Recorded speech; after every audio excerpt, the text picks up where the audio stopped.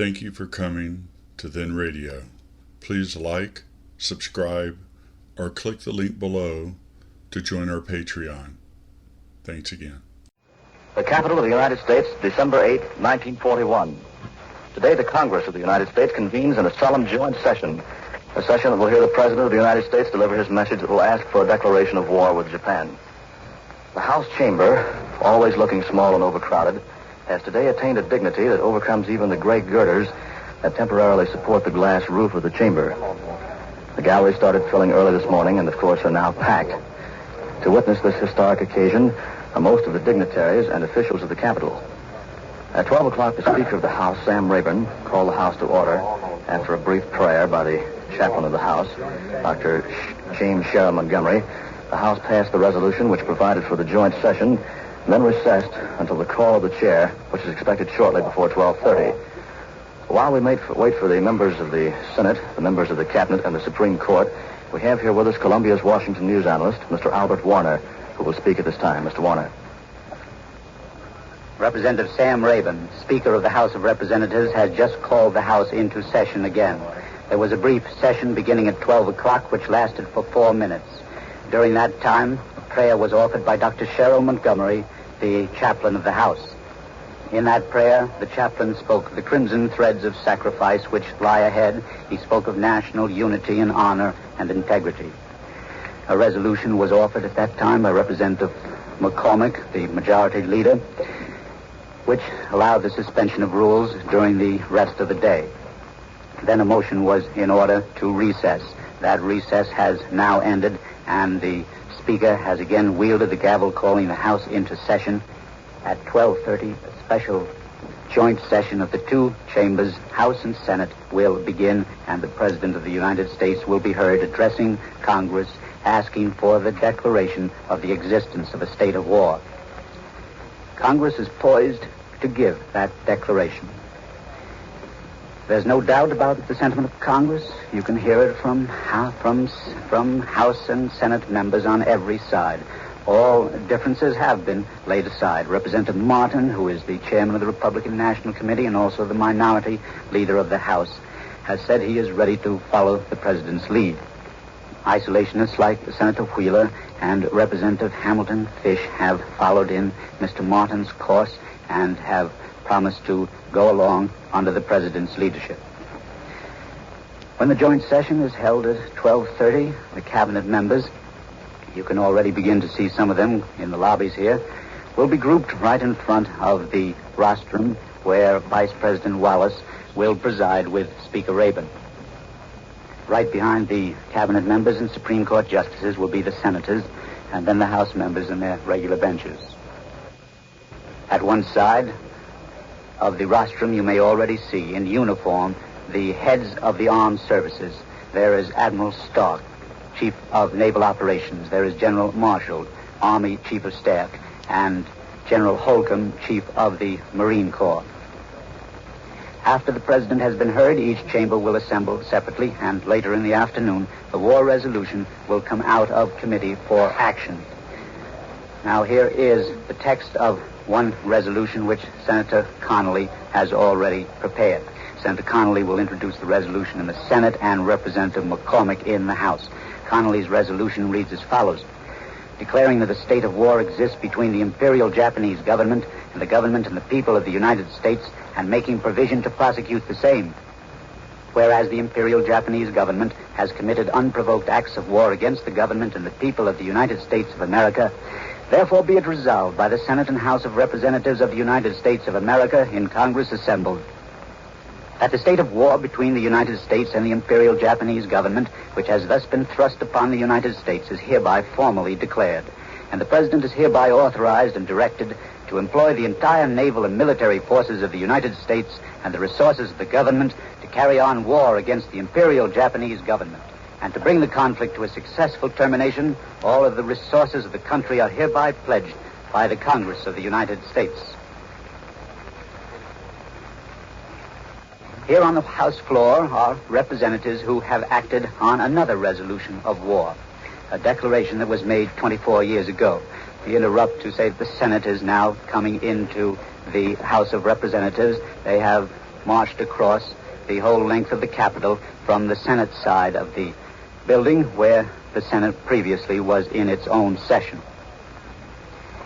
Here on the House floor are congressmen who voted against the declaration of war 24 years ago. There is, for example, Representative Knudsen of Minnesota, who voted against war on Germany in the First World War.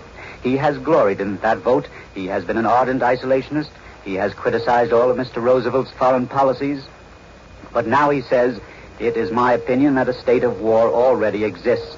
If the resolution recognizes the Japanese aggression, my vote, he said, will certainly be yes. And then there is Miss Jeanette Rankin of Montana. Hers is an unhappy public career. In 1917, she broke down and cried as she voted no on the declaration of war. Soon thereafter, she retired from Congress, and she came back after a lapse of about 20 years in the last election. Now it is her duty to vote again on a war declaration. She has not yet said what she is going to do. Now, Speaker Rabin is wielding the gavel on the rostrum. From the State Department, we hear that Secretary of State Hull has told reporters that he is seeking to repatriate Ambassador Grew and his staff from Tokyo, as well as other American nationals in Japanese territory. Now here's Park Simmons. Thank you, Mr. Warner. Presiding at the joint session, of course, is Representative Sam Rayburn, Speaker of the House, and Vice President of the United States, Henry A. Wallace. The Speaker will present the President, and we understand that we're not quite ready to go to the Speaker's platform as yet. The Supreme Court at this time, I believe, is walking into the chamber, and the Cabinet is also coming in at this time. And so after they come in, the President of the United States will arrive, and at that time we intend to turn you over to the Speaker's platform. However, before we do that, here is the history of that fateful Sunday yesterday, which brings this joint session today. At 9:30 a.m., Secretary of State Cordell Hull arrived at his desk. At 10 a.m., Secretary of the Navy Frank Knox and Secretary of War Henry L. Stimson entered Hull's office. At 1 p.m., Knox and Stimson left. Japanese Ambassador Nomura telephoned Hull asking for an appointment at 1:45, and at 1:30 p.m., reporters, photographers, and newsreel men advised to be present for something big, and that was the story of that fateful Sunday of yesterday, beginning at 9:30 a.m. with the important developments and ending approximately at 1:30 p.m. At 1:35 p.m., more State Department officials arrived, and then Under Secretary of State Sumner Welles was with them. We turn you now over to the Speaker's platform and open our microphones at that point.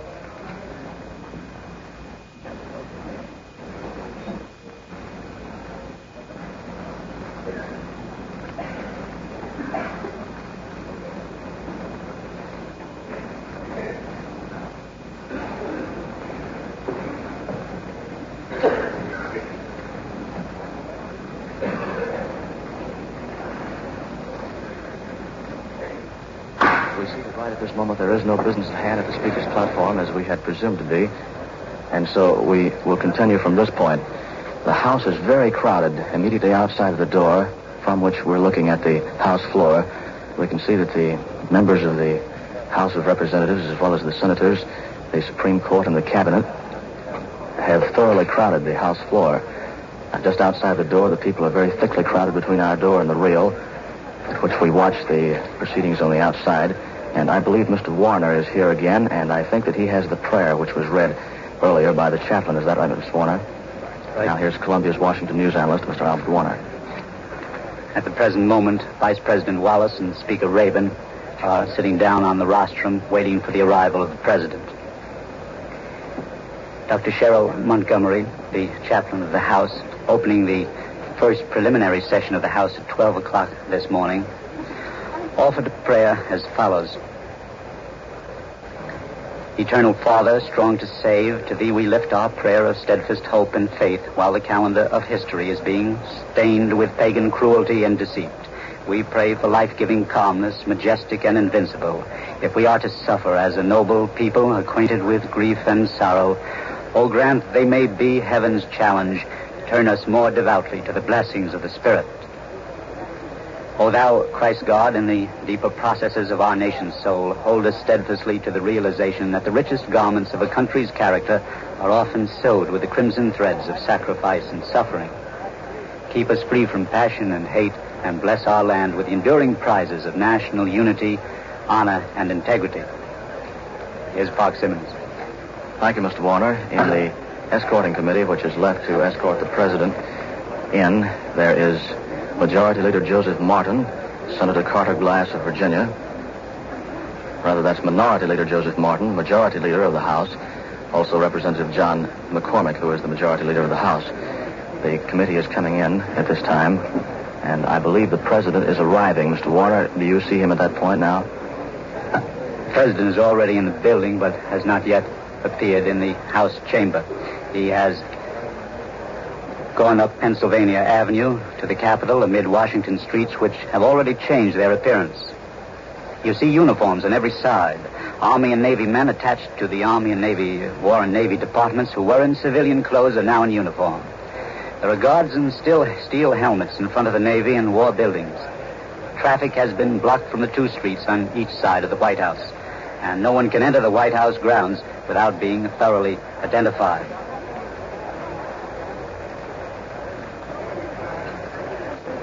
The president, I believe, will be coming in just a few moments. He is scheduled to arrive at approximately 12:30, of course, and it's now just 2 or 3 minutes before 12:30. However, in the meantime, before he arrives, we can bring you just a bit more about what occurred yesterday, the events which led to this joint session of Congress. At 1:35 p.m., there were more State Department officials arriving, among them Undersecretary of State Sumner Wells, and at 2 p.m., the Chinese ambassador, Dr. Hu Shi, was shown into Hull's office. At approximately 2:05, now these events were occurring rather rapidly, at approximately 2:05 p.m., Nomura and Special Envoy Saburo Caruso arrived 20 minutes late and were cooled off for 15 minutes in the anteroom of Hull's office.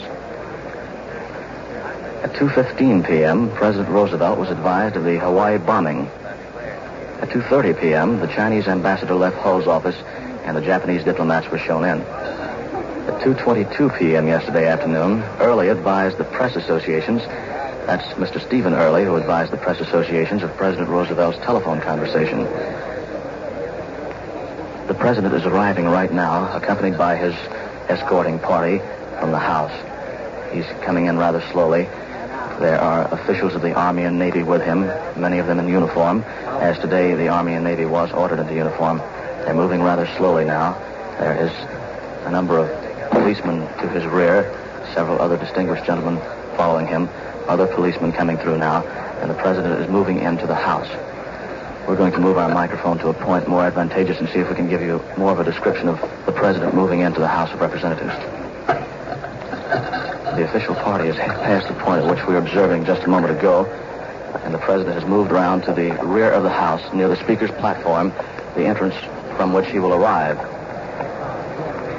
The official party hasn't entered the doors near the Speaker's platform at this time just yet, and we're walking out into the House floor, waiting for his arrival, and from that point we shall attempt to bring you a brief description of his arrival and those coming in with him.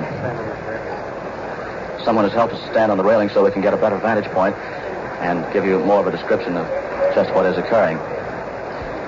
The House is very crowded, as we told you earlier, and Mr. Warner mentioned that also. The entire House is rising now, if you get any of the noise and the gravel at the floor, and so we will turn you over to the Speaker's platform, at which the business at hand will be carried on.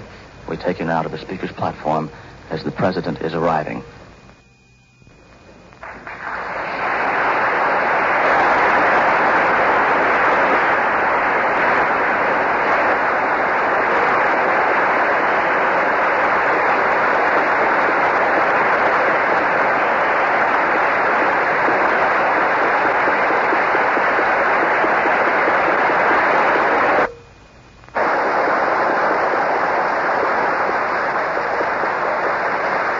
The applause, of course, is for the President, and he is now on the Speaker's platform, walking up to the battery of microphones near Speaker Sam Rayburn. On his left is the House mace, which is always placed on its marble stand when the Speaker is on the platform and presiding. President Roosevelt is now in front of the battery of the microphones, and we take you through the Speaker's platform.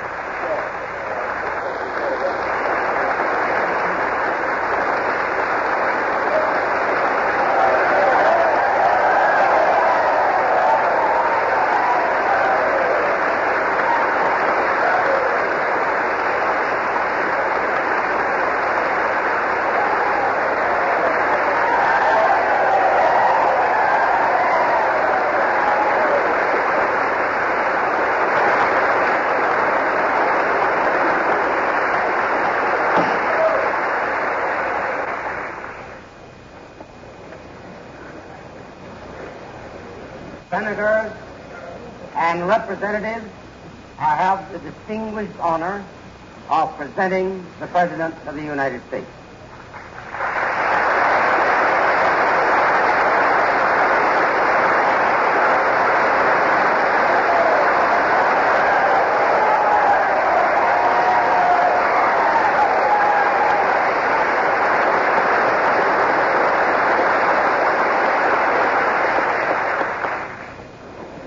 President, Mr. Speaker, members of the Senate, of the House of Representatives,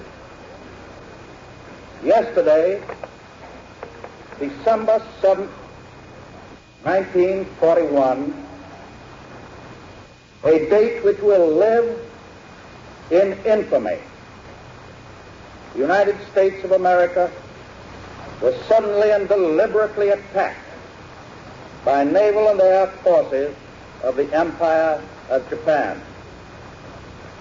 The United States was at peace with that nation, and at the solicitation of Japan, was still in conversation with its government and its emperor, looking toward the maintenance of peace in the Pacific.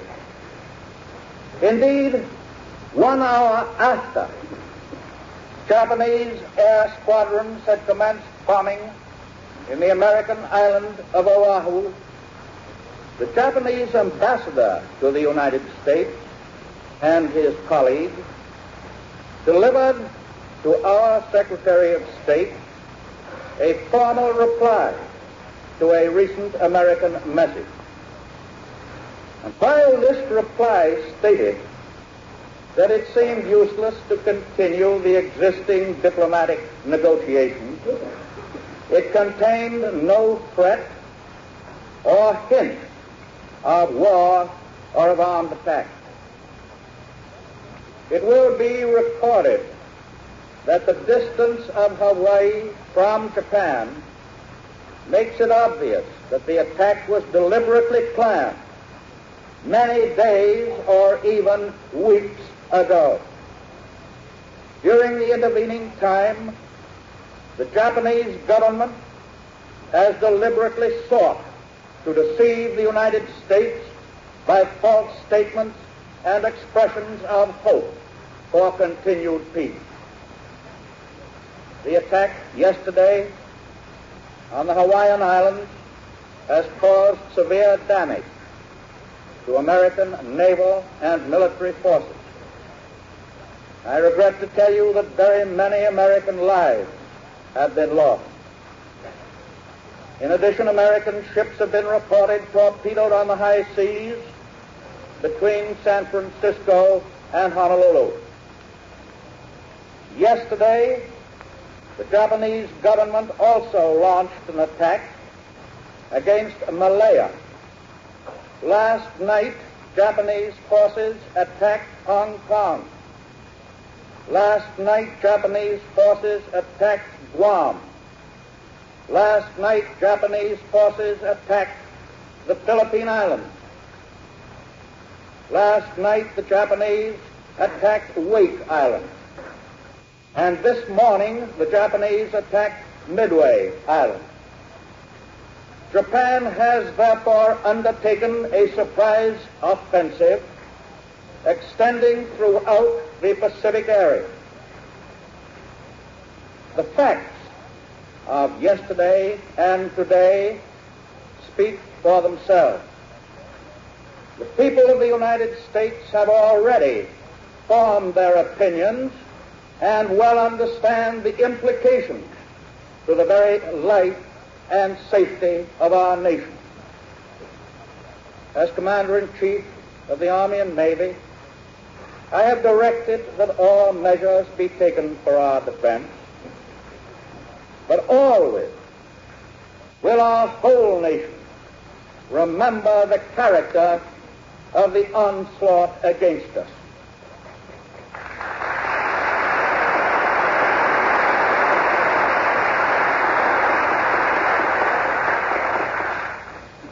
No matter how long it may take us to overcome this premeditated invasion, the American people in their righteous might will win through to absolute victory.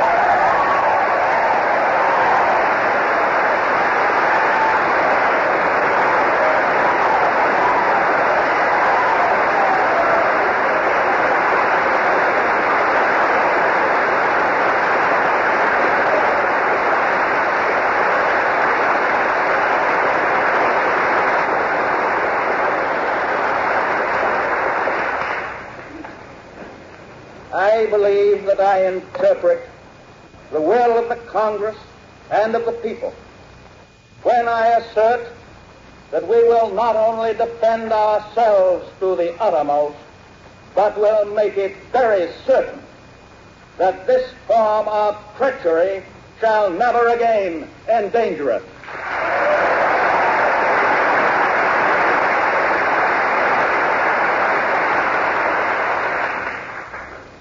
Hostilities exist. There is no blinking at the fact that our people, our territory, and our interests are in grave danger. With confidence in our armed forces, with the unbounding determination of our people, we will gain the inevitable triumph, so help us God.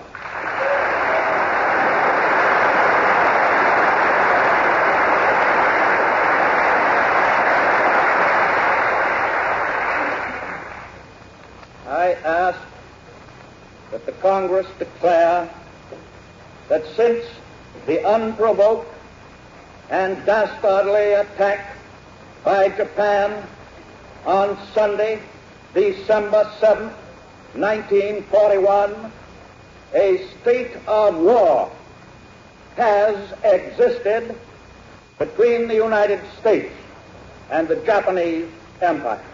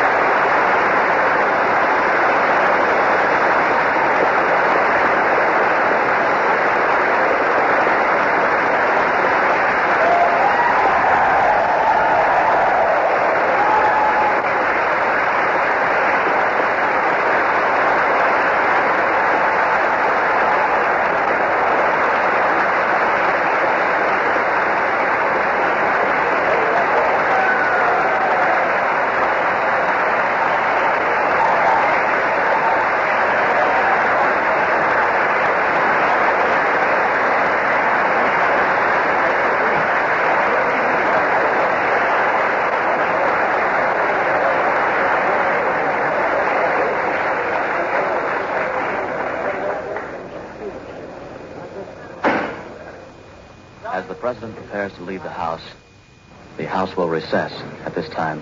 The President is going out of the gallery now, and there's some business going on at the platform at this time. And so for the conclusion of the ceremonies taking place at this time, we shall return you now to the platform.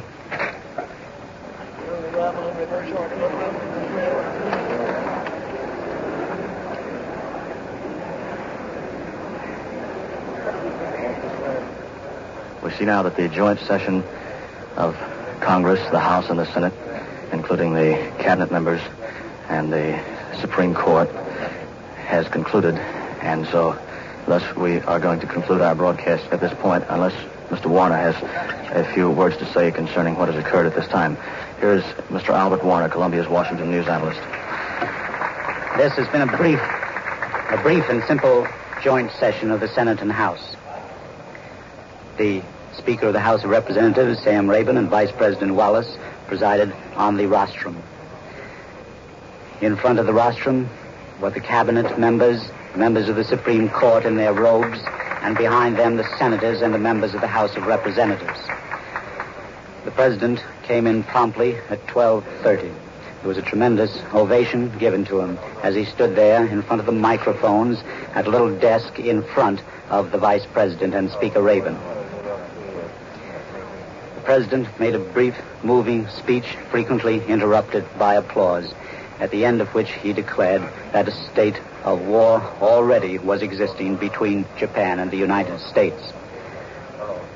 Now the chamber is in brief recess while the Senate goes back across the corridors of this long building to its own chamber on the other side, where it will meet at once in its own session.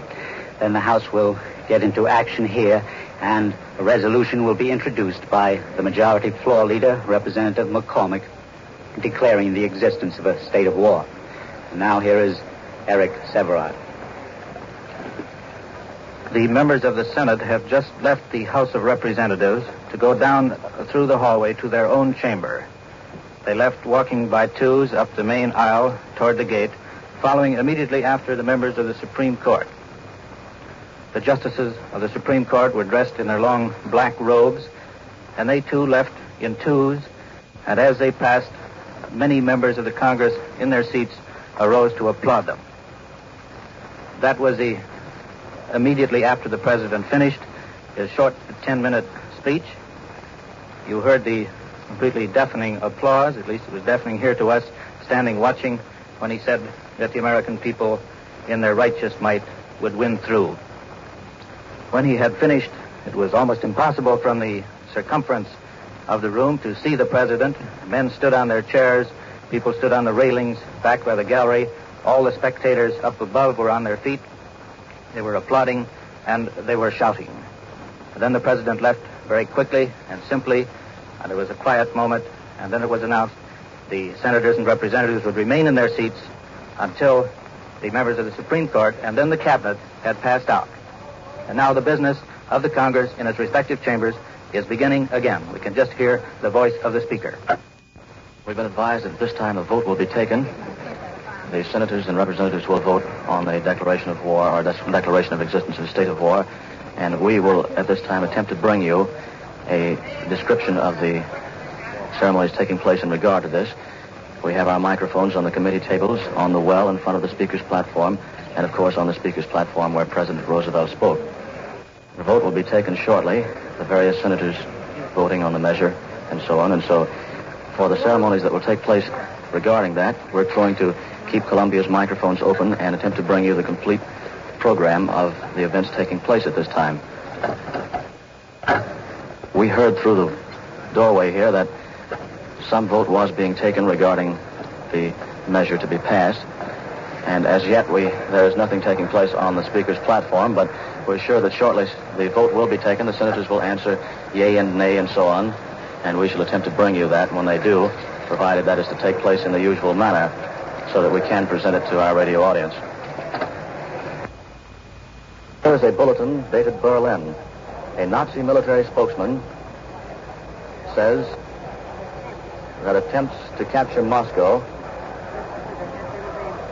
this winter have been abandoned.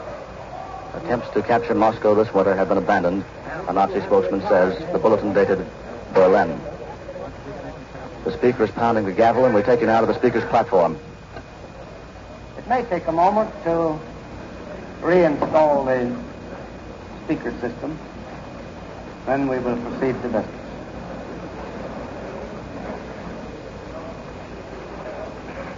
I think I'll refer this thing, however.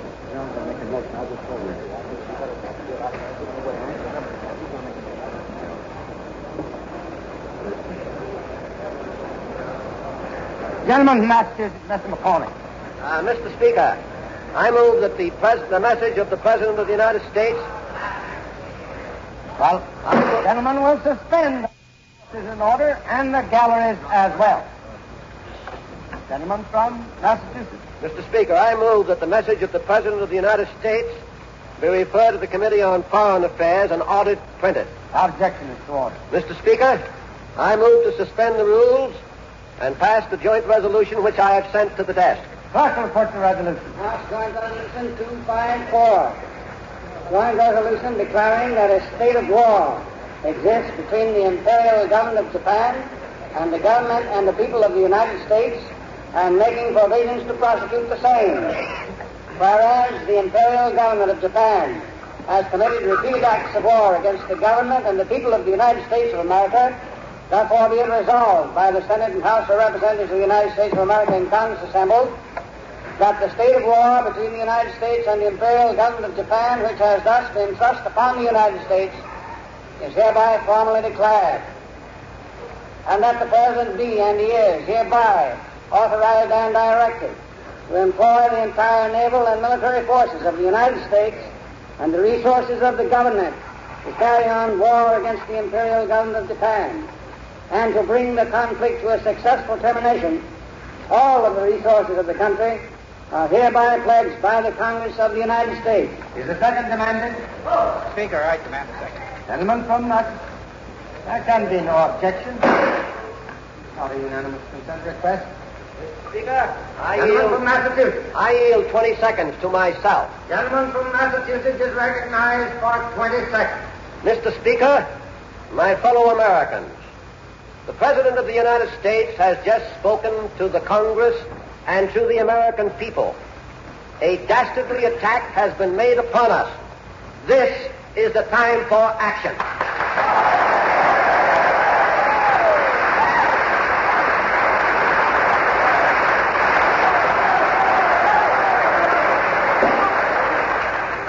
Gentleman from Massachusetts, Mr. Martin. Mr. Speaker, our nation is today in the gravest crisis since its establishment as a republic. All we hold precious and sacred is being challenged by a ruthless, unscrupulous, arrogant foe. We have been the victim of a treacherous attack under cover of darkness. It came at a time when we were trying to establish a basis of peace through mutual misunderstanding. Our ships have been sunk, our planes destroyed, many lives lost. Cities and towns under the American flag have been ruthlessly bombed. No one hates war more than I. Every night I have uttered a silent prayer that America might be spared active involvement in a frightful war. I know the horrors which come with war, the loss of lives, the sacrifices which must be made by all, the sadness and desolation it always brings. America is challenged. That challenge comes in a ruthless way which leaves but one answer for a liberty-loving, self-respecting people. We are compelled by this treacherous attack to go to war. From now on, there can be no hesitation. We must press the war with unstinted vigor and full efficiency. There can be no peace until the enemy is made to pay in full measure for his dastardly crime. We in America wanted peace. We must now fight to uphold our national honor and make secure our freedom. The attack on our territory will rally every patriotic American to support of the nation's need. In shipyards, in factories, in mines, in blast furnaces, on farms all over this broad land, there will be one spontaneous response. The people of America will unanimously meet the attacks of the aggressor and join in an irresistible effort of increased production. The boys in the training camps and the sailors who maintain the vigils of the sea they will have the tools and equipment to win this war. In view of the developments of the past 48 hours, the President's request has my support. When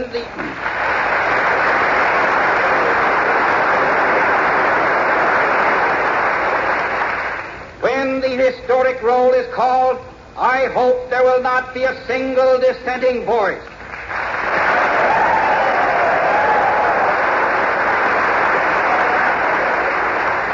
Let us show the world we are a united nation. Let us boldly proclaim we will not permit any force to strike down freedom and progress here in America or replace our way of life with slavery and dictatorship. God will give us the strength and the courage to drive to victory in a just cause, a cause which means all that makes life worthwhile to the people, not only of America, but in every country in the world.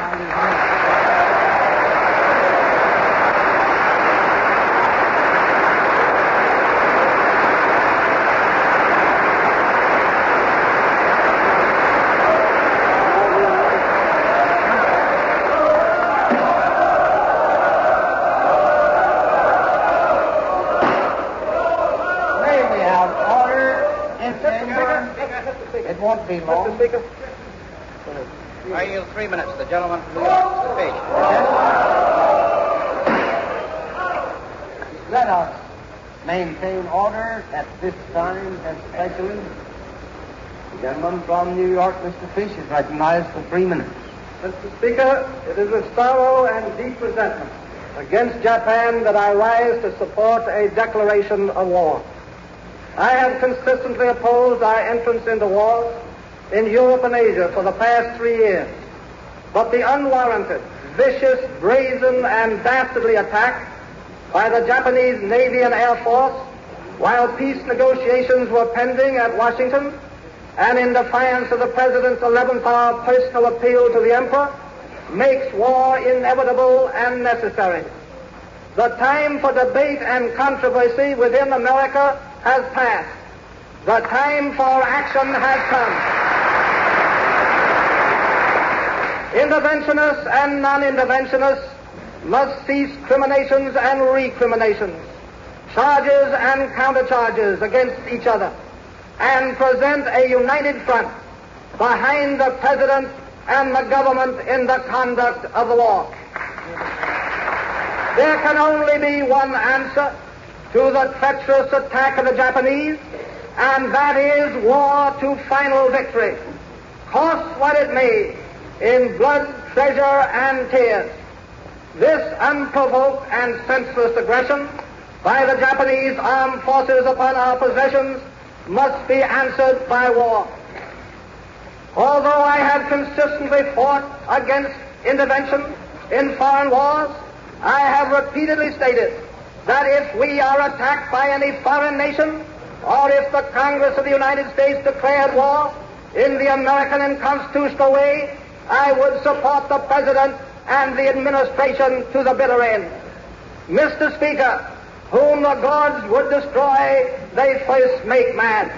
The Japanese have gone stark raving mad, and their unprovoked attack has committed for them military, naval, and national suicide. I shall at the proper time volunteer my services as an officer in a combat division, as I did in the last war, preferably with colored troops. There is no sacrifice too great that I will not make in defense of America and to help annihilate these war-mad Japanese devils. Now that we are to fight, let us go in with our heads up and our chins up in the American way. Let us serve notice upon the world that this is not only a war against aggression and in defense of our own territories, but a war for freedom and democracy all over the world, and that we will not stop until victory is won. I appeal to all American citizens, particularly the members of my own party and to non-interventionists, to put aside personal views and nonpartisan and all partisanship and unite behind the President, our Commander-in-Chief, in assuring victory to the armed forces of the United States.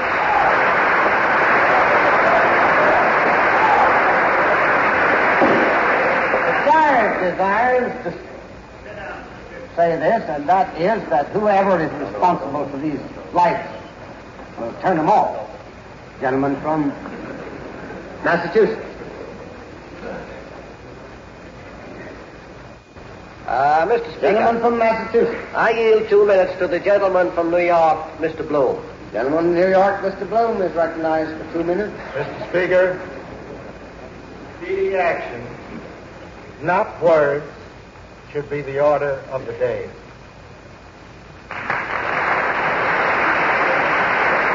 The gentleman from Massachusetts. Mr. Speaker, of course there's 2 gentlemen from Massachusetts. I yield 2 minutes to the gentleman from Texas, Mr. Johnson. From Texas, Mr. Luther Johnson is recognized. Mr. Speaker, in this tragic hour, words will not convey our feelings or express our righteous indignation. Japan's unprovoked attack without notice upon the United States while peace negotiations were still in progress was dastard treachery and is characteristic of those totalitarian outlaws who talk peace while they have already drawn the dagger with which to strike. We have but two choices today, either to fight or to surrender. And America, thank God, has never surrendered and never will surrender.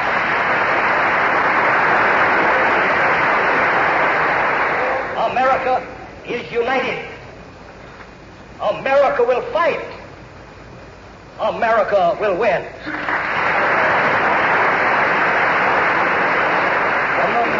Mr. Martin. Speaker, I yield 1 minute to the lady from Massachusetts, Mrs. Rogers. Gentlewoman from Massachusetts is recognized for a minute. Mr. Speaker, yesterday Japan stabbed us in the back. The indignation of the American people knows no bounds. Those of every strain in this country will rise to meet that challenge. They will fight to defend America. Grim and awful as war is, they want war declared. Mr. Speaker, I remind you that the American men have been brave. American women, too, have been brave. They are willing today to make every sacrifice in order that we shall win. Thank God, Mr. Speaker, the country today is united, and united we march forward to victory.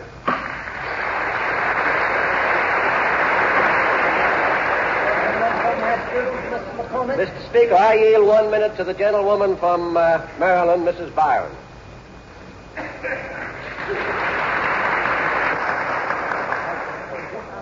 Speaker.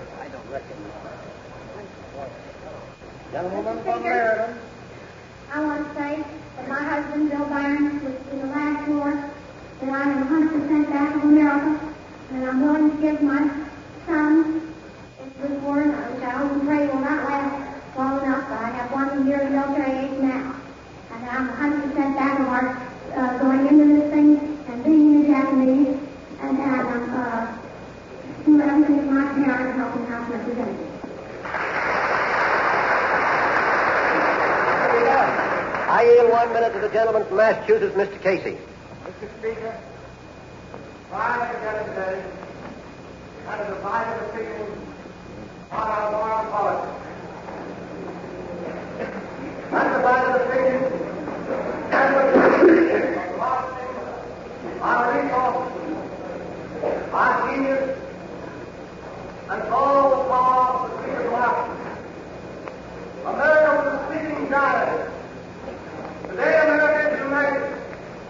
Today, America is awake. Soon the world will know that peace-loving people can, when carried around, strike an awful blow. Mr. Speaker, we Americans all, at this hour, lay upon the altar of our country and our country's cause life and honor and all that we hold dear. Speaker, I yield 2 minutes to the gentleman from New Jersey.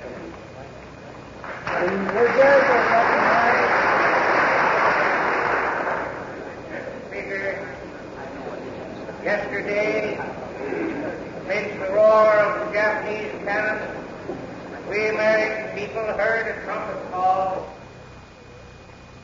Because the Speaker of the House of Representatives, Sam Rayburn, has ruled that the proceedings from the floor cannot be broadcast, we're forced to conclude this portion of our program and present at this time Mr. Albert Warner, Columbia's Washington news analyst. Mr. Warner. The majority floor leader, Representative McCormick, opened the brief speech-making after the President of the United States had concluded his address to the joint session. Mr. McCormick called the Japanese attack dastardly He said that the time has now come for action. Then the Republican leader of the House, who was also chairman of the Republican National Committee, Representative Joseph Martin, said that all we hold precious is now at stake, that we have been the victim of dastardly attack, that our cities and ships have been bombed by Japanese planes. And he said that every night he had uttered prayers that this country would be spared from war. War meant sadness and desolation. But now there was only one answer for a liberty-loving people. We are compelled, said Representative Martin, to go to war. There can be no peace, he said, until the enemy has paid for its crimes. We must drive ahead to victory in a just war. Isolationist Representative Fish, a Republican of New York, who has consistently opposed the president's foreign policies, spoke after Representative Martin, taking much the same line as the Republican leader had done. He said that in view of the brazen, vicious, dastardly attack, war is necessary. The vote in the Senate adopting this resolution declaring the existence of a state of war with Japan was adopted 82 to nothing. 82 to nothing. Representative Fish told his colleagues that he had consistently opposed what he called interventionism, but now he said the time for debate and controversy had passed. It was time for a united front. And though he had consistently spoken against the president's foreign policies, he said he would now support the administration to the bitter end. The Japanese, he said, had gone stark mad. Whom the gods would destroy, they first make mad, he declared. While these and other people were speaking 1, 2, or 3 minute speeches, Representative Jeanette Rankin stood at the back of the hall trying to get the attention of the speaker. Miss Rankin was a congresswoman at the time of the First World War, and then she voted against the declaration of war on Germany. What she wanted to say on this occasion is not yet known. She did not get a chance to speak. For 20 years, she was out of Congress. She came back to the House just in time to vote on a second declaration of war. Now here's Park Simmons. As we conclude this broadcast from the House, which has brought you the address of the President, the United States is now at war with Japan. We return you now to New York. Here at Columbia's microphones in New York are Elmer Davis and Major George Fielding Elliott. We shall hear first from Mr. Davis. Whether the House of Representatives has finished voting is not clear, but there is every reason to suppose that it will vote the declaration by the with the unanimity which the Senate has already expressed. The declaration of war against Germany in April 1917 brought 6 negative votes, if I recall rightly, in the Senate and 70 in the House, almost one-fifth of the membership present and voting. This case is obviously very different, as has been indicated by the speeches which you have heard of some who have hitherto been regarded as isolationists. Their opposition to participation in a foreign war was irrelevant to their feelings as to what would happen in a war which was begun by an attack on American soil.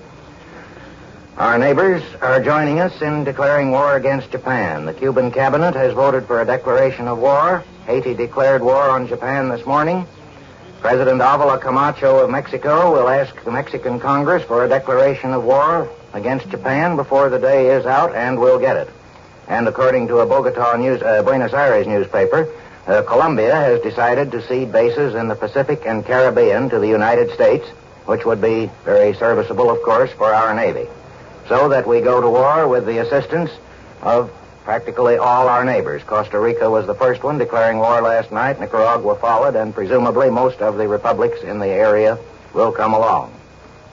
Meanwhile, however, it must be recognized that the war was begun with a defeat at Pearl Harbor.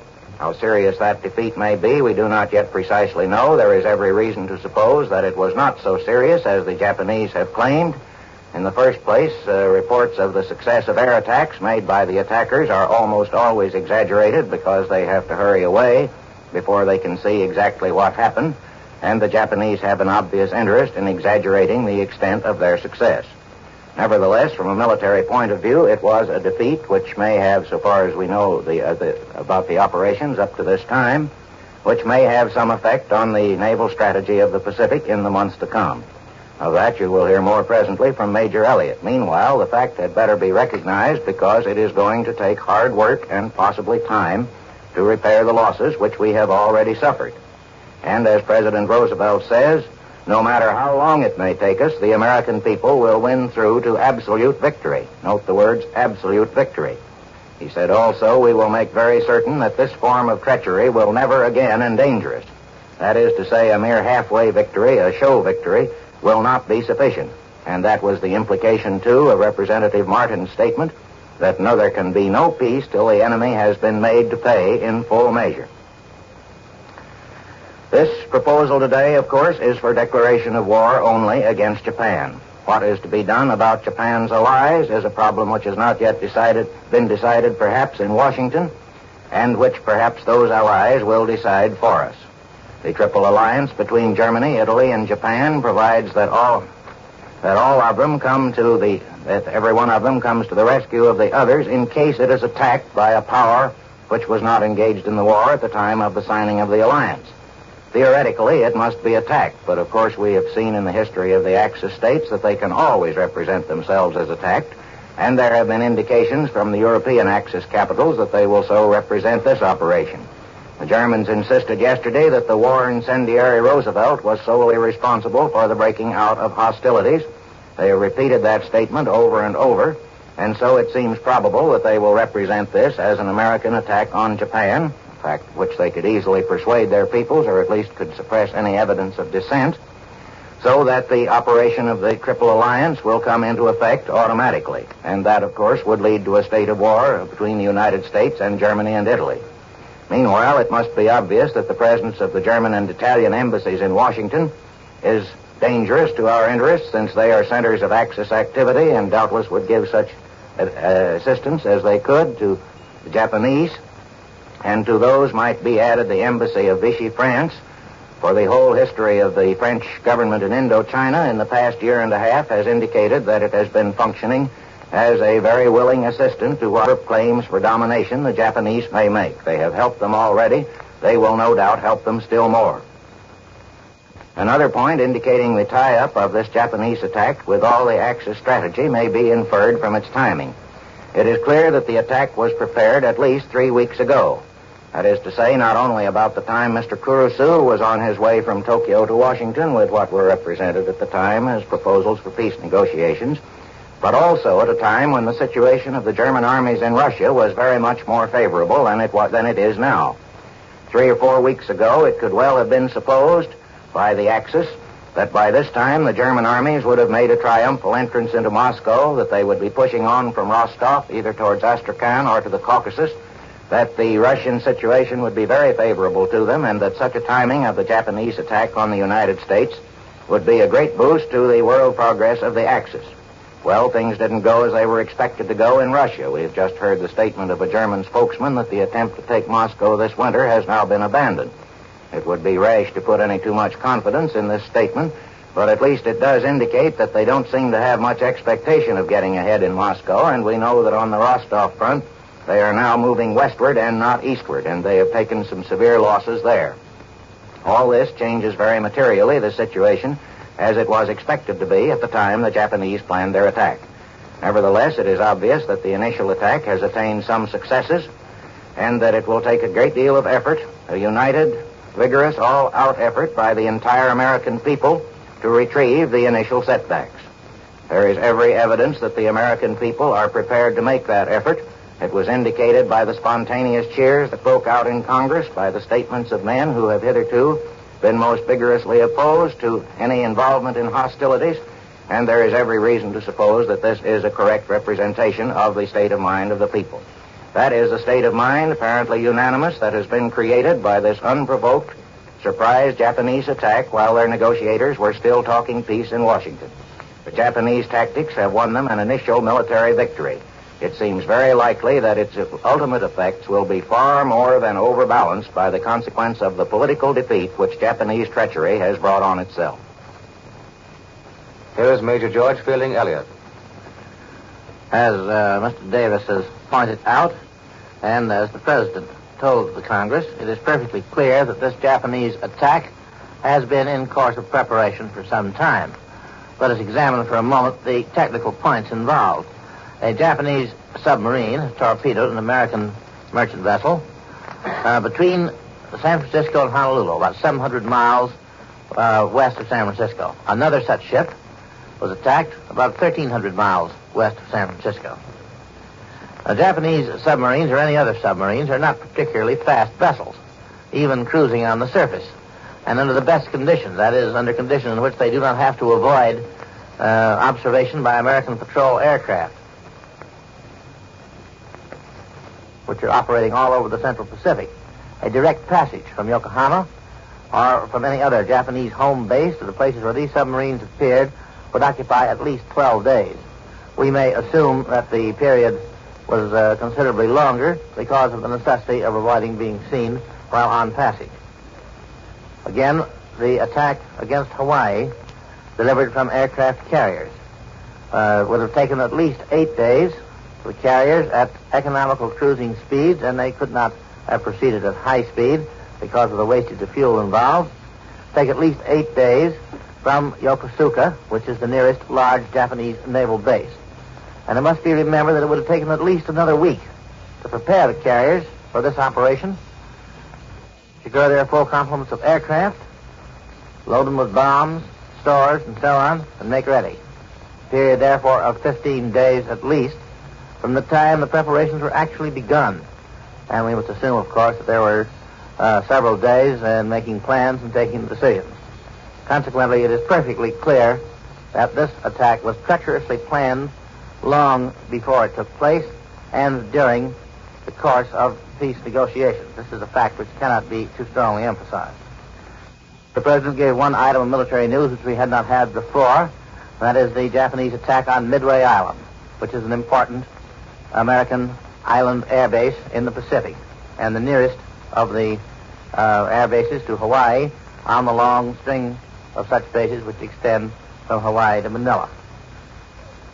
From Singapore comes a bulletin stating that confused fighting continues in the Kota Bharu airdrome sector in northern Malaya. This is an official communique and is the first admission that Japanese landing parties have actually reached the Kota Bharu area.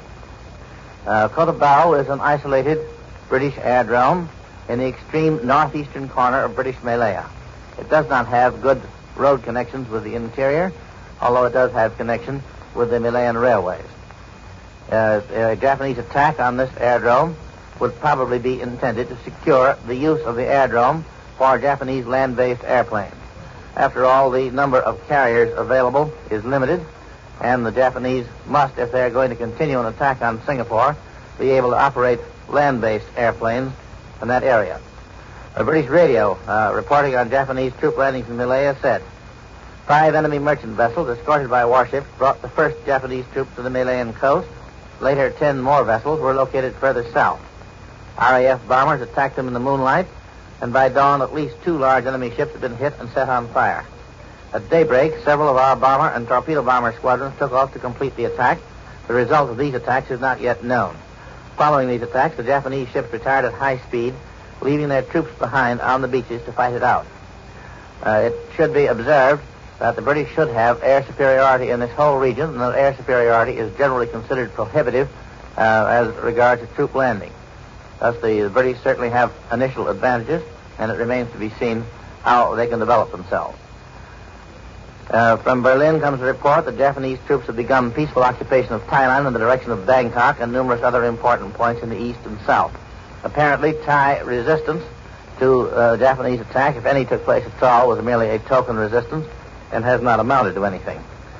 So that the Japanese at Kota Bharu may now be hoping to maintain themselves until such time as assistance can reach them through Thai territory. Kota Bharu is almost on the frontier between British Malaya and Thailand, and the Japanese may hope to hang on there till their comrades can come racing down through Thai territory to join them.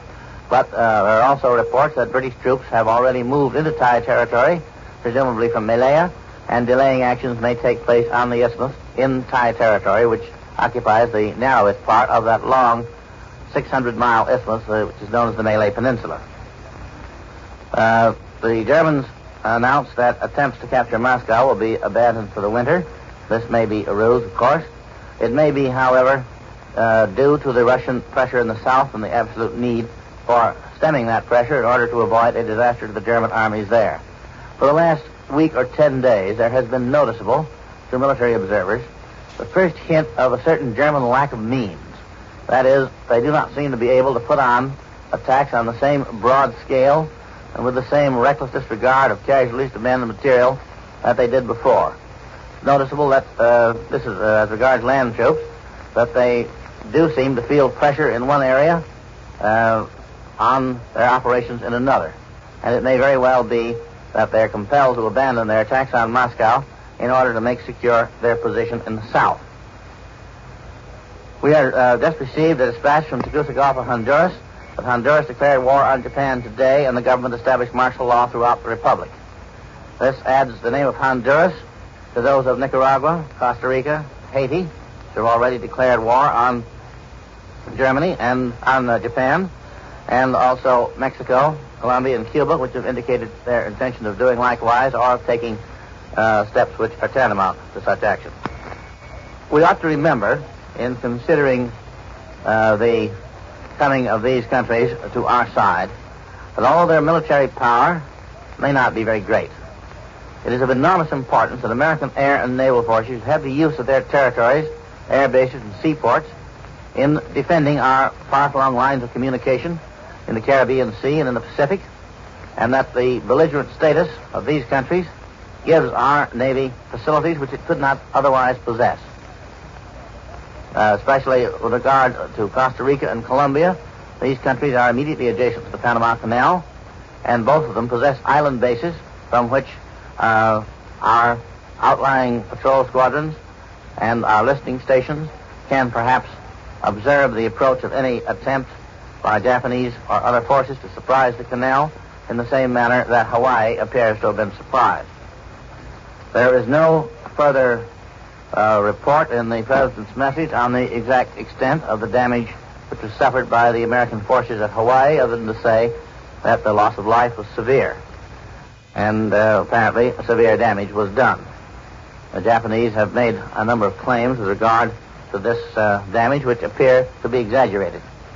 However, it is noticeable that the President has said in an earlier statement from the White House that operations at Hawaii were continuing. Whether this means that the Japanese are making another attack, or whether it means that the pursuit of the Japanese carriers and perhaps other escorting ships which brought the planes to Hawaii is continuing, of course, is uncertain. There is always the possibility to be kept in mind that the Japanese may have backed up the carriers with their whole battle fleet, hoped to inflict some damage on our ships in harbor, and to bring the remainder to action while they were pursuing the carriers. But this is mere speculation and has nothing to support it at the present time. In view, however, of the wide extent of the Japanese surprise attacks yesterday, extending over an area almost a quarter of a distance around the globe, the possibility cannot be excluded that there may yet be other surprise raids at points where attack would seem as little to be expected as at Pearl Harbor. An imaginative preview of an American-Japanese war was written a dozen years ago by H.C. Bywater, the English naval expert. It was a work of fiction, but it was based on an expert's knowledge of the possibilities, if not the probabilities. And one of the incidents which he imagined was the conversion of certain Japanese merchantmen into airplane carriers, still with the outward appearance of merchantmen and sailing under neutral flags, from which air raids were made on coastal cities of the continental United States. It is known that certain Japanese merchant ships have been converted into airplane carriers, although these have long flying decks and their appearance is no longer that of merchant ships. A vessel which retains the appearance of a merchant ship can, however, operate seaplanes. Such vessels could carry very few planes. The damage which might be done by such raids upon our coast would be comparatively trivial. Their sole purpose would be to cause confusion, and that purpose could be defeated by the coolness and self-control of the civilian population if such an incident should occur. It is to be hoped that we will be a little more ready for such surprise attacks now than we were during the continuance of the peace negotiations, when we, at least the people at large, had the idea that the Japanese were really trying to come to some agreement. The likelihood that such carriers could slip through American naval patrols in the Pacific or the Atlantic is small indeed. Still, it is a conceivable possibility which all of us should bear in mind.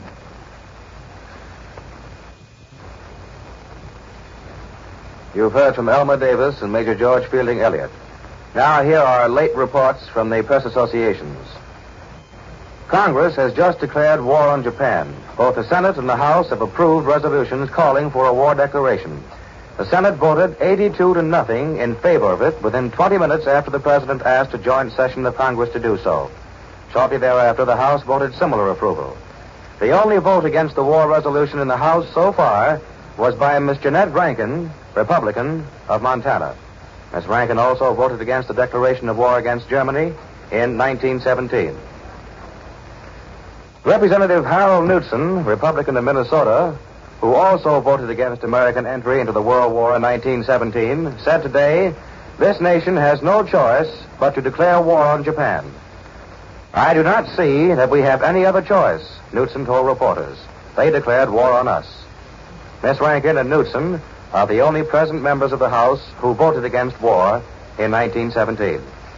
Here's a dispatch from Berlin. A DNB dispatch tonight from Tokyo, quoting a report in the Japanese newspaper Yomiuri from Saigon, French Indochina, said a United States transport had been sunk with a loss of 350 men in waters around Manila. And from Port-au-Prince, Haiti.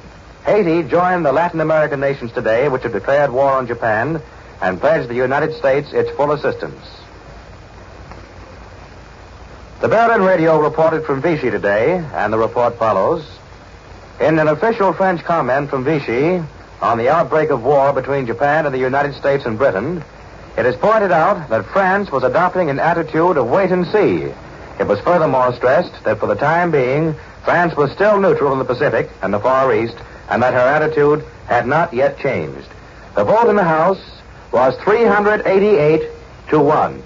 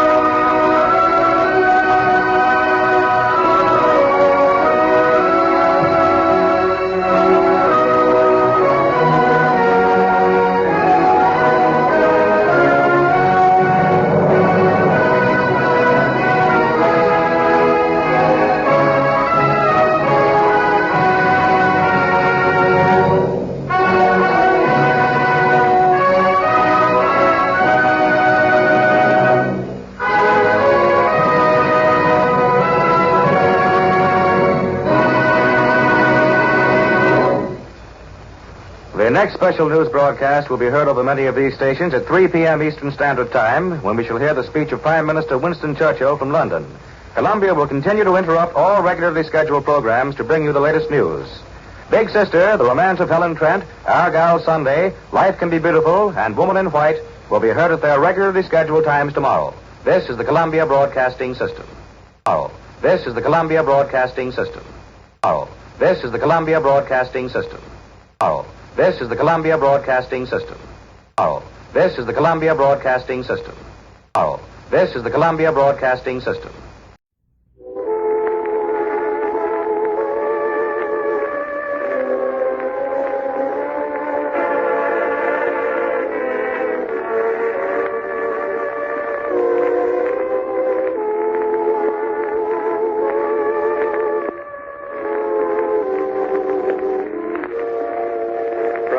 City in New York, it is the pleasure of the National Broadcasting Company to bring you Sammy Kaye's Sunday Serenade, featuring his world-famed swing and sway music.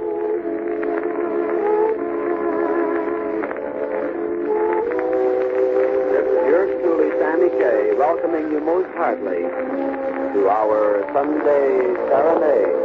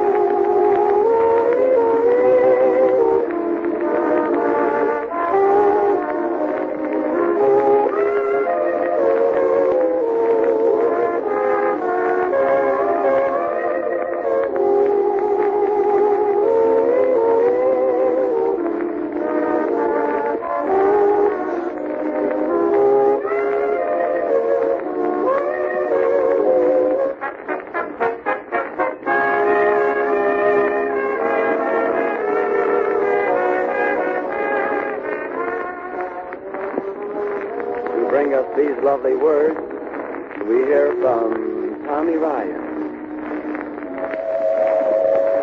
This is no laughing matter. Somehow I want to cry.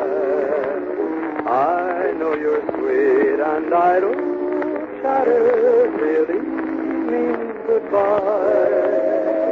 This is no laughing matter. I thought we'd never part.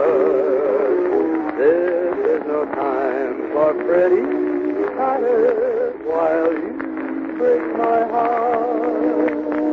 What of all the moon dreams shared together beside the garden wall? Love can always have that perfect weather. A little rain must fall. So think of the dreams you'll shatter if you should stay with through. This is no laughing matter, darling. I'm in love with you.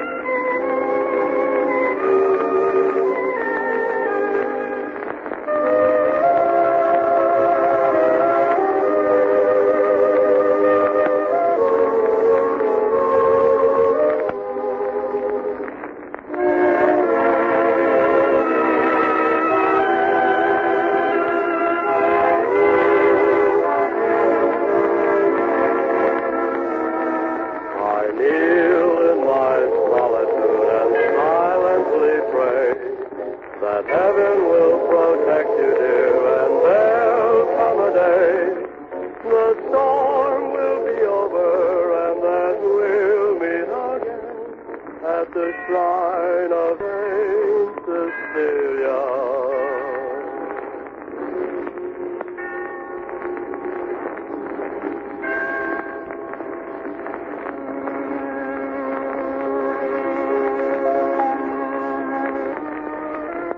Soft and soothing, the music of Sammy Kaye's Sunday Serenade.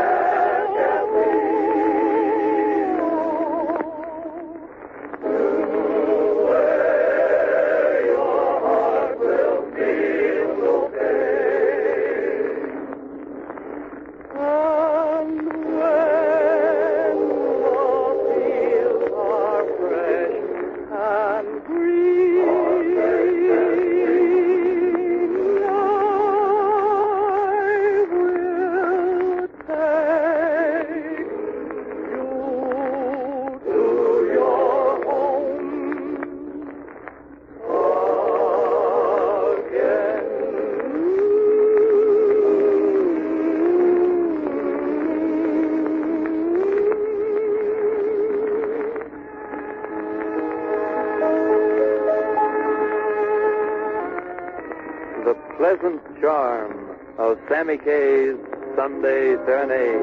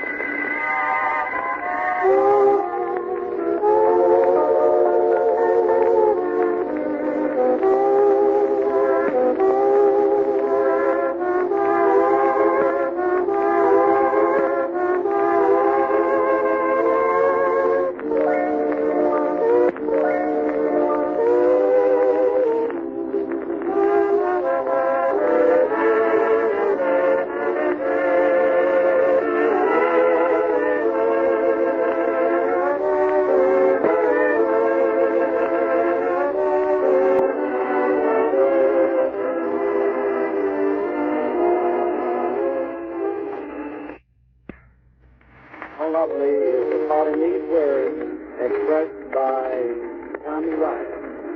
This love of mine goes on and on.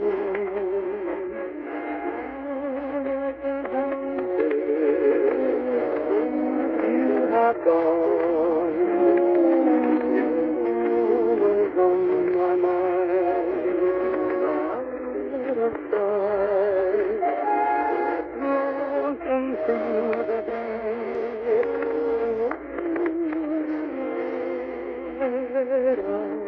turn my heart out, it comes to be, and nothing matters, let it rain, out the sun and the moon, the time will become of this love of mine.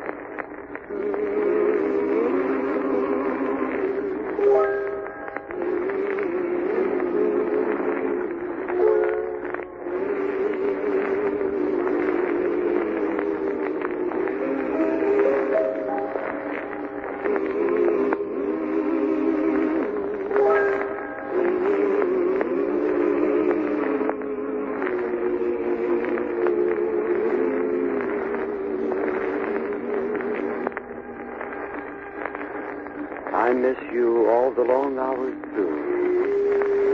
I'm restless, don't know what to do. Time simply drags when you're not near. Each hour to me seems like a year. I cannot be contented here when we're apart. I turn to music then, and so I listen to the radio. But even music cannot fill my hours with joy. They're lonesome still. For music loses every thrill when we're apart. It's difficult explaining this. I live, yet something seems amiss. The sun still rises, red and bright. The sunset casts its glorious light. But something's lacking in the sight when we're apart. I'm not ashamed I feel so blue that I miss you the way I do. For greater men than I could be in just the self-same misery as I am, and will ever be when we're apart.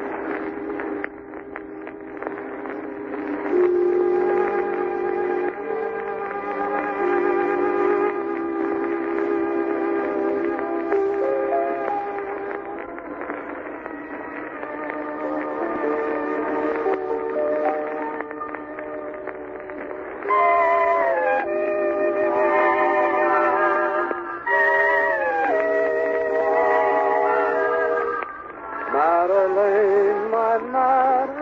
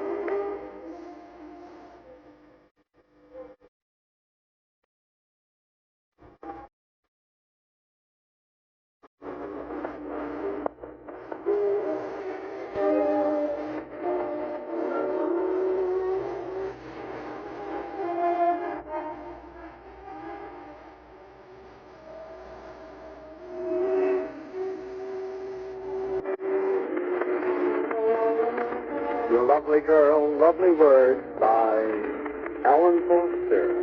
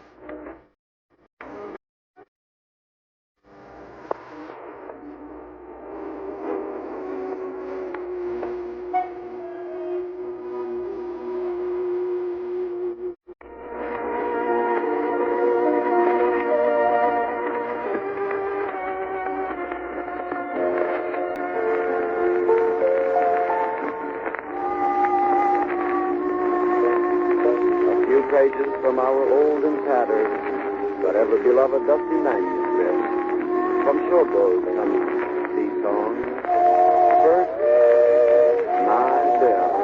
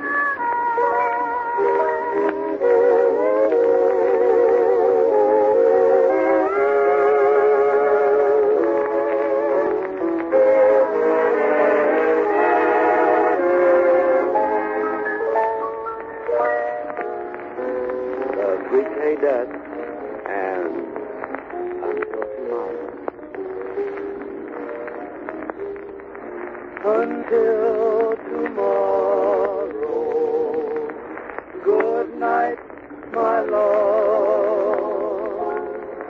Until tomorrow, sleep tight, my love.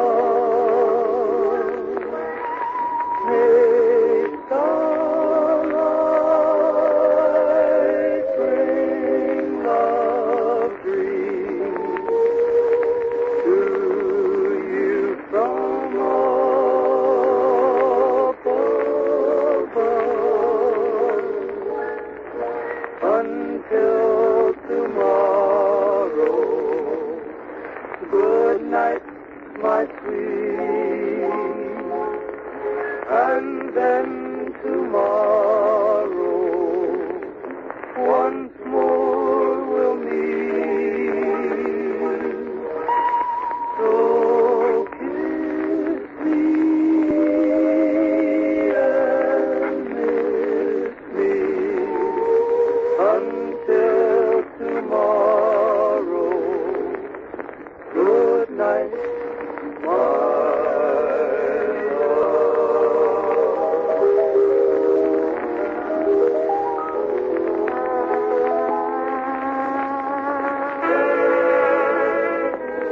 is yours truly, Sammy Kay, thanking you so much for being with us again. Until next Sunday at the same time, may we wish you the best of luck, every happiness, and a most pleasant week to come.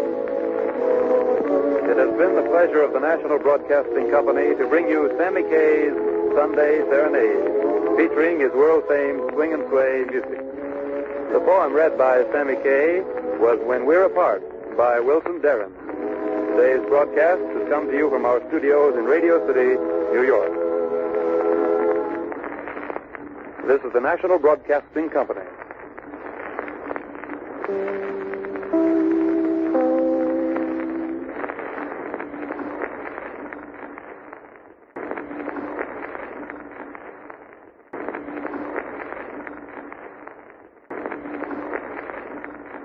From the NBC newsroom in New York, President Roosevelt said in a statement today that the Japanese have attacked the Pearl Harbor, Hawaii, from the air.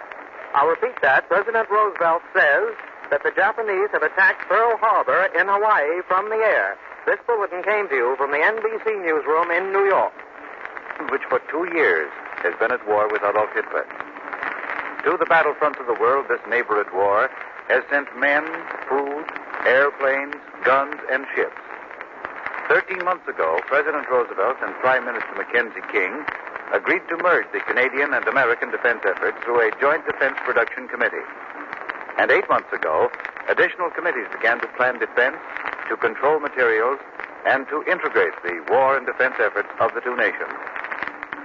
What has been Canada's effort in the war thus far? How is inflation controlled? What about labor?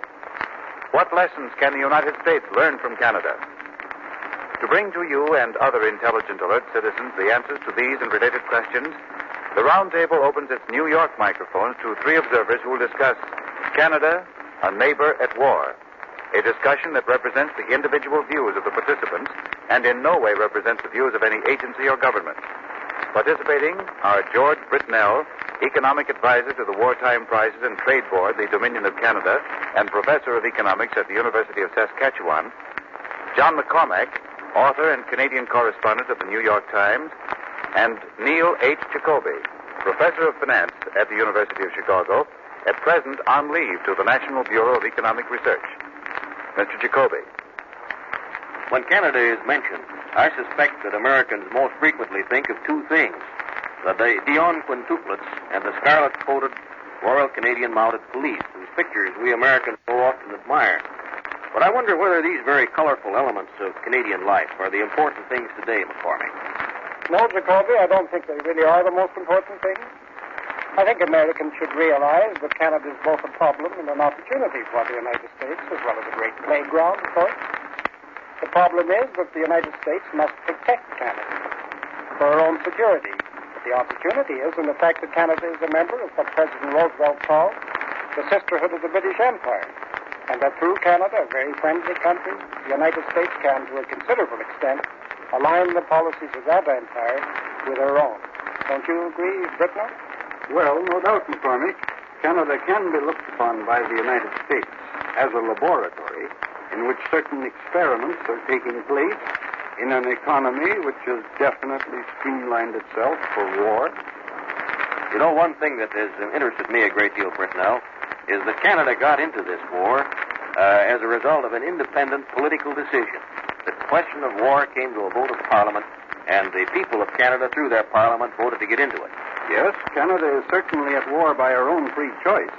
The Prime Minister of Canada called a special session of Parliament 4 days after the British and French declarations of war on Germany at the beginning of September 1939. After a full-fledged debate, the Canadian Parliament did vote itself, almost unanimously, in favor of participation. Therefore, on September the 10th, the King, at the specific request of the Canadian government, declared that a state of war existed between Canada and Germany. As one Canadian summed it up the other day, King George VI of England did not ask us to declare war for him. We asked King George VI of Canada to declare war for us. That's quite a different picture than most Americans have in mind regarding the entry of Canada into the war. And I can't help but feel that it compares favorably with our own congressional activity in that regard. Very few of the questions involving our steps into the war or in the defense effort have been presented to Congress for vote before they occur. Do you think it's better, Jacoby, to declare war rather than merely to fight it? I think it's better to have the elected representatives of the people make a decision beforehand. I like that Canadian procedure. There's a great deal of criticism, I may say, in Canada after even the weeks delay that ensued. Well, that may be. But in any event, Canada has got a real interest in this war, arising from the fact that about 40% of Canadian production is exported. Would you say, Britnell, as a Canadian, that Canada's economic interest in the war exceeds that, or is equal to that of any other parts of the British Empire? I don't know that it would be greater than the economic interest of Australia or New Zealand, but it certainly is great. And we depend, I'm speaking of Canada, Canada depends a great deal on the export market to sell her raw materials particularly. But perhaps we can account for Canada's decision to get into it then to a real economic interest. The fact that she depends as much as any other country upon the maintenance of world free trade, for which the British Empire has always been a great bulwark. I think that's true, Jacoby. I think we should now discuss what Canada's war effort has been. We hear a lot about it here. We hear a lot for it and a lot against it. I think we should decide just what it has been. We have Mr. Britnell here, an authority very lately come to tell us. What percent of your national income, Britnell, in Canada is being currently devoted to war? About 40% at the present time. Well, that compares with 18% in the United States. How about next year?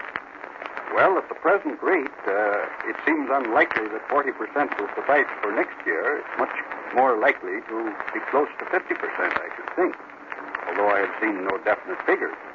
That compares with about 25% of our national income devoted to war next year. So that it would seem that your effort in Canada is now about twice as intense and will be next year, as is our own. Well, of course, Canada started earlier. Yes, Canada has about a 9-month lead on this problem of the war and defense over us. In terms of enlisted men, Canada has sent overseas an expeditionary force, and they also have many men under arms at home. What are the facts there, Britnell? Well, the number of men Canada has enlisted for service anywhere in the world in the Army, Navy, and Air Force exceeds 360,000. If you take Canada's population as being 11.5 million, say, and the United States as being about 130 million, this would be equivalent to an overseas military force of rather more than 4 million in American terms. That well compares with the maximum effort we made in the First World War. Can we say an overseas military force? That's the total. Active service force. That is the total, isn't it? I mean, the overseas force would be somewhat smaller. Yes. Canadians already overseas exceed 150,000. Equivalent, say, to an American expeditionary force of a little over 1.5 million. Well, Britnell, that has been achieved, too, without conscription for overseas service. Every Canadian that goes across the oceans is doing so voluntarily. Why hasn't conscription for overseas service been imposed in Canada? That, of course, is a question that has some political significance, and many reasons would be advanced for it. Speaking as a rather cold-blooded economist, I'm inclined to think that so far there hasn't been much necessity for conscription. We have only a limited pool of manpower available for military service, for industry, and for agriculture. What's wrong with the woman power, Canada? Just know. Well, we're mobilizing that very rapidly. We have a women's army now. We also are taking large numbers of women into the factories and have been for a considerable period. Your point is that conscription for overseas service, or the sending even on a voluntary... We interrupt this program to take you to the NBC newsroom. Thanks. From the NBC newsroom in New York. The White House also reported today a simultaneous air attack on Army and Navy bases in Manila. This report followed the President's declaration that all Army and Navy bases on the island of Oahu in Hawaii are now under air attack. This bulletin came to you from the NBC newsroom in New York. Now back to our regularly scheduled programs. Canada can hardly stand out.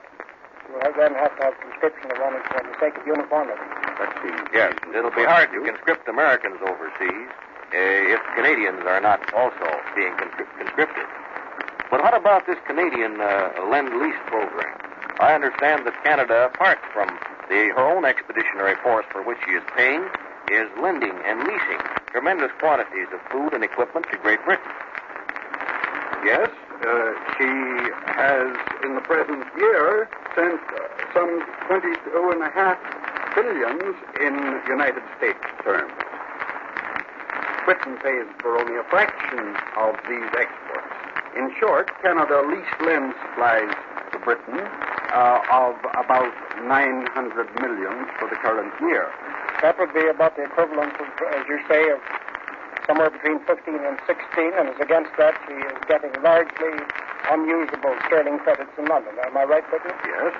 Well, as we discuss this subject of Canada, neighbor at war, on the University of Chicago Roundtable, it seems that we ought to make another point, and that is that Canada is not borrowing from the United States. She's paying for this machinery and equipment she's getting from this country in cash. She pays cash for that. So that Canada is not a participant in the American lease-lend program, although she has one of her own, by which she is aiding Britain. Some materials come into Canada from the United States for use in materials to be shipped later to Britain. Bricknell, does Canada's effort compare with that of Australia, New Zealand, South Africa, and the other British dominions favorably? Some comparisons of this nature are always very difficult and subject to criticism. But I was rather surprised to see some months ago, I must say I haven't seen any recent figures, that in terms of national income, a study of the Royal Institute of International Affairs in London showed that the proportion of Canada's national income being devoted to war was rather larger than any of the other British dominions. Then we agree also, Bricknell and Jacoby, too, that comparisons of this nature are not only difficult, but odious in circumstances. Precisely. What makes them odious, McCormick? I think that it must be admitted that the British dominions, if Canada is still a dominion, their position is now slightly different, are, if not now, in a short time, will be doing their very utmost. Their resources are already strained almost to the limit, and I think soon will reach that limit. Yes, but the point is that Canada has gone farther along that path of converting her resources to the imperial war effort than have the other dominions. That, to me, is a very striking To be fair to Australia, the positions are very different. The Canadian natural resources and Canadian industrial plant is perhaps considerably more easily geared for war, as Mr. McCormick, I think, implied. Well, I'm implying also that Canada is fortunate in having next door a great pool of skill, a great pool of resources, of organization. In other words, the United States. Exactly. Very true. Canada has not been able to create this tremendous war effort without surrendering some of the liberties that traditionally have belonged to Canadians. I understand, Bricknell, that you have suspended trial by jury and what the lawyers call habeas corpus, and that you now permit your policemen to go around and pick up people who were engaged in activities considered bad for the defense effort and put them in jail without trial. Is that a fact? I suppose it is a fact, but I don't think there are a great number of people in Canada who are concerned with that. In the case of the mayor of Montreal, for instance, the mayor of Montreal, who is the most notorious case so far, undoubtedly broke the law by urging his fellow Canadians not to register after the law had been passed. And I think we must admit that the mayor of Montreal in any case is a very special case.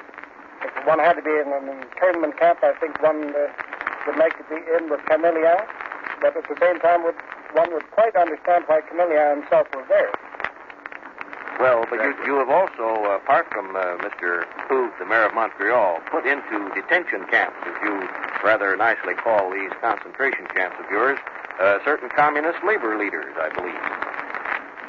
Shall we say that the government has said that they are communist labor leaders? Yes, the jury hasn't even decided that they are communists. How about it, Bretton? I know a good many labor leaders in Canada. I know a good many labor leaders of your CIO in Canada. I don't know any of those who are in jail. Well, at least, Britnell, we know that they let you out of Canada to come down to broadcast on the University of Chicago Roundtable, and I can testify from looking at you that you haven't got the pallor of a concentration camp on your cheek. But there is this question, whether civil liberties that have been removed will be restored after the war is over.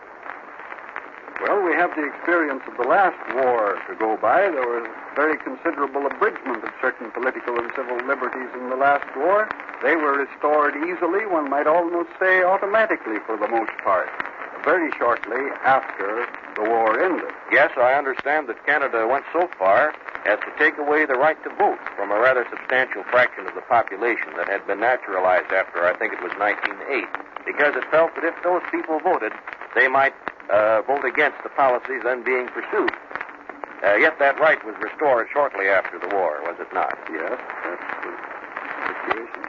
When I was in Western Canada about a month ago, I talked to a great many people, air pilots in training, procurement officers, businessmen, and I was surprised to find the extent to which they were agreed in favor of the Canadian war effort.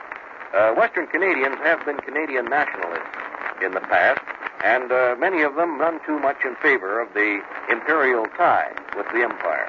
But I find that they're very much in favor of extending all aid in the effort. One should let Britnell answer this because he's a Westerner.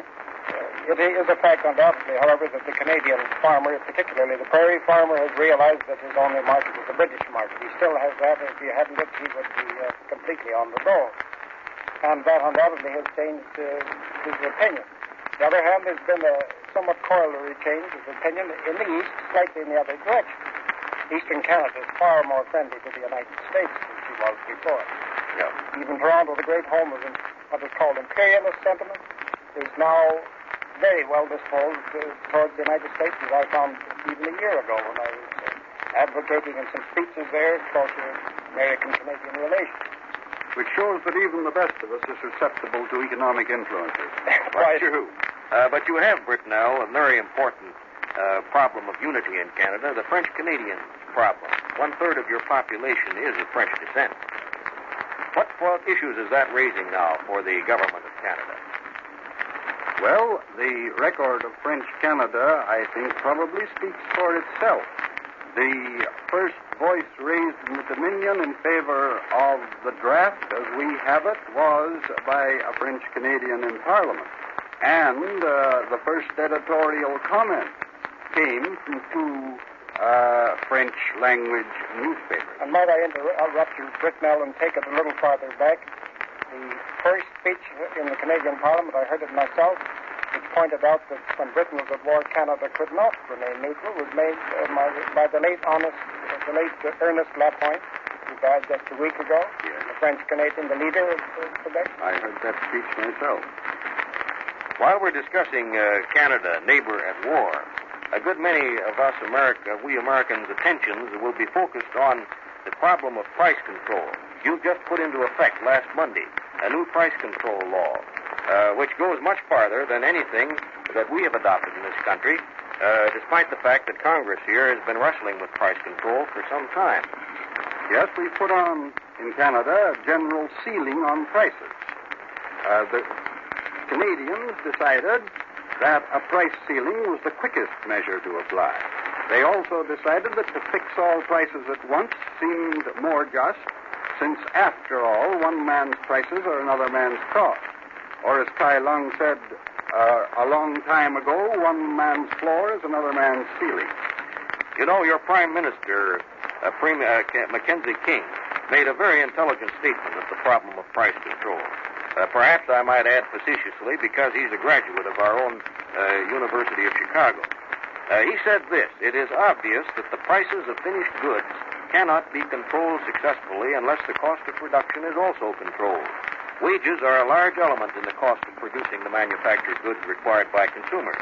That is why the cost of living cannot be controlled unless wages are also stabilized.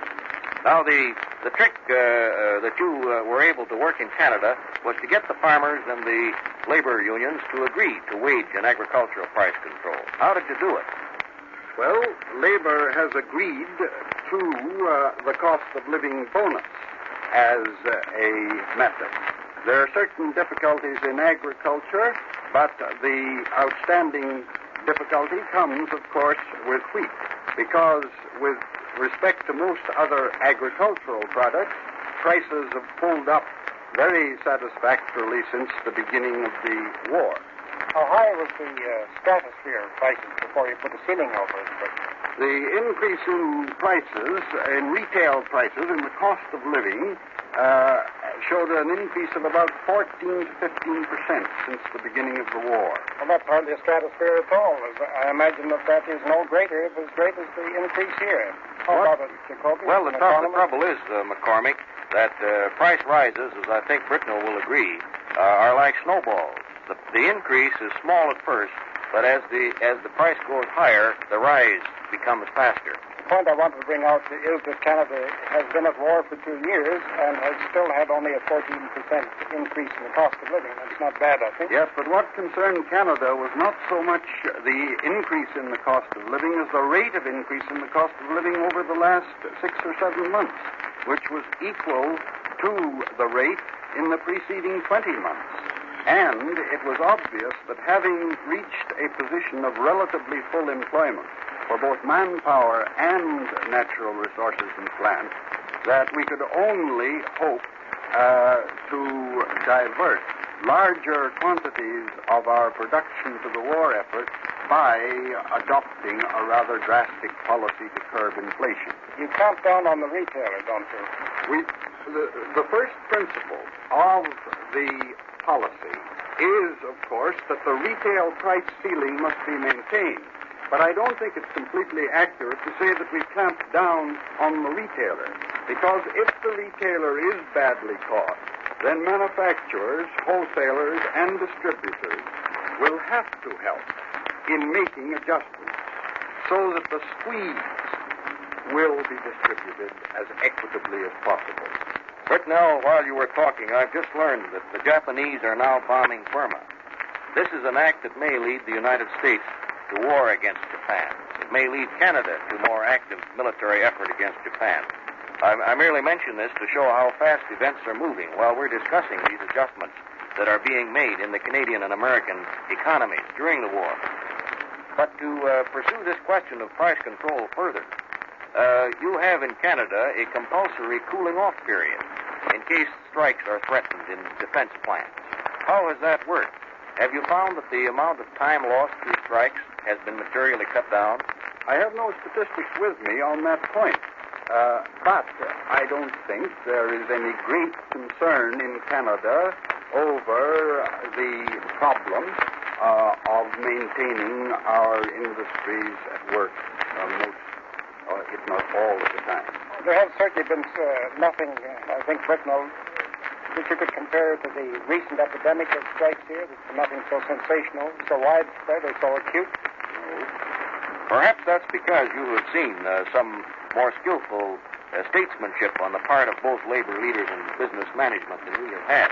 But some other things you've done in Canada, it seems to me, have lessons for we Americans. You have inaugurated a campaign to sell war savings certificates to the public.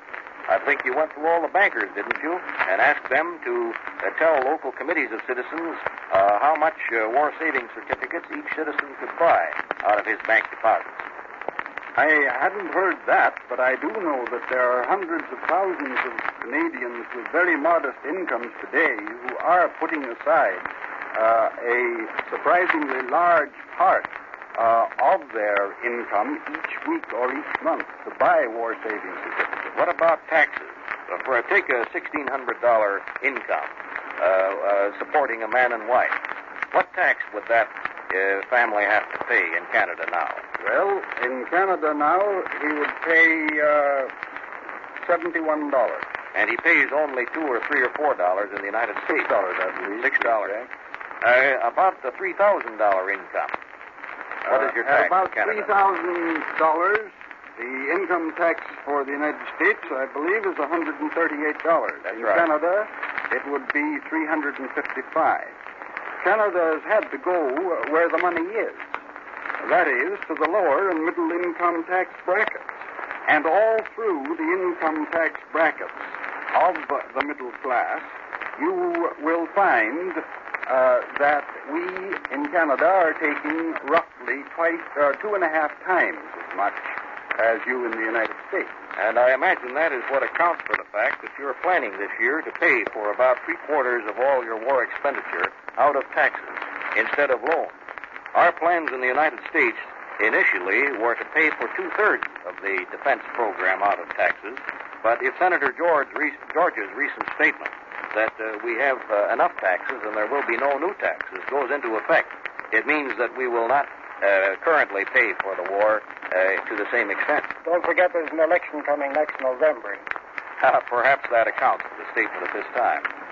But I don't think, as one who has something to do with the Treasury from time to time, I don't think that Secretary Morgenthau, who is a very persistent man, has given up all idea of taxation on a scale something like that in Canada. McCormick, there's a broader question in this subject of Canada, neighbor at war. And that is the question of what the war is doing to Canadian-American relations.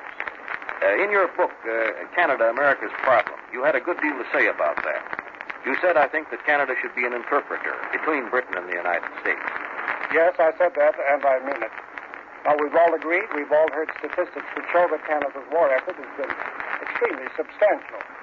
And yet two of us here know, Mr. Britnell may not, that Canada's war record has been used as an argument, not by the interventionists, but by the isolationists. It was one of the more prominent arguments in the dying days of discussion of the Lease-Len Bill. Now, that Lease-Len Bill, in my opinion, defined the relations in an economic sense between the British Empire and the United States for some time to come. And it is extremely difficult to understand that Canada, whose war record we agree has been good, should be cited as a country which was not doing its best. I think the blame lies partly on the shoulders of the Canadian government, which had an awfully good case, which refused to make it until the Lease-Len Bill had been passed. Well, Britnell, that's a charge at your government. What have you to say on that? Might I interrupt for one moment? Before Britnell answers it, I would like to say that, in my opinion, the Canadian government, at least its present Prime Minister, is determined that Canada shall speak here only with their own voice and shall not use their influence for the British Empire as a whole. Of course, in this, as in everything else which I've said this afternoon, I speak only as a private citizen of Canada. And it does seem clear to me that Canada is not a world power in the same sense as the United States and Great Britain are world powers. And I'm not quite sure how far Canada and Canadians are competent to go in this difficult business of interpreting Great Britain to the United States or the United States to Great Britain. Well, however that may be, Britnell, I think we can agree that Americans have a good deal to learn from Canada's war experience. We can look at it. That's a charge at your government. What have you to say on that? Might I interrupt for one moment? Before Britnell answers it, I would like to say that, in my opinion, the Canadian government, at least its present Prime Minister, is determined that Canada should speak here only with their own voice and shall not use their influence for the British Empire as a whole. Of course, in this, as in everything else which I've said this afternoon, I speak only as a private citizen of Canada. And it does seem clear to me that Canada is not a world power in the same sense as the United States and Great Britain are world powers. And I'm not quite sure how far Canada and Canadians are competent to go in this difficult business of interpreting Great Britain to the United States or the United States to Great Britain. Well, however that may be, Britnell, I think we can agree that Americans have a good deal to learn from Canada's war experience. We can learn that the cost of living cannot be controlled without fixing wages and farm prices as well as industrial prices. Americans can learn that a compulsory cooling-off period before strikes is a useful method of preventing slowdowns and shutdowns in defense work. Finally, Americans can learn that an all-out defense effort does not fasten dictatorship permanently on a free people, even though it does entail temporary curtailment of civil liberties. Canada is, as we have all agreed here, making a tremendous contribution to the war effort of the British Empire. Yet, whether that war is won or lost, Canada's economic and political future is inevitably bound more closely to that of the United States. Ladies and gentlemen, you've been listening to University of Chicago Roundtable discussion of Canada, a neighbor at war. Participating in the informal discussion were George Britnell, economic advisor to the Wartime Prices and Trade Board, the Dominion of Canada, and professor of economics at the University of Saskatchewan, John McCormack, author and Canadian correspondent of the New York Times, and Neil H. Jacoby, professor of finance at the University of Chicago, at present on leave to the National Bureau of Economic Research. In this discussion, the participants spoke for themselves and in no way represent the views of any agency or government. Thousands of intelligent Americans who want to keep up to date on the meaning and significance of world events purchase a copy of the Roundtable's printed transcript each week. Single copies are 10 cents. For $1, the transcript will be sent to you for the next 26 weeks. Please address your transcript orders and any comments you may have about today's Roundtable of any agency or government. Thousands of intelligent Americans who want to keep up to date on the meaning and significance of world events purchase a copy of the Roundtable's printed transcript each week. Single copies are 10 cents. For $1, the transcript will be sent to you for the next 26 weeks. Please address your transcript orders and any comments you may have about today's Roundtable of any agency or government. Thousands of intelligent Americans who want to keep up to date on the meaning and significance of world events purchase a copy of the Roundtable's printed transcript each week. Single copies are 10 cents. For $1, the transcript will be sent to you for the next 26 weeks. Please address your transcript orders and any comments you may have about today's Roundtable to the University of Chicago Roundtable, Chicago, Illinois. We invite you to be with us again next Sunday at the same time over this same station for an especially timely and important Roundtable discussion, Civil Rights and Public Danger. The Roundtable came to you today from the NBC studios in Radio City, New York, and is a public service feature of NBC. This is the National Broadcasting Company.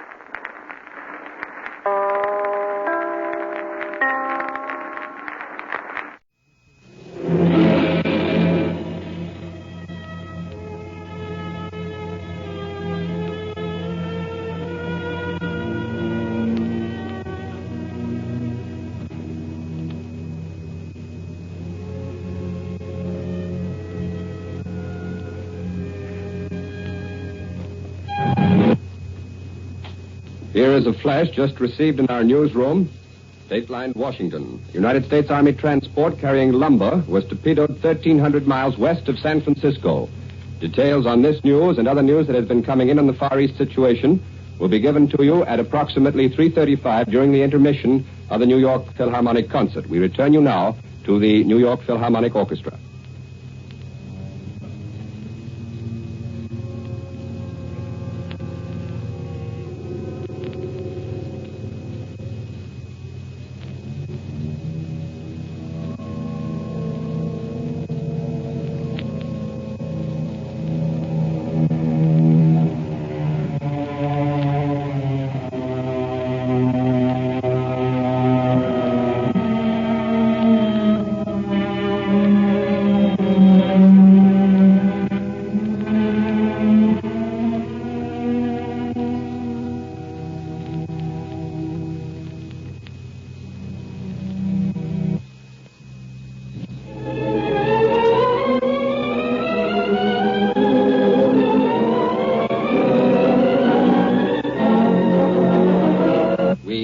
This program to bring you a special news bulletin. The Japanese have attacked Pearl Harbor, Hawaii, by air, President Roosevelt has just announced. The attack also was made on all naval and military activities on the principal island of Oahu.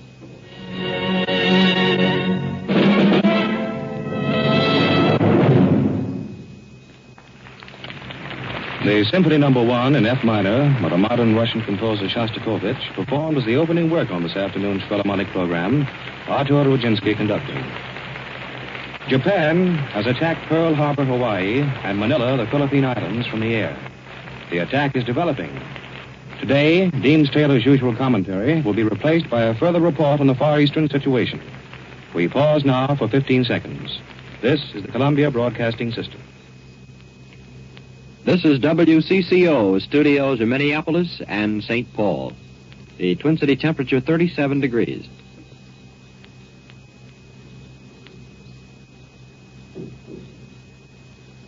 This is John Daly speaking from the CBS newsroom in New York. Here is the Far East situation as reported to this moment. The Japanese have attacked the American naval base at Pearl Harbor, Hawaii, and our defense facilities at Manila, capital of the Philippines. The first disclosure of this news was made by Presidential Secretary Stephen Early by telephone at approximately 2:25 in Washington. I read the text of this historic announcement at a little after 2:30. The Japanese have attacked Pearl Harbor from the air, and all naval and military activities on the island of Oahu, the principal American base in the Hawaiian Islands. That was Secretary Early's message. Short while later, he dictated another message. A second air attack has been reported. This one has been made on the Army and Navy bases in Manila. And here's a last-minute Associated Press flash from Honolulu. A naval engagement is in progress off Honolulu with at least one black enemy aircraft carrier in action against the Pearl Harbor defenses. Secretary Early informed all correspondents and then rushed to the White House to be with President Roosevelt. As the announcement was made, the two Japanese envoys, Ambassador Nomura and Special Emissary Kurosu, were at the State Department. Columbia's correspondent in London, Bob Trout, heard the news for the first time from our report from New York. Up to that moment, or very shortly before then, the British capital had not been informed of the Japanese attack on the Hawaiian Islands and on Manila. In view of Prime Minister Churchill's recent pledge that a British declaration of war on Japan would follow almost immediately upon the outbreak of war between Japan and the United States, a British announcement is expected soon. Columbia's correspondent, Ford Wilkins, was put on the air in CBS's regular 2:30 news program on Sunday afternoon from Manila. He was cut off the air suddenly while he was talking about air raid shelters, possibly because of censorship. In communication with Columbia's radio station, KGMB in Honolulu, we heard here in New York that the Pearl Harbor base had been attacked and anti-aircraft fire was heard. A telephone message to the United Press from Fort Schaefer in Hawaii said that 50 planes attacked the island of Oahu. The planes were officially described so far as unidentified in these messages, although later reports that have come in from the press associations definitely identify at least two of these planes as carrying the emblem of the rising sun, the emblem of Japan. The Pearl Harbor attack, reported by KGMB in Honolulu, is said to have been carried out in other messages by 50 to 100 planes, and a half an hour ago it was said to be still continuing.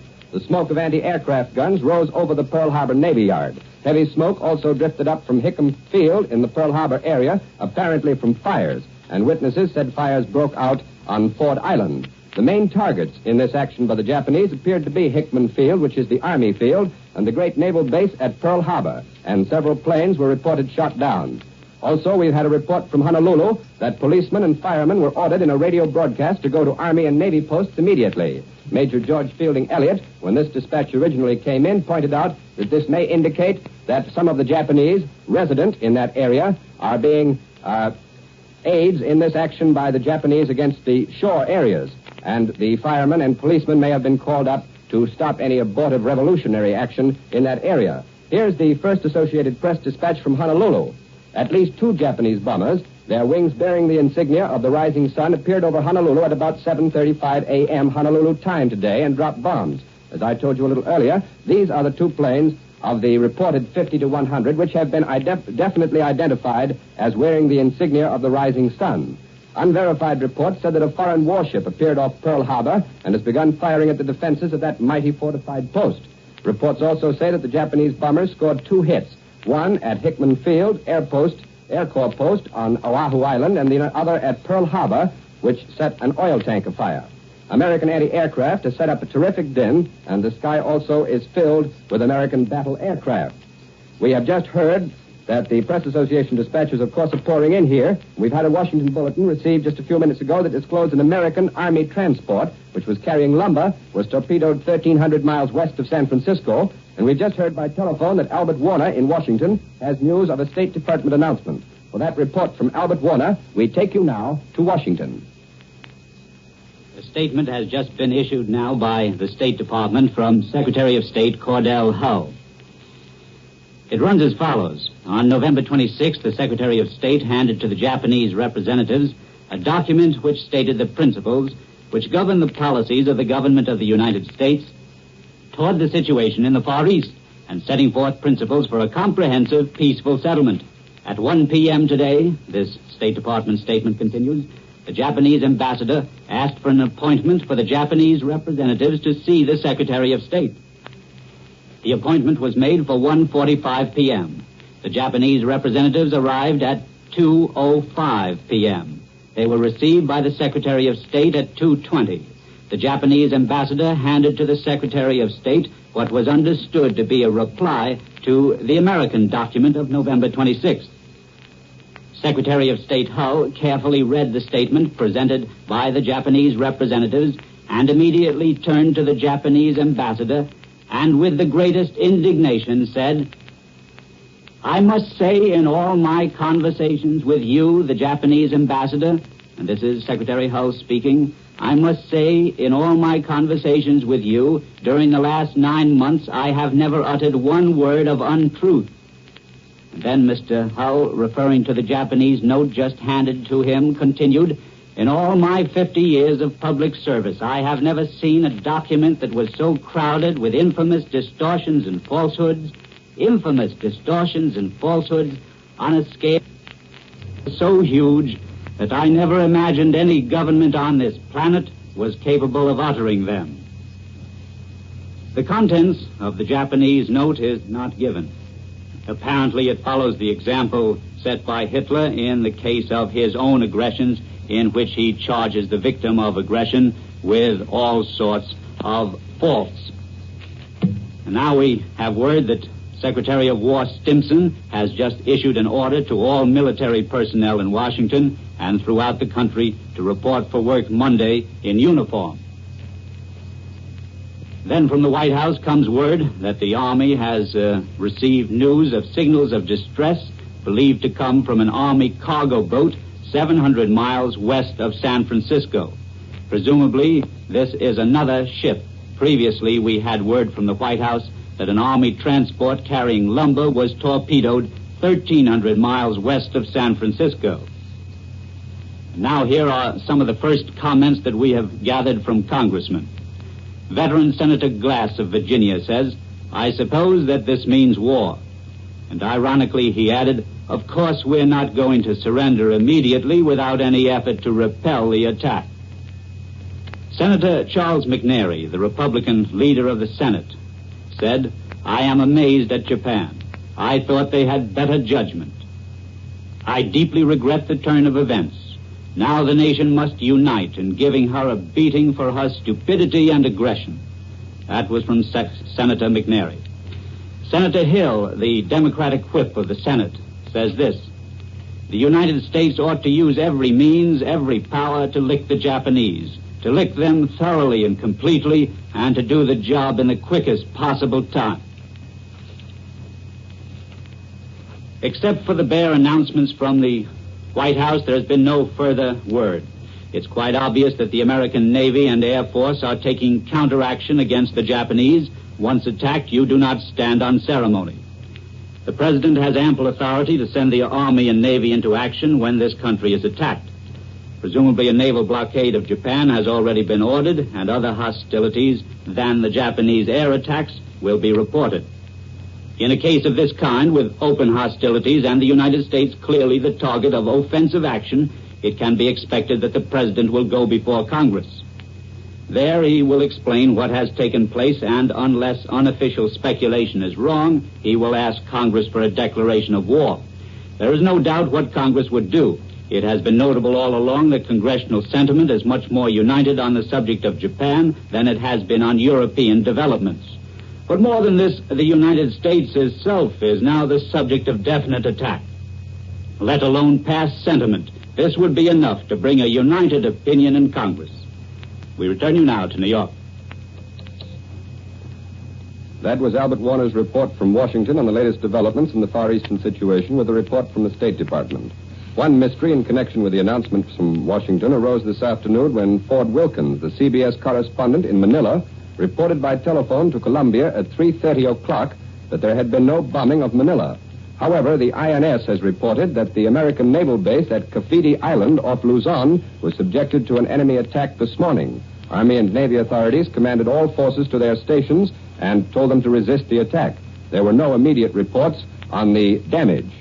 Now, Major George Fielding Elliott is here beside me again, and Major Elliott, we have a question which I believe needs answering. Do you see any grand strategy in these Japanese attacks upon the Hawaiian Islands and upon the Philippines?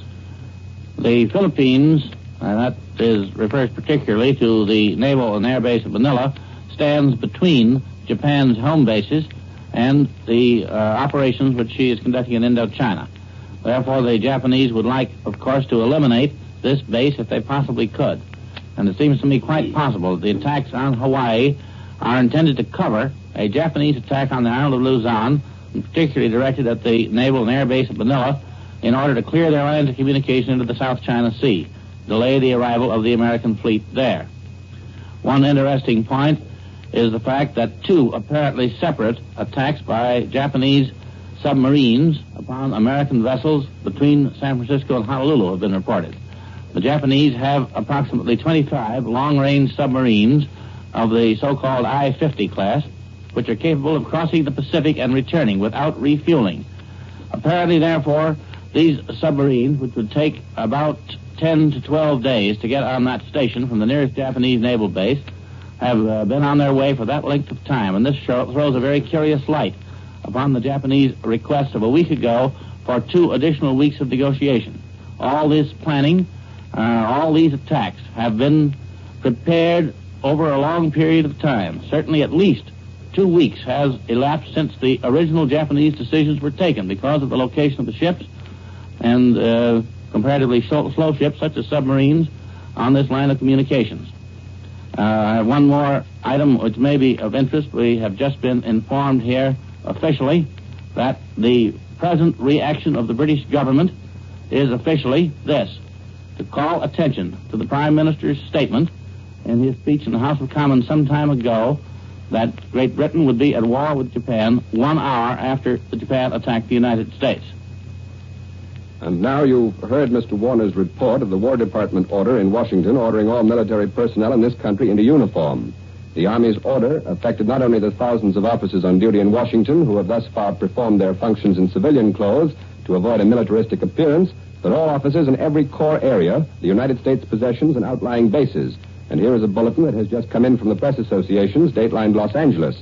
Rear Admiral Charles H. Blakely broadcast an order today for all officers and men attached to the 11th Naval District to report to their ships or stations immediately. Washington is expected to blossom out tomorrow as a city of uniforms because huge numbers of officers have been pouring into the city for months to perform the Army's overhead functions.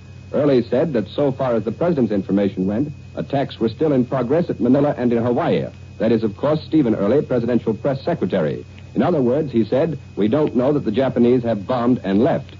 He went on to say, as soon as the information of the attacks on Manila and Hawaii was received by the War and Navy departments, it was flashed immediately to the President at the White House. Thereupon, and immediately, the President directed the Army and the Navy to execute all previously prepared orders looking to the defense of the United States. The President is now with the Secretaries of Navy and War, and steps are being taken to advise the congressional leaders. Also, we received a report earlier from Washington that any news of the Far Eastern developments would have to come from the White House. Navy officials, when queried for news, made that statement. Congressional leaders immediately were advised of the crisis, too. Attachés of the Japanese embassy began burning secret documents in the embassy yard. The group of newspaper reporters and photographers stood by, watching, and after a few minutes, they were ordered to leave. The embassy doors were closed. There was no disorder. Columbia, of course, will interrupt any of its regularly scheduled programs to bring you bulletins and important developments on the news from the Far East as it develops in Washington, and as we receive reports from our correspondents, the press associations, and affiliated stations from the danger zone. W.L. Shira will be on the air at 5:45 over most of these stations. John Daly speaking. This is the Columbia Broadcasting System. WCCO, Minneapolis. The United Press announces that it is ordering into operation on a 24-hour schedule all of its leased wire circuits throughout the country. The order was given to the American Telephone and Telegraph Company shortly after 2 p.m. to see that all newspaper and radio clients of the United Press, regardless of their normal hours of service, were hooked into the UP wire system immediately for continuing service until further notice. Now we take you back to the symphony concert by the New York Philharmonic Symphony Society. New York Philharmonic Symphony Society.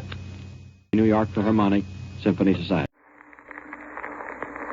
At this time each Sunday, the National Broadcasting Company presents H.V. Kalenborn, Dean of Radio Commentators, who today will analyze and interpret the day's startling news from the Pacific. Mr. Kalenborn. Good afternoon, everybody. Japan has made war upon the United States without declaring it. Airplanes, presumably from aircraft carriers, have attacked the great Pearl Harbor Naval Base on the island of Oahu in the Hawaiian Islands and have attacked Manila, capital of the Philippines. There has been damage. Some fires were started.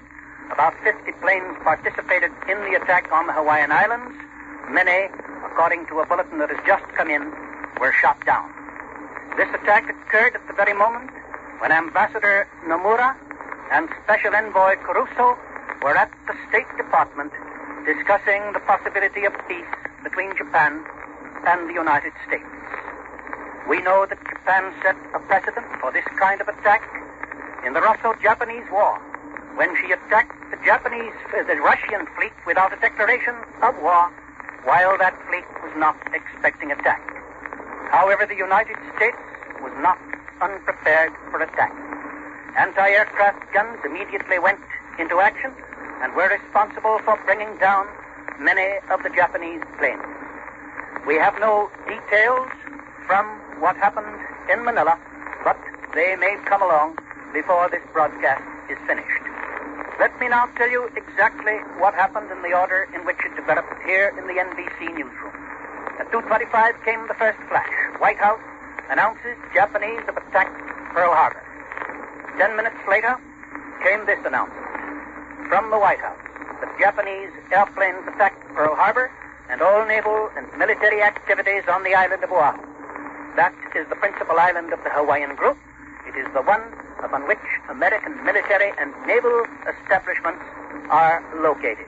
It is a great fortified center of American military and naval strength in the center of the Pacific. White House Secretary Early received the information from the President, who presumably received it directly from the Navy. And his announcement said, the Japanese have attacked Pearl Harbor from the air and all naval and military activities on the island of Oahu, the principal American base in the Hawaiian Islands. That announcement was made to all press associations by telephone, and immediately after making it, Mr. Early hurried to the White House for conference with the President. The Navy refused to issue any statement on its own account and said that all information would be channeled through the White House. Following the attack on Pearl Harbor came news only 2 minutes later of the Japanese attack on Manila. The White House announced that the Japanese attack on Army and Navy bases at Manila was reported to the President. Then began the dispatches from private sources, from the press association representatives themselves. The United Press reported that Oahu Island was attacked by unidentified airplanes.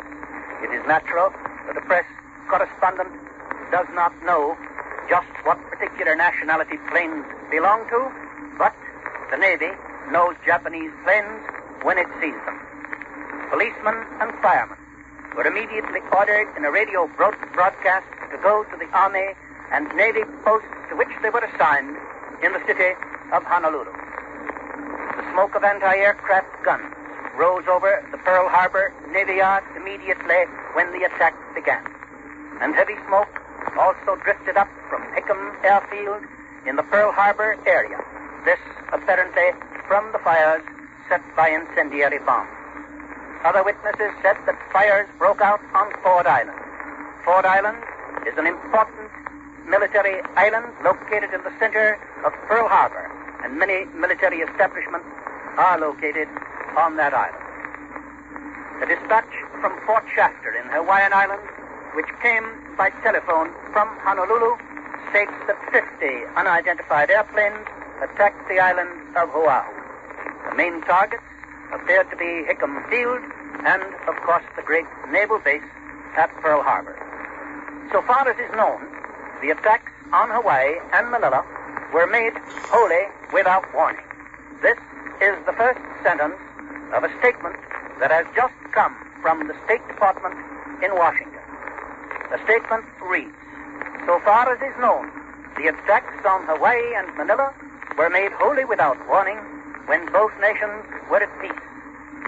and they were delivered within an hour or so of the time that Japanese Ambassador Nomura and Japan's Special Envoy, Mr. Caruso, had gone to the State Department and handed to the Secretary of State Japan's reply to the Secretary's memorandum of November 26. You may remember that yesterday we received the reply from Japan to the President's comment and request for information with regard to troop movements in Indochina. This afternoon, Mr. Caruso and Mr. Nomura bring to the Secretary of State the reply to Mr. Hull's general memorandum in which he called for a return to the basic principles of international law. The State Department goes on in its special statement just issued. Quote, as soon as the information of the attack was received by the War and Navy Departments, it was flashed immediately to the President at the White House. The President directed the Army and Navy to execute the previously prepared orders looking to the defense of the United States. And you may rest assured that both our Army, and particularly our Navy and our Air Force, were not caught by surprise by this attack. They knew what they might have to expect, and they were ready for anything that might happen. They have been ready for a long time, and their readiness has been developed increasingly in recent weeks and days. Let me go back to the telephone message that came from Fort Shafter, Hawaii. 50 unidentified airplanes attacked the island of Oahu today. There's a first point. It indicates that it was a relatively small aircraft carrier that brought these planes. However, it's possible, of course, that these first 50 will return and that then others will take off and continue the attack. However, since the element of surprise is now over, it seems less likely that this particular aircraft carrier will linger very long in the vicinity where the great mass of the United States fleet is located. We'll get news of naval action before long. The main targets, this dispatch again declares, were Hickman Field, the great airfield, and the great naval base at Pearl Harbor. Obviously, bombing the airfield is intended to prevent the taking off of planes which would seek out the aircraft carrier or of fighting craft which would attack the attacking bombing planes. Here is information received by NBC from Honolulu. It says that the air attacks on Hawaii were staged by unidentified planes flying at an altitude of about 20,000 feet. Bombs fell near the building housing the Honolulu Advertiser. So far, there are no reports of damage. The defenses on the island immediately went into action. Anti-aircraft guns sent showers of shells into the air. Obviously, if the Japanese know what they're about, they will not waste their bombs on the city of Honolulu. They will concentrate them on the important military objectives at adjoining Pearl Harbor. Here is something from the White House. The President immediately called in the Secretaries of the War and the Navy and is now trying to contact his congressional leaders. That's the end of the statement that has just come from Washington. The latest information that they have in the capital is that the attacks are still in progress. That would be natural enough, since obviously this is the beginning and not the end of an important military action. We've just had word from Washington that an Army transport carrying lumber has been torpedoed 1,300 miles west of San Francisco. This is further evidence of a carefully, long-planned attack against the United States. This is evidence that Japanese warships, Japanese aircraft carriers, Japanese planes, Japanese submarines have for some time been en route to their stations for the attack on the United States, which is now underway. London was naturally electrified by the news of the air attack on Hawaii and on Manila. Official quarters in London had been alert for some signs of the first outbreak in the Far Eastern warfare, but they had not expected it to come from that area, which simply means that most of us had had our attention diverted by the movement of Japanese ships in the direction of Singapore. Yesterday, you remember that the President had word that a large Japanese convoy was entering the Gulf of Siam. We have had word that large numbers of Japanese troops have been gathered in Indochina. And it is evident now that this was something of a blind, something to make us think that no nearer attack was impending. And obviously, it was all part of long-planned Japanese strategy to get all the advantage that comes when you get the jump on your potential enemy, when you are in action before he has had a chance to get into action, when you strike first. And that is exactly what Japan has done. There are unverified reports from Pearl Harbor that a foreign warship has appeared off Pearl Harbor and has begun firing at the defenses in that highly fortified post. The sound of cannon firing comes to Honolulu, to the UP correspondent, I believe it is, who is telephoning this story to the San Francisco Associated Press office. So it is the AP correspondent who tells us that there are unverified reports of a foreign warship appearing off Pearl Harbor. However, remember that the basis for that is cannon fire.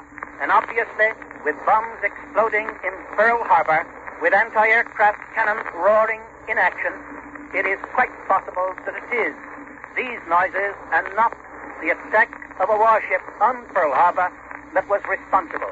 It seems unlikely that the Japanese, with such few fleet units as they could spare for an attack on Pearl Harbor, would risk those units in a direct attack on the great defenses of that naval base. Presidential Secretary Early declares this afternoon that so far as is known now, the attacks were made wholly without warning, at a time when both nations were at peace, and were delivered within an hour of the time that the Japanese ambassador went to the State Department to hand in the reply to the Secretary's memorandum of the 26th. Secretary of State Cordell Hull, today, according to a bulletin just in from Washington, angrily told the Japanese peace or war envoys that their government's answer to his recent document on the United States position in the Far East was crowded with infamous falsehoods and distortions. That frank speech from the Secretary of the United States to the envoys of Japan, it indicates the end of peaceful relations. It means that those envoys will be sent packing home, and the United States, through no fault of its own, without anything for which it is responsible, at the very moment when it was finally making a last effort to maintain peace, the United States has been attacked, and the United States will know how to answer that attack. Good afternoon. You have been listening to Mr. H.V. Kalenborn, noted news analyst.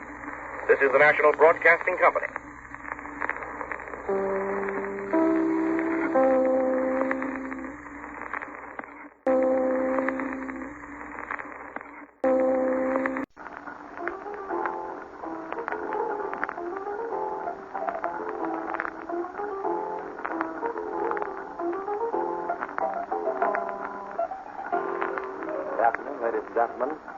Every second Sunday afternoon at this time, the National Broadcasting Company takes pleasure in presenting in joint recital Sylvia Marlowe and Richard Dyer Bennett.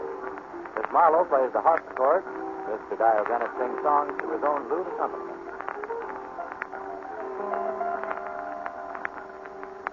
As this afternoon's program opens, Sylvia Marlowe invites us to listen to the music of Johann Sebastian Bach.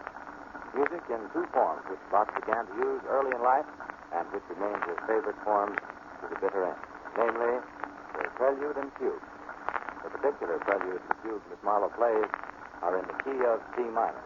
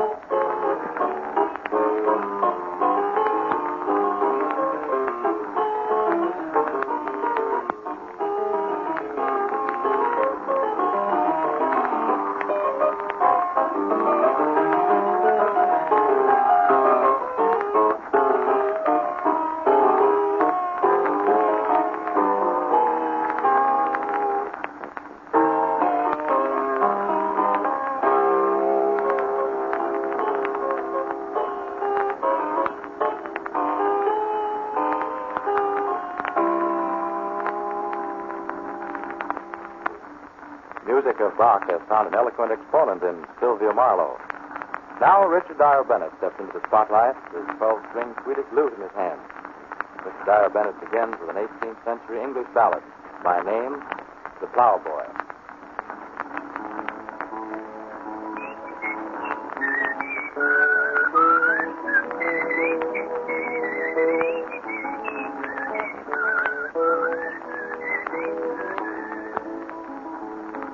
A flaxen-headed cowboy, as simple as may be, and next a merry plowboy, I whistled o'er the lea. But now, shortly footman, I strut his worsted lay, and soon I'll be a butler, and wave my jolly face. When steward I'm promoted, I'll sit the tradesman still. My master's coffers empty, my pockets for to fill. When lolling in my chariot, so great a man I'll be. So great a man, so great a man, so great a man I'll be.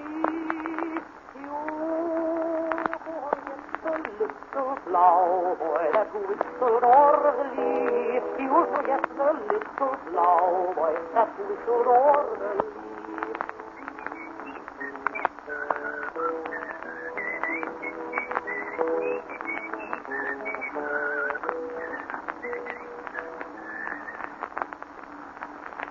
Richard Dyer Bennett, Sector Contribution. We interrupt this program to bring you a special broadcast. Here's the bulletin. Washington. The President decided today, after Japan's attack on Pearl Harbor and Manila, to call an extraordinary meeting of the Cabinet for 8:30 p.m. tonight, and to have congressional leaders of both parties join the conference at 9 p.m. And now we take you to Honolulu.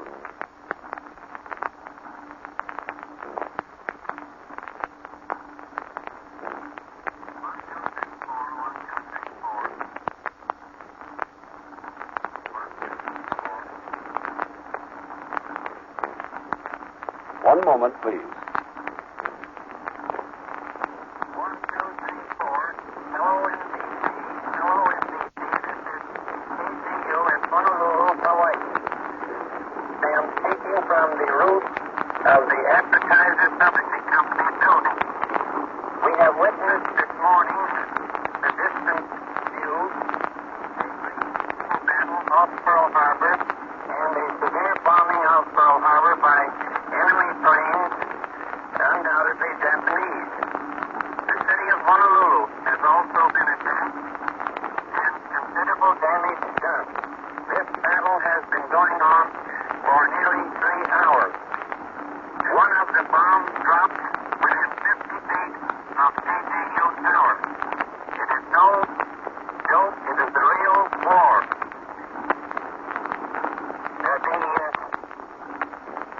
The public of Honolulu have been advised to keep in their homes and await results from the Army and Navy. There has been fierce fighting going on in the air and on the sea. The heavy shooting seems to be 1, 2, 3, 4. Just a moment, no interruption. How much damage has been done, but it has been a very severe attack. The Navy and Army appear now to have the air and the sea under control. Just a minute. May I interrupt just a second, please? This is the telephone company, the chief operator. Yes. We try to get Joe on an emergency call.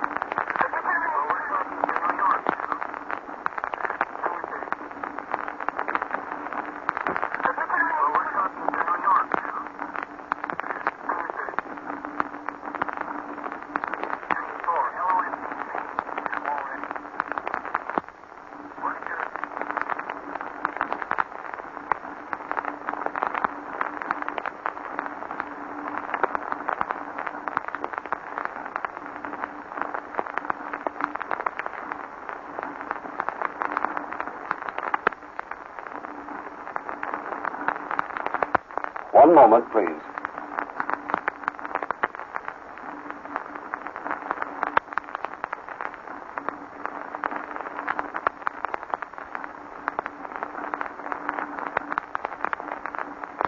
Ladies and gentlemen, we're standing by for further word from Honolulu, and we expect to rejoin them in just a moment. However, here's a bulletin which has just come into the NBC newsroom in New York.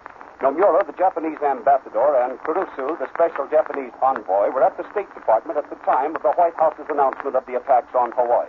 The two Japanese went to see Secretary of State Hull at 1:35 p.m. Eastern Standard Time and remained about 20 minutes. And now we take you to Washington.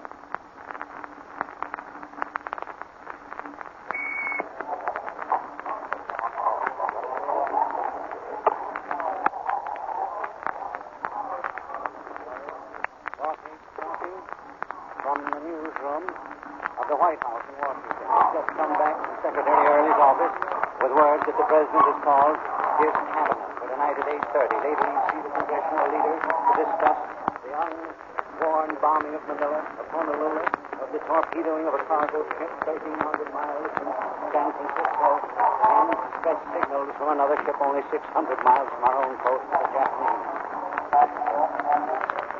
This ship and gave very clearly, his interpreted clear, the indication that the Japanese are busy with submarines within our own water. Immediately that the President heard the news flash to him, he gave the orders already prepared, as he put it, for the defense of the nation. And then he gave out a speech. He told us it was obviously a part of a prepared statement of which you will hear more, for he is going to address Congress. He will give them a message. It may be a message asking for the declaration of war. And he said that this happened, this attack on Manila and Honolulu happened without warning when both nations were at peace. And within a short time, within an hour of the time the Japanese ambassador Nomura and the special emissary Kurusu had gone to the State Department and handed the document to the Secretary of State with the Japanese reply to the Secretary's note of the 26th. And when the Secretary of State looked into that note, his face flushed with anger. And he said that he had never spoken an untruth to the Japanese, but when he read that document, he had never seen a document so full of untruth. Such infamous falsehood, he said, that he could not imagine that they would be spoken by any government or any nation. This reply came when the Japanese must have known what was happening. It is almost inconceivable the surprise with which this attack has come. The men that are filling this room now, whose voices you probably hear behind me, have been called from every quarter of the city. They're the leading correspondents. And it came like a flash out of the blue. As I came down in the taxi cab, there was a broadcast which was being interrupted with this bulletin. The driver hardly believed what he said. I passed soldiers on the street. One of them said, "Yes, I know," laughed and went on. What I'm trying to explain is that we have hardly grasped the importance of the situation. We've hardly grasped what is actually coming. But tonight we're going to hear a good deal more. The President has called in his cabinet for 8:30. At 9 o'clock they're going to be joined by the leaders, the Congressional leaders, the Speaker, Sam Rayburn, McCormick, Joe Martin on the Republican side, Bloom, Barkley, Hill, and then McNary, and the others he has recently called in when he has been discussing international matters. And it was stressed by Secretary Early that this meeting is rather a consideration of our international relations than actual military affairs because the heads of the military committees were not called in. The President is assembling all the facts that he can, and as quickly as possible, he is going to transmit them in a message, a message containing full information of the situation to Congress. And undoubtedly, that will be the consideration of whether or not a formal war will be declared. Already Senator George has said that while this happened, partly in expectation, nevertheless it was a surprise, and it means only one thing. He says it means an open declaration of war. And he added that it will put the United States on a war basis which may last for 2 or 3 years. Only yesterday, I sat with emissary Kurusu in the Japanese embassy. He smiled, talked pleasantly, and explained that there was still hope, that the only trouble was that we mustn't discuss principles, we must discuss the actual happenings. He said that after a nation was at war for 4 years, that they must be treated with a certain sympathy and tact, that there would be no difficulty in arranging the situation between Japan and the United States if we laid aside for the moment the discussion of general principles which could be agreed upon later and discuss the realistic question. Earlier, the Japanese viewpoint expressed to me was this. The Japanese people are 90% against war, the Japanese spokesman said to me. But, he said, the Japanese people, the majority of them, all of them, are willing to fight over the Chinese question. And then he went on to explain that China was a peculiar situation and must be so regarded. Nevertheless, the attention, the effect of these conversations have been such as to lead us to believe that, at least for the present, Japan was not to take any overt step, nor was she to give an answer which would be impossible for the United States to accept. It was a status quo. Nevertheless, there was a feeling here that Japan was merely putting off the evil day. And therefore, while the thing came as a shock, as all wars do, nevertheless, there was a feeling that at least there would be a period, perhaps 30 to 90 days, while we realized just exactly the direction that the trends were taking. I recall very well that I was sitting in the Reichsrundfunkhaus in Berlin when I carried the news that Hitler had launched his legions into Poland. And I must say that exactly the same feeling existed there among the populace at least. It came as a distinct shock. It came as a terrific blow to the people as a whole. And just as there I looked out the window and saw the people going up and down the street who had not had the news, so today when I hurried over to this newsroom with the rest of these men that are now crowding it, I had the same feeling because I knew the faces that I looked into, the tourists, the Sunday persons going for their walks, had no idea whatever what had actually happened or what it means. What it is to mean, we can only know as developments are revealed, and the dispatches at present are all being released here through the White House. They're coming into the White House from the War and the Navy Department, carried immediately to the President's office, and whenever possible, Secretary Steve Early brings them down and reads them to us in this crowded room, or one of the secretaries comes out, or we're called into his office. They are attempting to keep us in touch with every development as it takes place, and we will try to do the same for you as soon as it comes. That's all for the moment, and thanks very much. Back in New York City, here's the bulletin. Honolulu. Japanese bombs killed at least 5 persons and injured many others, 3 seriously, in a surprise morning aerial attack today on Honolulu. The sky was filled with puffs of smoke from exploding shells fired by American Army and Navy anti-aircraft units. Whether surface vessels of the United States fleet were in action against the enemy could not be learned at once, but columns of water rising from the sea as shells hit the water indicated a naval action. Viewed from the hills back of Honolulu, where many city folk went to view the fight, columns of heavy black smoke went skyward from Pearl Harbor. And Washington. Senate leaders were preparing today for an emergency session tomorrow in anticipation of a message from President Roosevelt asking for a declaration of war against Japan. Berlin. A German spokesman declared tonight there could be no reaction from Germany to the announced Japanese air attack on Pearl Harbor until all sides of the case were at hand. And San Francisco. The Army and Navy went on a war basis on the Pacific seaboard today. All leaves were canceled, all furloughs revoked, and every man was ordered to report to his station. The commandant of the 3 naval districts on the West Coast appealed by every medium for every officer and man to report to his post. The commander of harbor defenses ordered all Coast Artillery officers and soldiers of the harbor defenses are ordered to report to their stations immediately. All leaves and furloughs are canceled by order of the commanding general. Again, Washington. The Federal Bureau of Investigation announced today that it is completely mobilized and ready to deal with Japanese espionage and sabotage. Ottawa. Prime Minister Mackenzie King left his Kingsmere home today for Ottawa immediately after he was informed of the Japanese attack. In just a few minutes, we'll hear from NBC's Far Eastern experts, and one of whom is Upton Close. Another bulletin, the Secretary of War has just announced that all military personnel on active duty is to appear Monday in uniform.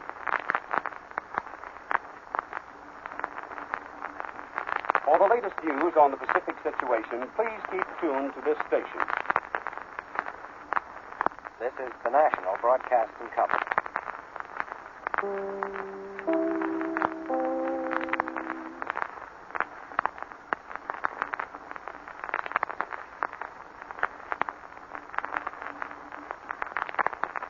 we wish to thank the makers of Hallmark greeting cards for their courtesy in relinquishing their broadcast period so that you might hear these latest news bulletins.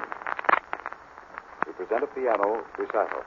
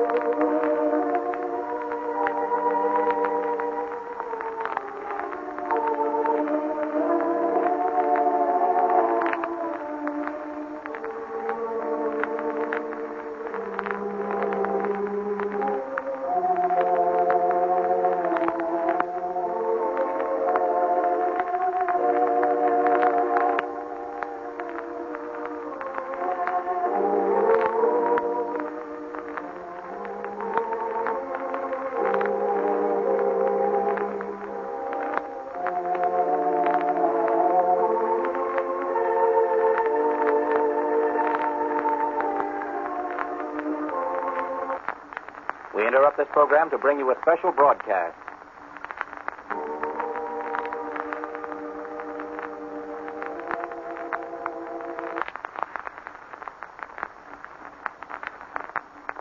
We take you now to Washington.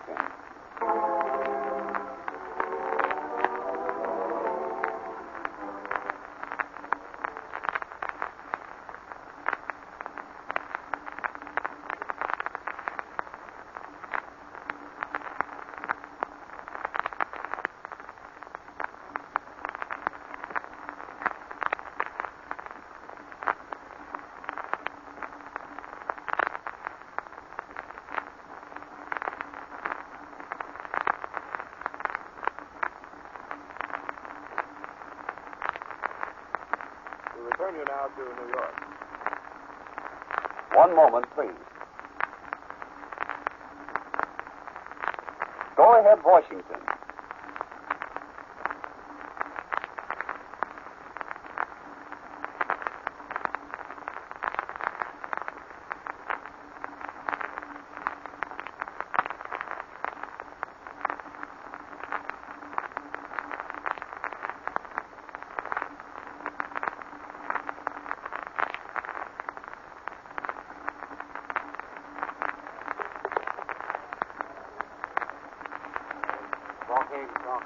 From the newsroom in the White House in Washington again. We've just received a copy of the message which the President delivered to the Emperor of Japan Saturday afternoon. And in that message, the President addresses himself to His Majesty, as he says at this moment, in a fervent hope that Your Majesty may, as I am doing, give thought to this definite emergency to ways of dispelling the dark clouds, and that I am confident that both of us, for the sake of the peoples not only of our own great countries, but for the sake of humanity and neighboring territories, have a sacred duty to restore traditional amity and prevent further death and destruction of the world.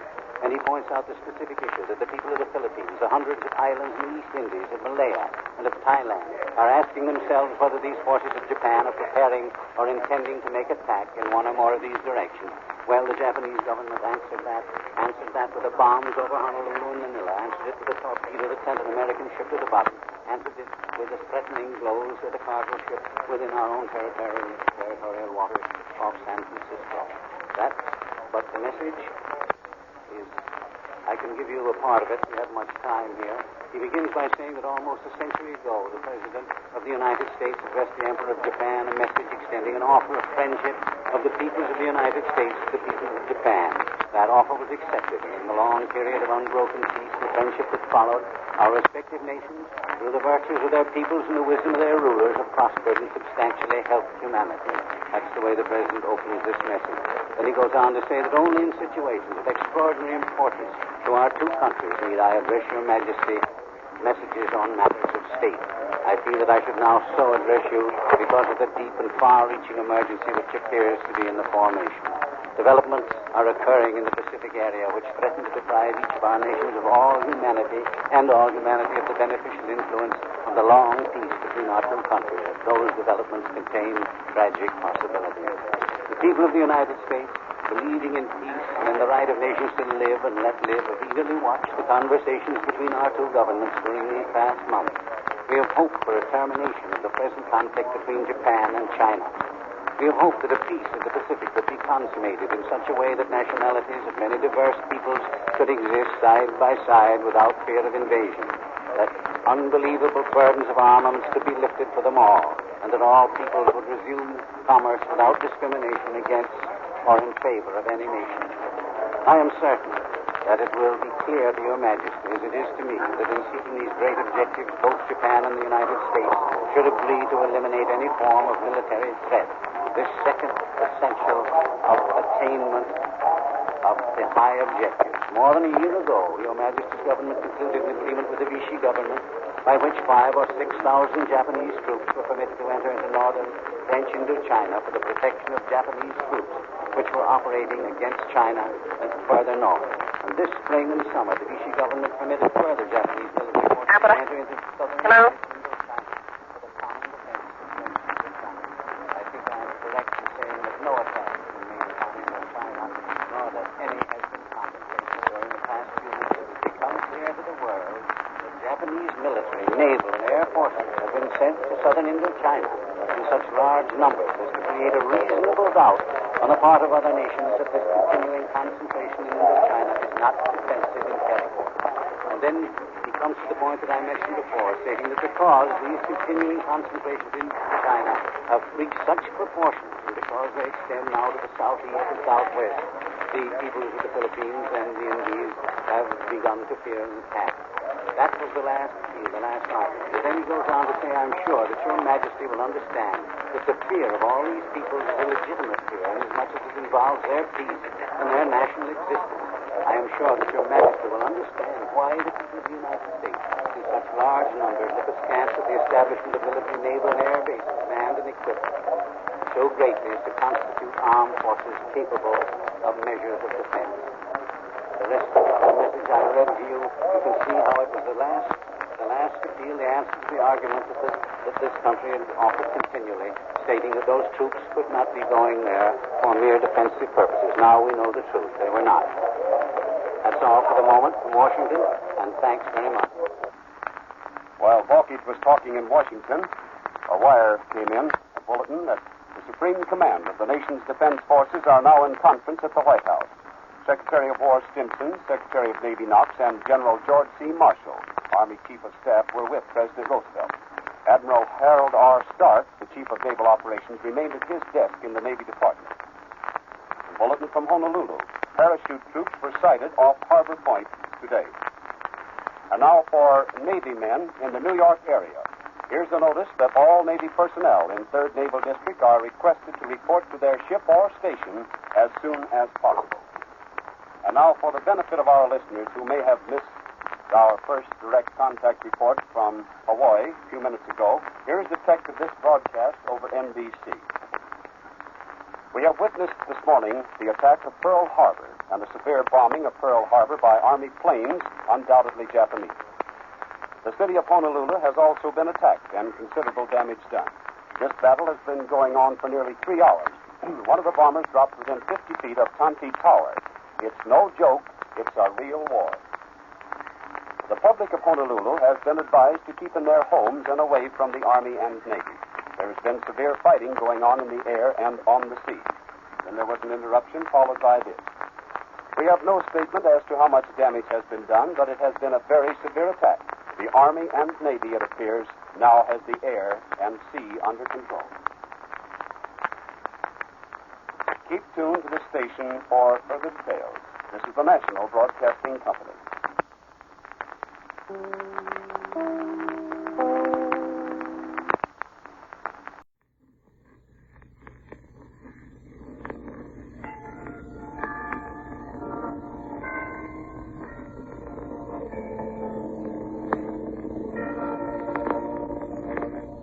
Ladies and gentlemen, National Vespers.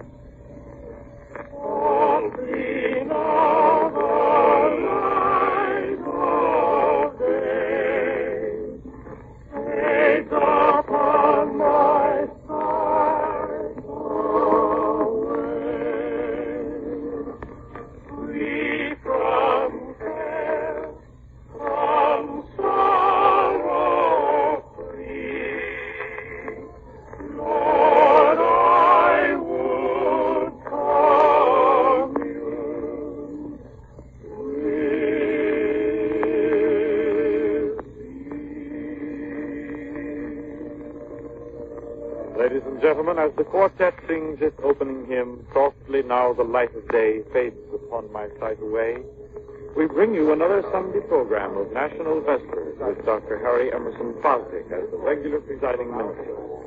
And it is his voice you will now hear as he gives the call to worship. Behold, I stand at the door and knock, saith the Lord. If any man will hear my voice and will open the door, I will come in.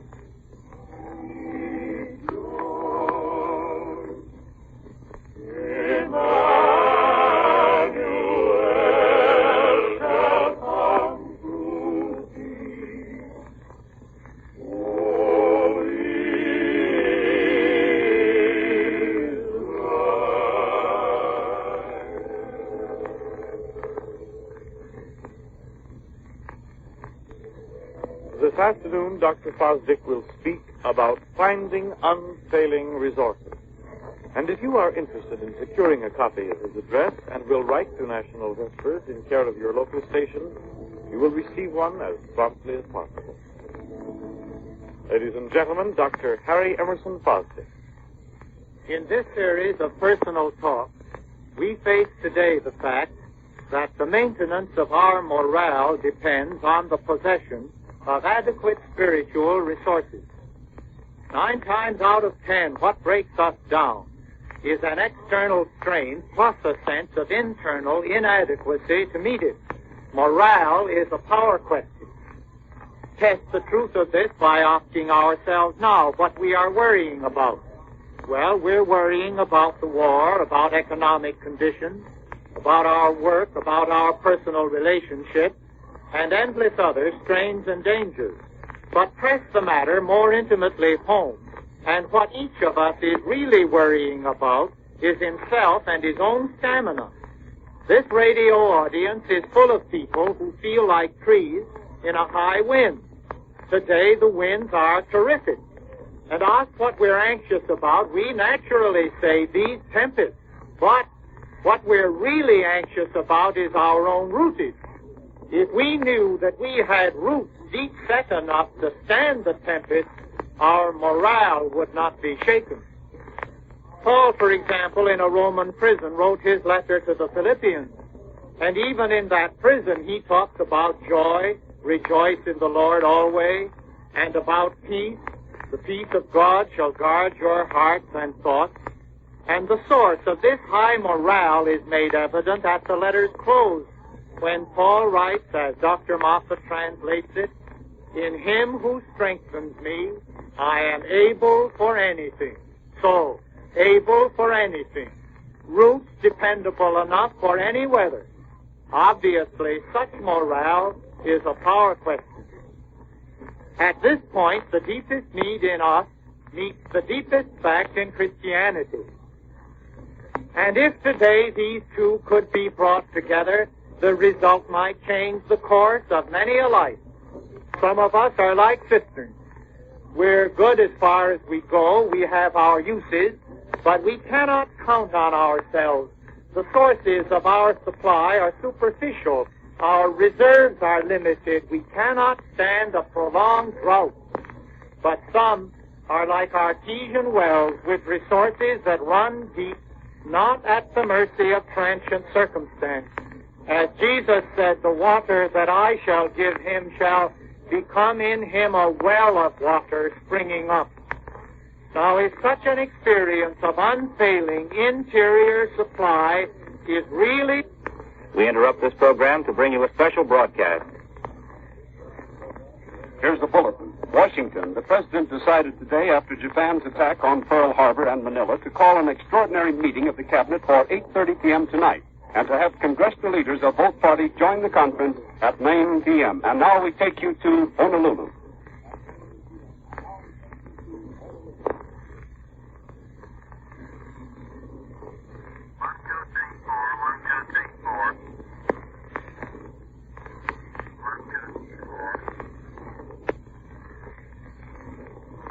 One moment, please.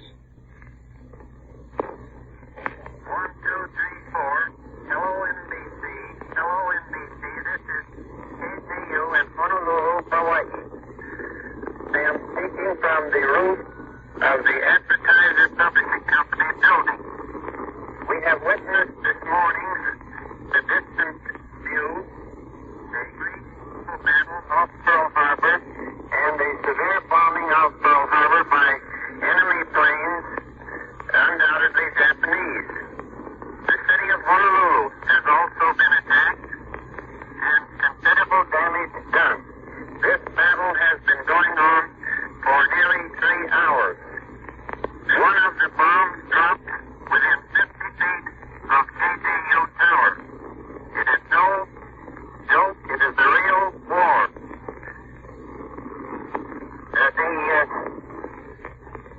The public of Honolulu have been advised to keep in their homes and await results from the Army and Navy. There has been fierce fighting going on in the air and on the sea. The heavy shooting seems to be 1, 2, 3, 4. Just a moment, no interruption. We cannot estimate yet how much damage has been done, but it has been a very severe attack. The Navy and Army appear now to have the air and the sea under control. Just a minute. May I interrupt for just a second, please? This is the telephone company, the chief operator. Yes. We try to get through on an emergency call. We're talking to New York now. Please, 34. Hello, NBC. Is all ready. 1, 2.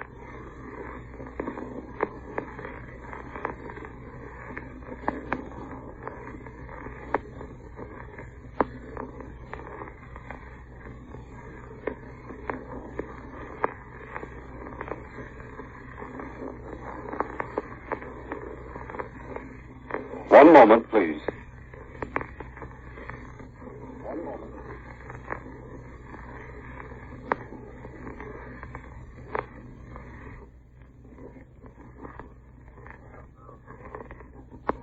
Ladies and gentlemen, we're standing by for further word from Honolulu, and we expect to rejoin them in just a moment. However, here's a bulletin which has just come into the NBC newsroom in New York. Nomura, the Japanese ambassador, and Kurusu, the special Japanese envoy, were at the State Department at the time of the White House's announcement of the attacks on Hawaii. The two Japanese went to see Secretary of State Hull at 1:35 p.m. Eastern Standard Time and remained about 20 minutes. And now we take you to Washington.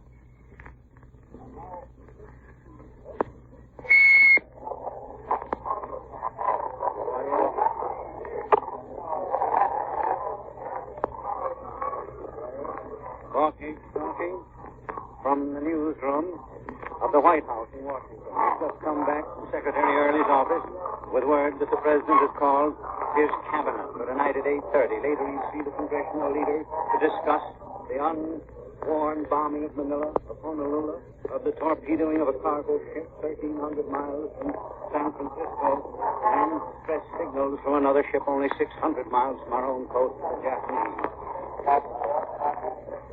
This ship studied distress signals and gave very clearly, as was interpreted here, the indication that the Japanese are busy with submarines within our own water. Immediately that the President heard the news flash to him, he gave the orders already prepared, as he put it, for the defense of the nation. And then he gave out a statement. He told us it was obviously a part of a prepared statement of which you will hear more, for he is going to address Congress. He will give them a message. It may be a message asking for a declaration of war. And he said that this attack on Manila and Honolulu happened without warning, when both nations were at peace. And within a short time, within an hour of the time the Japanese ambassador Nomura and the special emissary Kurusu had gone to the State Department and handed a document to the Secretary of State with the Japanese reply to the Secretary's note of the 26th.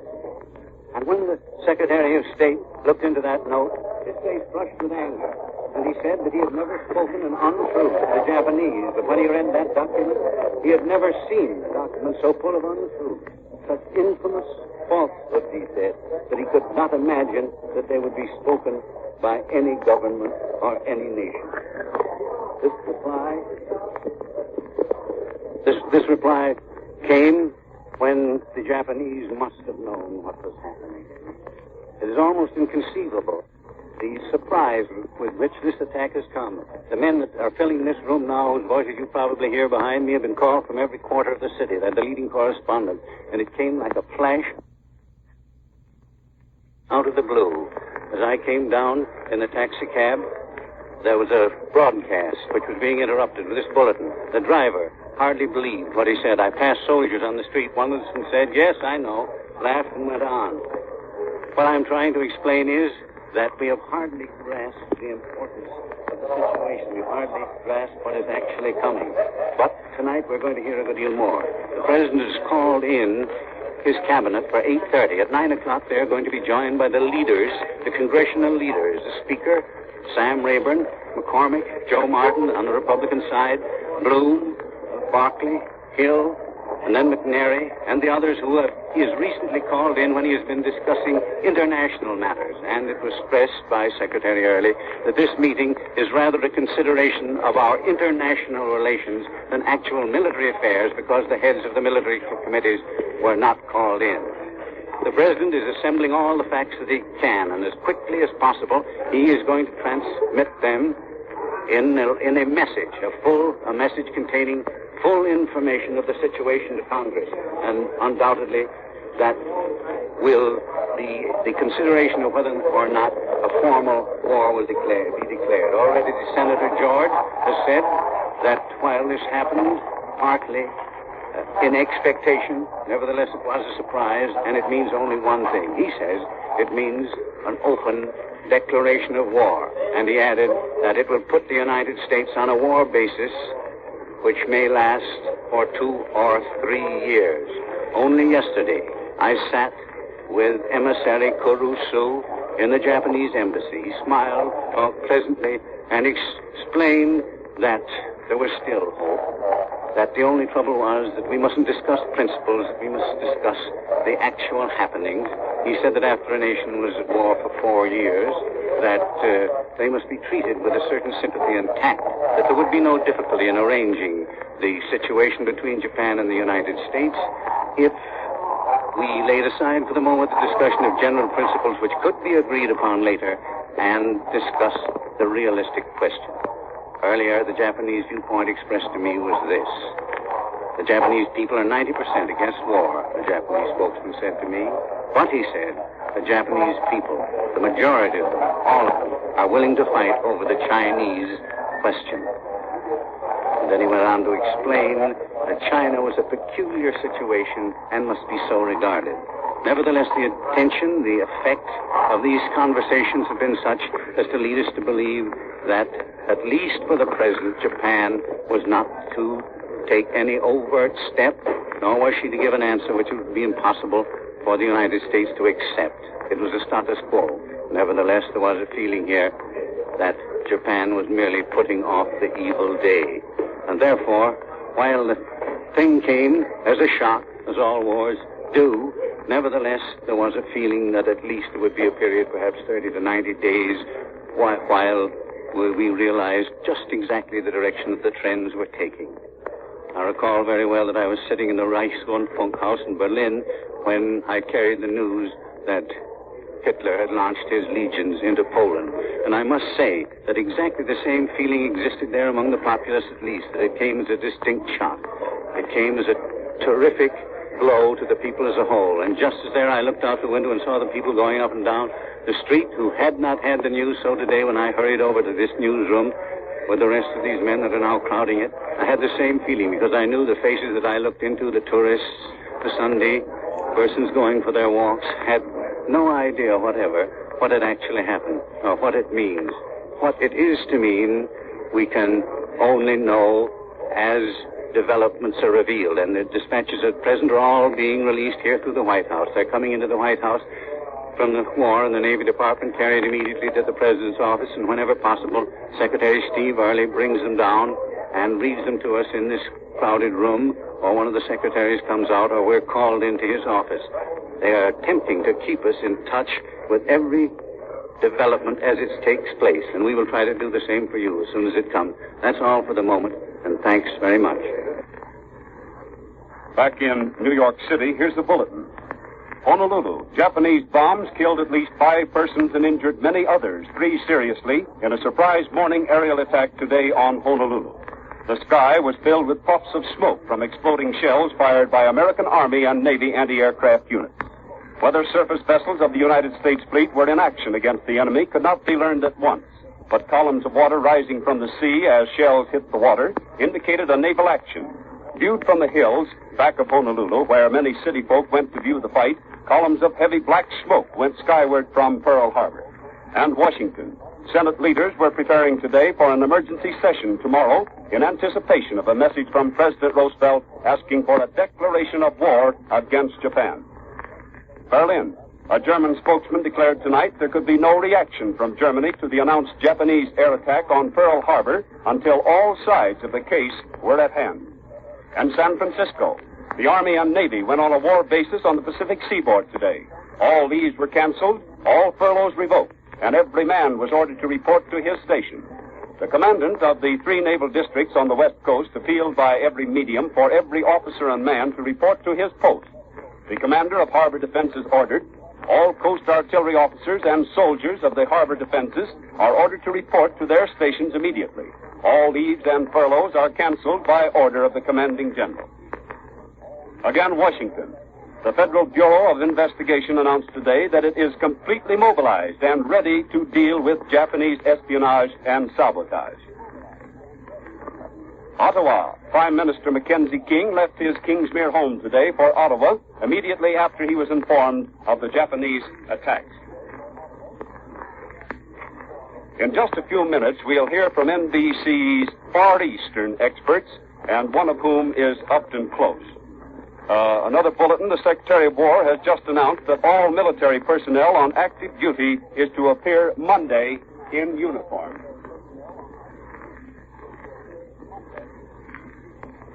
For the latest news on the Pacific situation, please keep tuned to this station.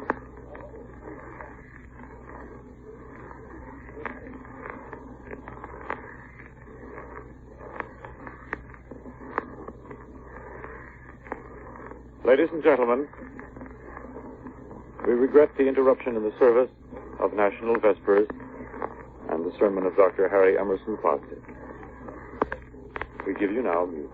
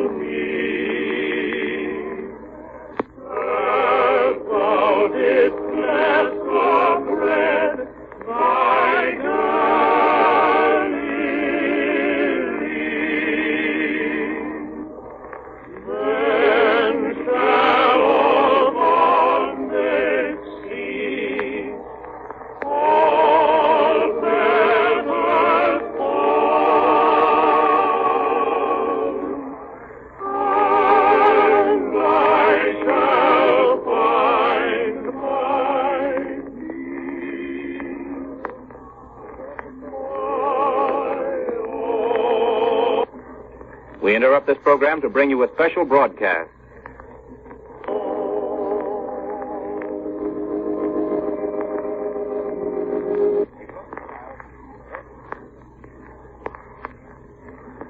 We take you now to Washington.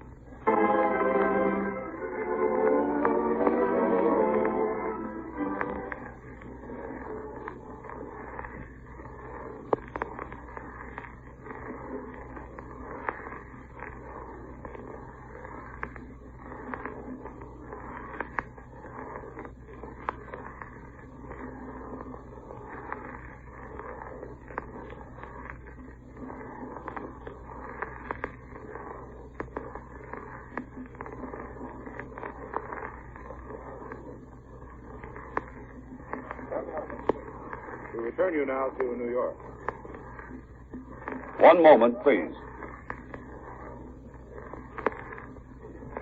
Go ahead, Washington.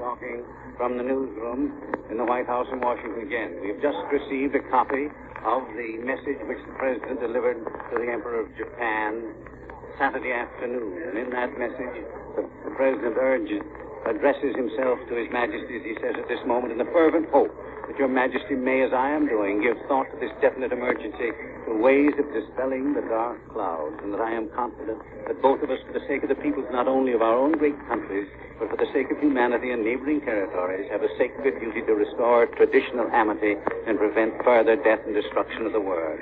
And he points out the specific issue that the people of the Philippines, the hundreds of islands in the East Indies, of Malaya, and of Thailand, are asking themselves whether these forces of Japan are preparing or intending to make attack in one or more of these directions. Well, the Japanese government answered that with the bombs over Honolulu and Manila, answered it with a torpedo that sent an American ship to the bottom, answered it with the threatening blows at a cargo ship, with the threatening blows at a cargo ship, with the threatening blows at a cargo ship, with the The House of Commons was summoned tonight for a special session.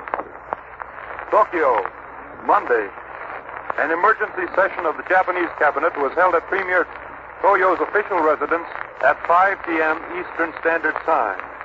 Again, London. The Japanese embassy tonight burned secret documents and completed all arrangements to quit Britain immediately. London. Japanese naval forces have bombed British bases in the Pacific. It was announced officially late tonight. Keep tuned to this station for further developments.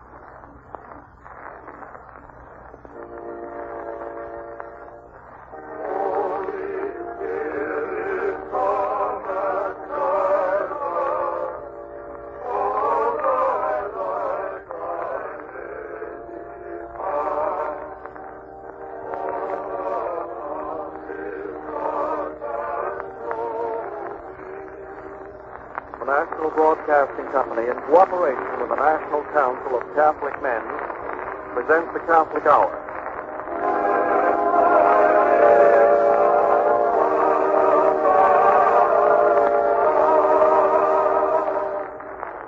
The Reverend James N. Gillis, the Paulist Father, editor of the Catholic World, will now deliver the sixth in a series of 7 addresses on what is wrong and how to set it right. His discourse today is entitled Politics in Religion, Religion in Politics. I present Father Gillis. In almost every platform lecture, radio address, and after-dinner speech nowadays, in the more serious kind of magazine article, and in many books, occurs the statement or its equivalent, we live in a world of confusion. True. So obviously true that it seems silly to say it. But there are various kinds of confusion, and the most fundamental kind is seldom so much as mentioned. I mean, mental confusion. Confusion in the realm of reasoning. The prevalent political confusion and moral confusion would clear away promptly if men would only think straight. Of course, there are passionate persons who don't want to think. They seem to say, don't ask me to think. Don't let me think. But most men would think if they could. The heart of man is generally in the right place. But his thinking apparatus is often, as the Russians say, kaput, out of order. Dr. Nicholas Murray Butler made years ago a significant speech on the subject, Thinking as a Lost Art. Alexander Pope, 300 years ago, had put it into one of his unforgettable rhymed couplets, how few think justly of the thinking few. How many never think who think they do? And not 300, but 3,000 years earlier. The prophet Jeremiah said what the professor and the poet were to say, and said it more eloquently. The desolation, all the world made desolate, because no man thinketh. Enough of that. It's a tempting theme, but it's not now my purpose to develop it. Now, what I had in mind today is the fact that one evidence of lame and impotent thinking by most men is their instantaneous reaction to the title of this course. Religion and politics, politics and religion. Keep those things apart, they say. Separate them, as day is separate from night. No, not that. For after all, there is a twilight in which night and day meet and mingle. Separate politics and religion as the divisions of the hold of a battleship are separated with a bulkhead of steel. Separate religion and politics with the impassable abyss, which, as our father Abraham told Dives, separates heaven from hell. Which of the two, religion or politics, corresponds to heaven and which to hell, seems to be a matter of debate. In Russia, they say that religion is hell. In America, we profess to believe that politics is more likely to be of the pit. Oddly enough, both in the USSR and in the USA, there's a wide agreement that religion and politics must be kept as far apart as heaven and hell. Indeed, a great many Americans will tell you that the principle of the separation of church and state involving dissociation of religion and politics is a fundamental postulate of all our government. But from the beginning of the world until now, there has never been a kingdom, an empire, a state, a city, or any form of political society from which religion was excluded. It has never been done because it cannot be done. It has been attempted. It has been momentarily and partially accomplished. You can no more take religion out of a state and keep it out than you can take hydrogen, oxygen, nitrogen out of the air and keep them out. You can indeed make a vacuum, a small vacuum, in a laboratory. But when you produce a vacuum, nature summons all her force to destroy it. Nature abhors a vacuum. So, you may take religion out of a state, but nature, human nature, will put it back again. The maddest and wildest of all psychological blunders is to imagine that religion is something unnatural, imposed upon man by priestcraft, and that therefore it must be kept out of the more important affairs of men. Nonsense. Some atheistic tyrant, old enough and strong enough to kill all priests and lay all temples of religion flat to the ground, with not a stone upon a stone, religion would again sprout from the earth, and the grass and the grain and the flowers grow again on a battlefield that has been made a desert by shot and shell and poison gas. Religion comes down from above, but also it comes out of the soil, out of the blood and bone of man, out of his heart and mind and soul. Take religion out of human life would have the same effect as taking the elements of the atmosphere out of the atmosphere. From time to time, certain fanatics, scientific fanatics, or religious fanatics, the one kind is as bad as the other, tell us that on a certain date a comet on its way to Earth will burn out the atmosphere that envelops this globe. The catastrophe is always going to happen. It never does happen. God doesn't let it happen. But if the atmosphere of chemical elements in which the body of man is was suddenly burned away, it would not be so great a calamity as if the religious atmosphere necessary for the life of the human soul were to explode and vanish. Another mistake of the opponents of religion is that they recognize no distinction between good and bad, true religion and false religion. Atheists in general reject all religion because some religion is vile. It's like rejecting all food because some food is poison. Or like the logic of the man who, reading that thousands of persons are killed by stepping on the cake of soap in the bathtub, resolved never again to use soap and never to get into a tub. Like the logic of the man who argues that because the vast majority of people die in bed, one had better not go to bed. Silly? Sure. No sillier than a great deal of what passes for thinking in these irrational times. Have you not met persons, for example, who don't go to church because they say that some who go to church are hypocrites? I don't make my Easter duty, said one man to me, big man in the business world, because the last time I went to Holy Communion, I saw at the altar rail people who owe me money and don't pay. Logic is that of the Chinaman who commits suicide on the doorstep of the one who has done him a wrong. I've also met college students who gave up religion because they had read in H.G. Wells of Grant Allen or in James G. Fraser that savages believe in a savage God. But does any church ask a civilized man to believe in a savage God? Is there not a civilized God for civilized people?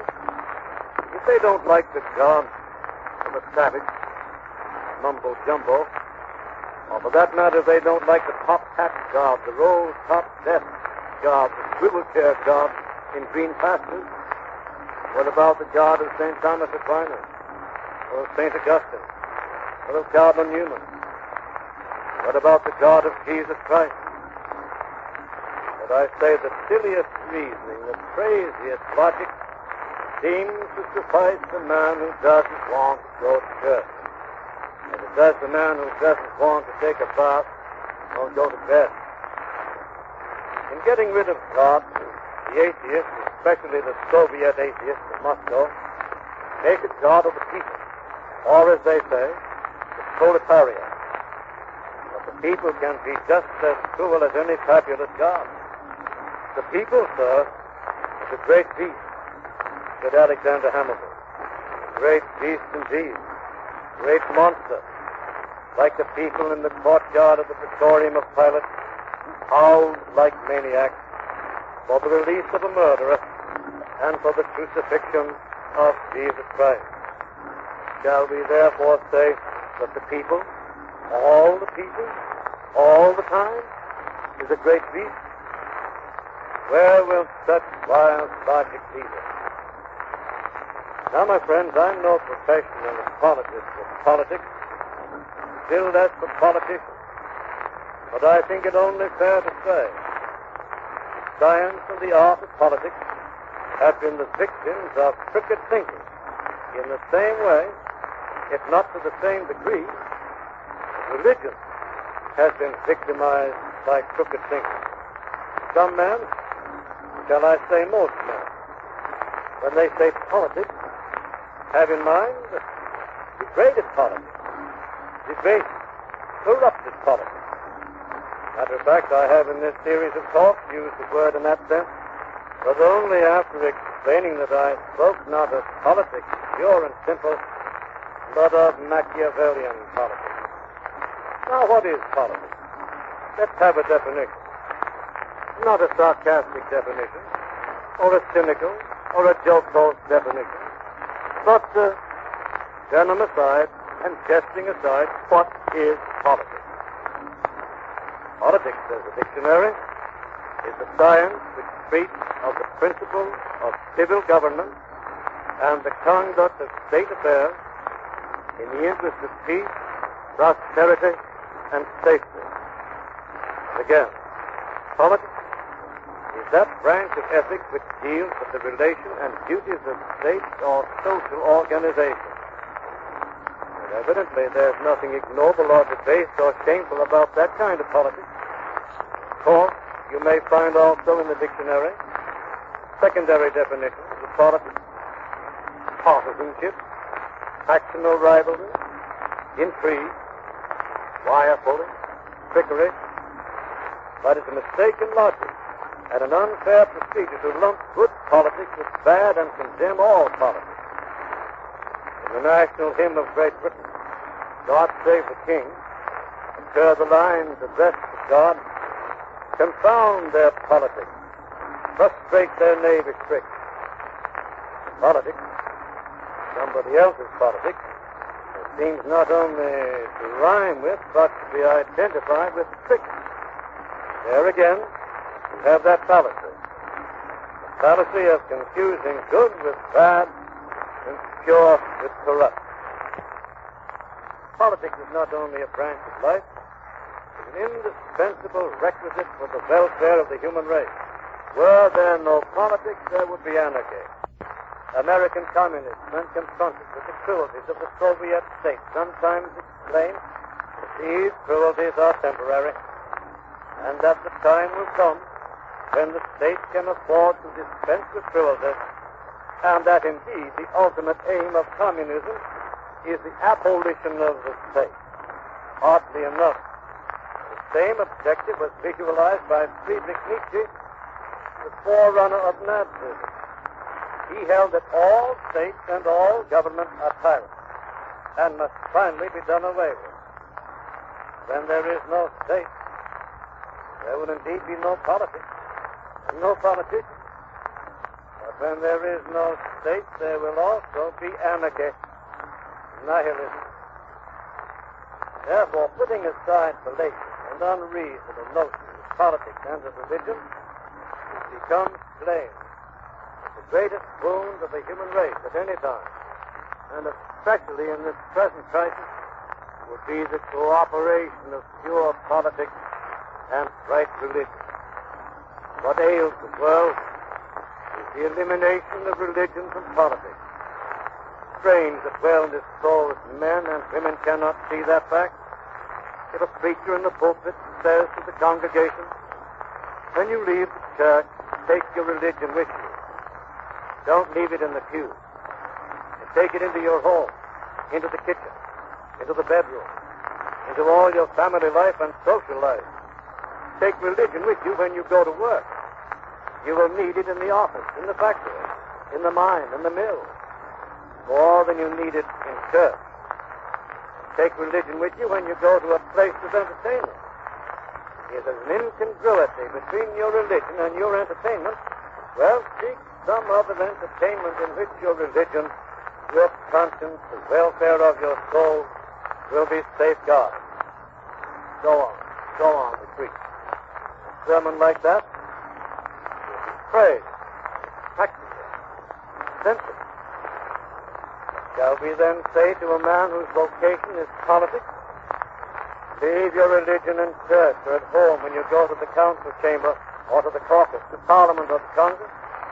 It is done indeed. There are Sabbath day saints who are weekday villains.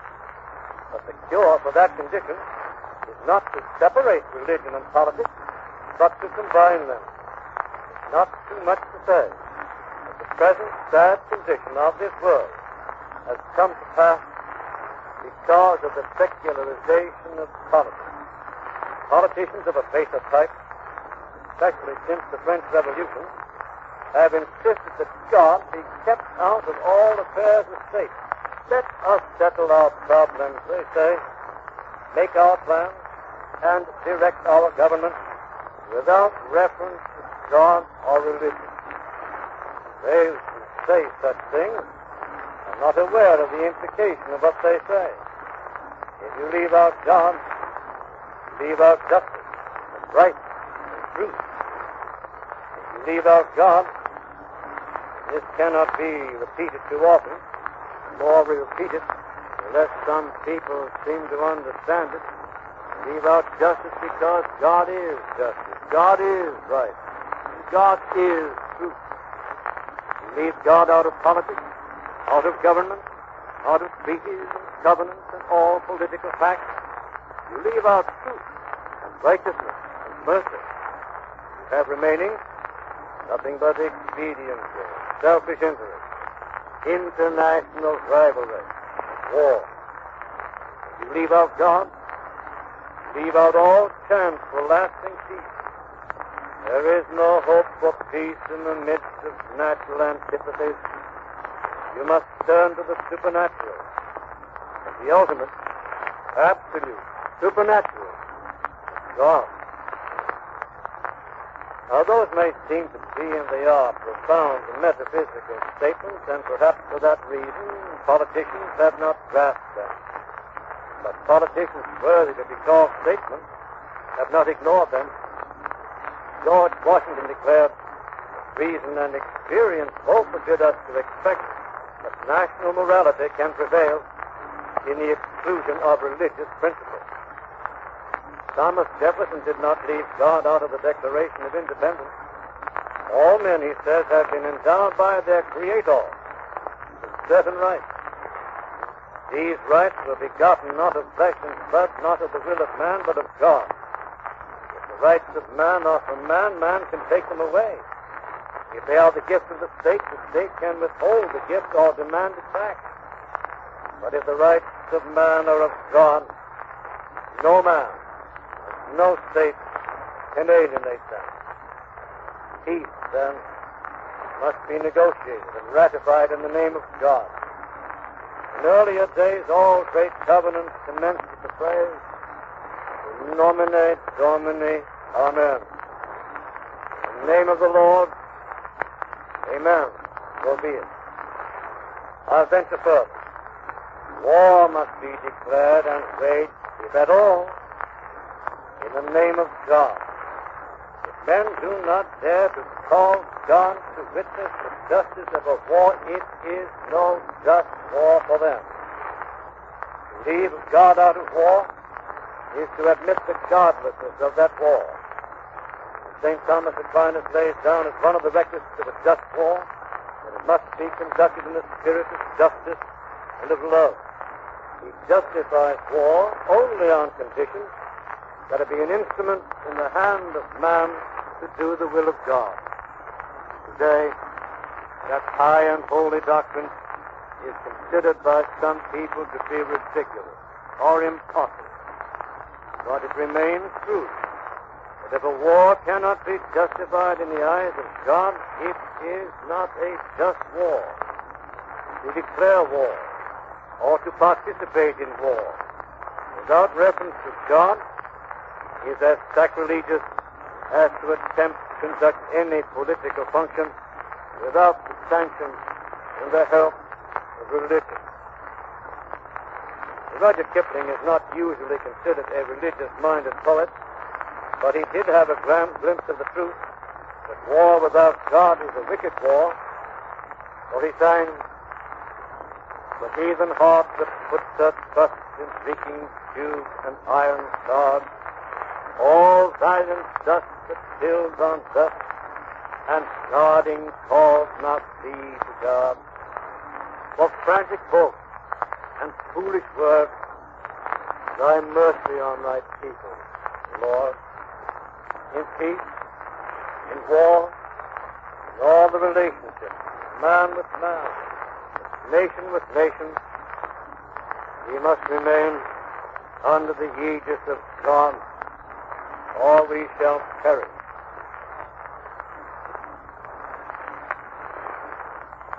The address you have just heard was entitled Politics and Religion, Religion and Politics.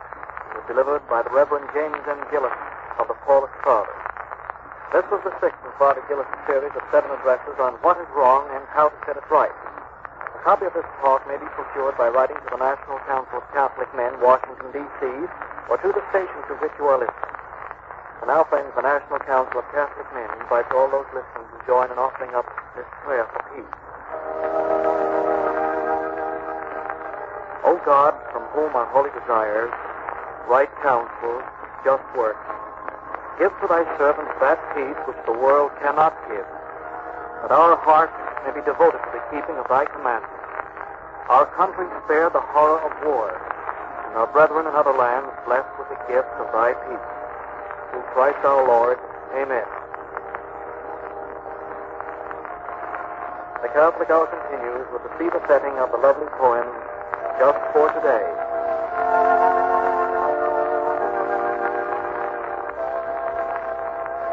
Lord, for tomorrow and its need, I do not pray. Keep me, my God, from saying nothing just for today.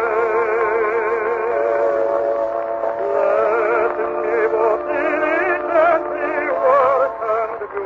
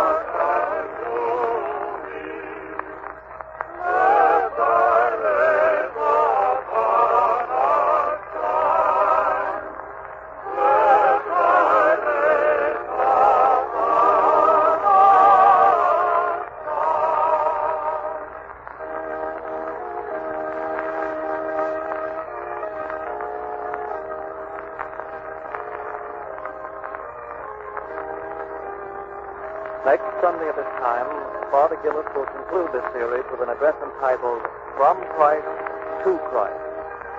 Your announcer is John MacArthur. The Catholic Hour has been presented in cooperation with the National Council of Catholic Men as a public service by NBC and the independent radio stations associated with the Red Network of the National Broadcasting Company.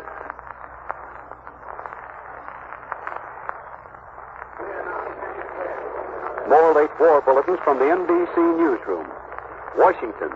The White House has just announced that the Navy has advised the President that Japan had attacked the island of Guam. A few moments before the Navy informed the White House that an unidentified squadron of planes was over Guam, a tiny island in the Pacific beyond Hawaii. Governor Poindexter of Hawaii talked with President Roosevelt late today. He reported heavy damage to property and life in Honolulu and said a second wave of Japanese planes was just coming over. This wave was over Honolulu at about 5:30 p.m. Eastern Standard Time. In making this announcement, the White House also cast doubt on the authenticity of earlier reports that the Japanese had bombed Manila. Stephen Early, presidential secretary, said that since the report of the attack on Manila, the War and Navy departments had attempted to get confirmation or substantiating reports, but had been unable to reach Army or Navy commanders in the Philippines. San Francisco. The Amtrak Clipper with 28 persons aboard landed safely at an airport in the Hawaiian Islands this afternoon. It left San Francisco last night. The NBC shortwave listening post has just heard the Panama radio announce that there will be a blackout tonight in Panama and the Canal Zone, and that all Japanese, German, and Italian citizens in Panama are being arrested. Senator David I. Walsh of Massachusetts, non-interventionist chairman of the Senate Naval Affairs Committee, tonight declared the United States must take speedy and decisive measures to defend our country. Keep tuned to this station for further developments.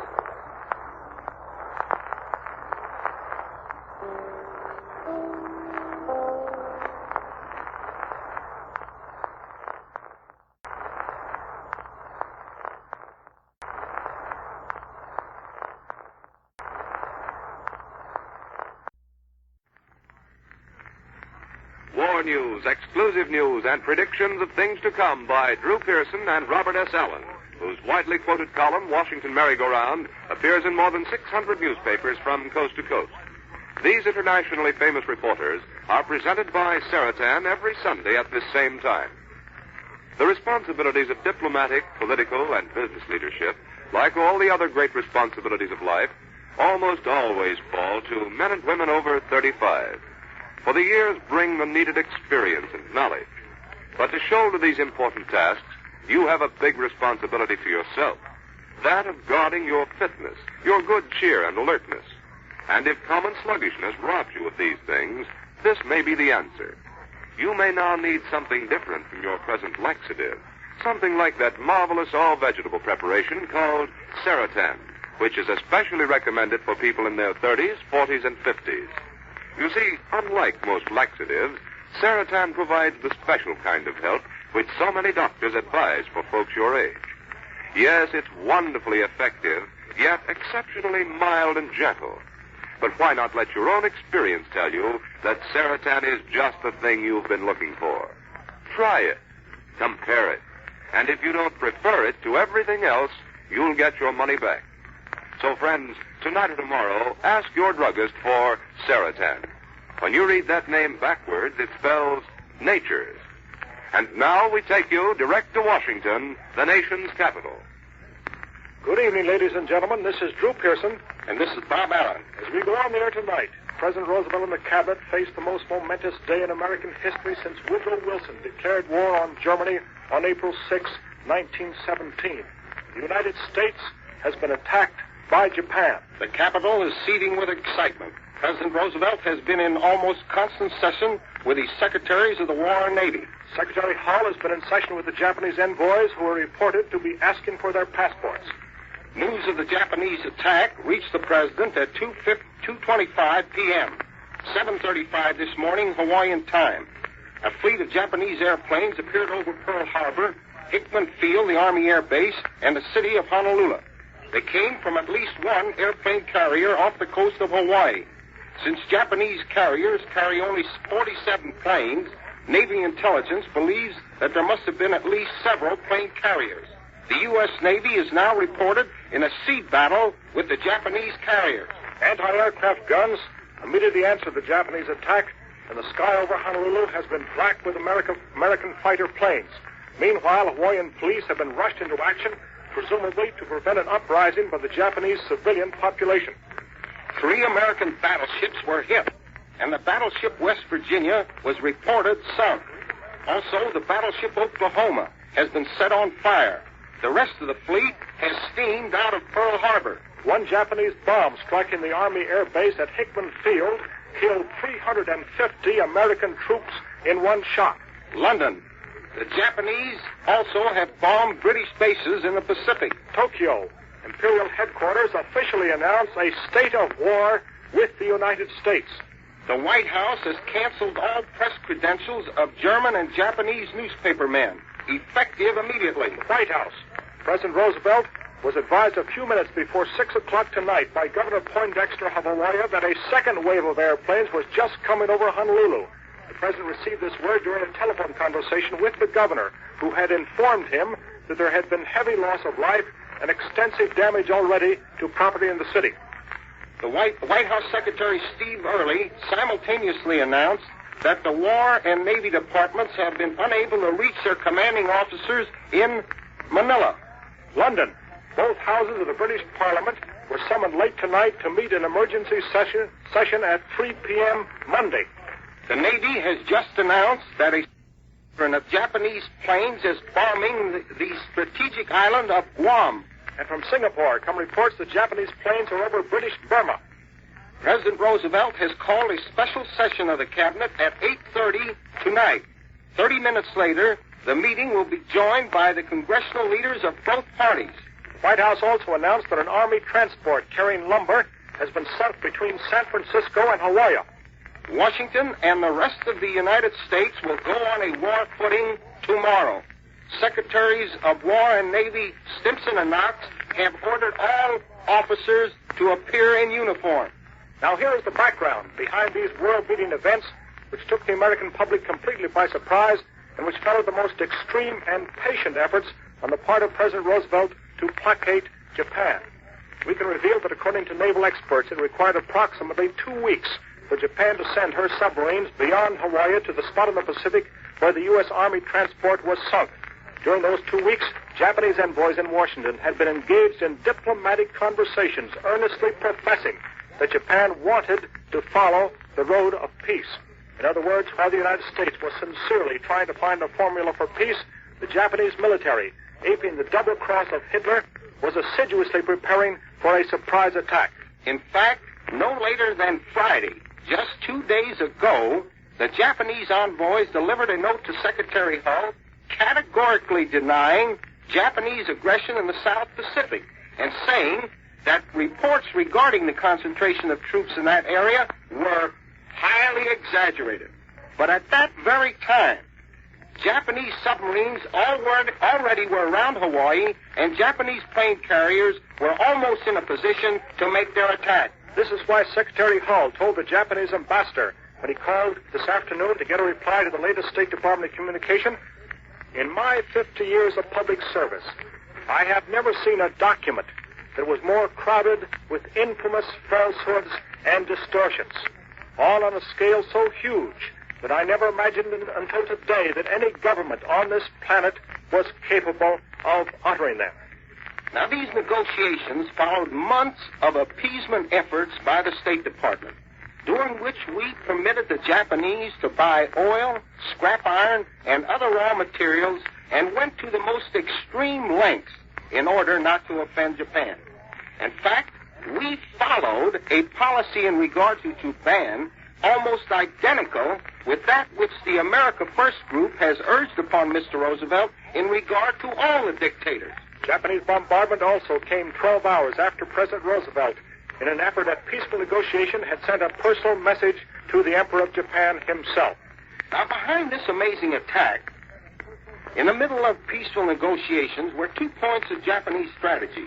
One is the fact that Japan today is ruled by an irresponsible military clique, which is answerable to the authority of no one, including even the Emperor. Repeatedly, the Japanese government has been unable to control this clay. Second, the Japanese undoubtedly were following the strategy of diverting American attention away from Thailand, Singapore, and the Dutch East Indies. They wanted to scare the American public and the American Navy in regard to the ships tied up in the Middle Pacific, and so that the Navy would not be able to concentrate around the South Pacific, where the real Japanese attack is sure to come. Our experts also believe that the timing of the Japanese attack was worked out very carefully with Hitler. For more than anyone realizes, the dictators of the Far East and Europe are working very closely together. For instance, the Russian troops which have driven back the Nazis in the Caucasus are partly Siberian reinforcements. Therefore, if Japan can menace Siberia, Hitler will face less reinforcements in Russia. Another development is that the British suddenly have discovered that certain French submarines are missing from the Mediterranean, and they fear that Admiral Darlan, who hates the British, has sent his submarines to aid the Japanese. Another development is that the Japanese picked this particular moment for their attack on us when Hitler was concentrating his heaviest reinforcements against Moscow. The present showdown with Japan actually is an indirect showdown between the United States and Hitler. So today, Hitler is staking everything on the capture of Moscow. The great preponderance of his troops are concentrated there. And although it isn't emphasized in the censored dispatches, very slowly Nazi forces have inched ahead, and Moscow is in serious danger. However, one great factor, in addition to Russian bravery, is fighting on their side, namely the weather. Just before Christmas, the snow around Moscow becomes so deep that no army can advance. So for Hitler, it is a question of taking Moscow before Christmas or else digging in until the Russian winter is over. And that is why the Far East, the British campaign in North Africa, and even our own war with Japan depend so vitally upon the fighting resistance of the Red Army to hold out until Christmas. For if Moscow is taken, Hitler will be free to send his troops into Turkey, Libya, the Caucasus, and even French West Africa, the jumping-off point to South America. Then we would be faced with war on two fronts. Now, in just a minute, we'll be back with our predictions and bulletins of things to come. Recruits in Uncle Sam's new army today are being taught not only to follow orders, but to understand the reasons why they are given. And if you like to know the reasons for things yourself, here's one you surely ought to have, particularly if you're 35, 40 or over. The reason so many folks your age needlessly put up with common sluggishness is that they really require a different kind of laxative help. And that's why so many are changing today to that remarkable all-vegetable preparation called Ceratane, which provides the special kind of aid people over 35 are so very apt to need. Yes, and that's why you ought to try Ceratane yourself. Just see if you don't find it wonderfully effective, yet exceptionally mild and gentle. Completely different from anything you've ever tried before. And remember this important fact. Ceratane is not a pill, not salts, not an oil or liquid, but a pleasant blend of purely vegetable ingredients which you take plain or with your food. You'll say there's nothing like it. So tonight or tomorrow, ask your druggist for Ceratane, Cerutan. When you read that name backwards, it spells Nature's. And now we return you to Washington, D.C., where Drew Pearson and Robert S. Allen are ready with tonight's edition of their exclusive feature, Predictions of Things to Come.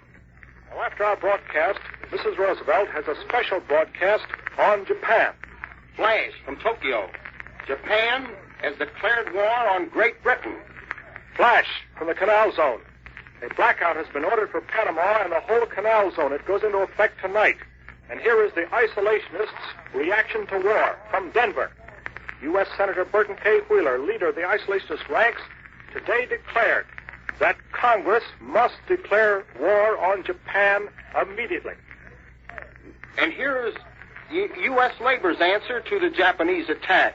Wheeling, West Virginia, an independent welders union announces that it is ending its strike at a $40 million ordnance plan. Now, here's our first prediction. Tonight, President Roosevelt invoked the Military Secrets Act. And so here is prediction on the problem that the Japanese attack has made even more pressing, the question of naval censorship and naval relations with the press. Secretary of the Navy Knox, although a newspaper man, has had more trouble with the press than any other member of the cabinet. So here's my prediction. I predict that next week Secretary Knox will appoint as his press relations chief Mr. Paul Smith, editor of the San Francisco Chronicle and one of the most progressive young newspaper men in the country. Now, here's our last prediction. On October 5th, we predicted that a nation which lives on its face cannot about face, and that before the year was up, the United States would be involved in war with Japan. That prediction today was fulfilled.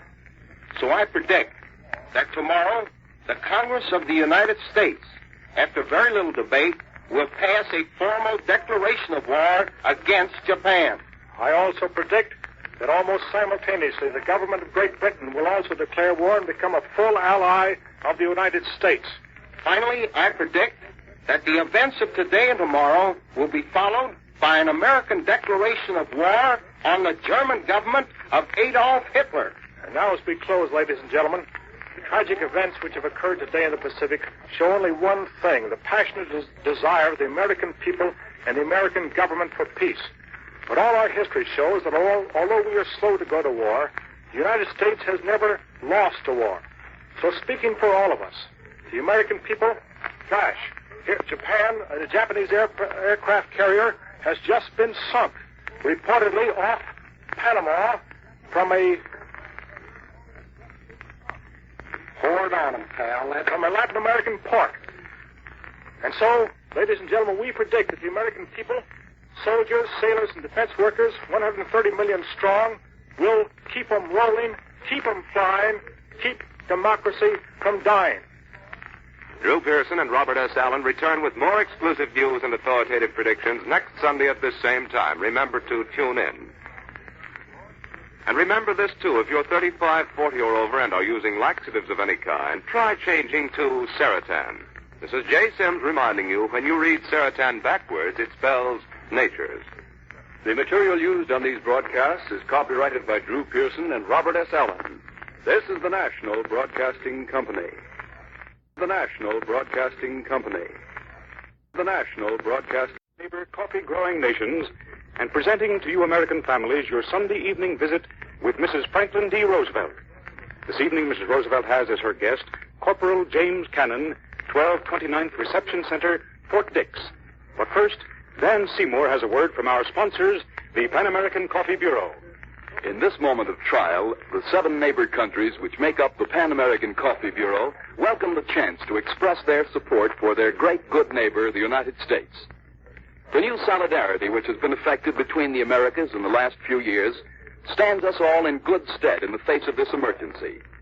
This applies not only in a commercial sense, for Uncle Sam can count on Latin America for essential materials, whether oil or tin or copper or coffee, but also in a political sense. The Americas stand together. Thank you, Dan Seymour. And now here's the Pan American Coffee Bureau's Sunday evening news reviewer and newsmaker to give us her usual interesting observations on the world we live in, Mrs. Franklin D. Roosevelt. Good evening, ladies and gentlemen. I'm speaking to you tonight at a very serious moment in our history. The Cabinet is convening and the leaders in Congress are meeting with the President. The State Department and Army and Navy officials have been with the President all afternoon. In fact, the Japanese ambassador was talking to the President at the very time that Japan's airships were bombing our citizens in Hawaii and the Philippines and sinking one of our transports loaded with lumber on its way to Hawaii. By tomorrow morning, the members of Congress will have a full report and be ready for action. In the meantime, we, the people, are already prepared for action. For months now, the knowledge that something of this kind might happen has been hanging over. It seemed impossible to believe, impossible to drop the everyday things of life and feel that there was only one thing which was important: preparation to meet an enemy, no matter where he struck.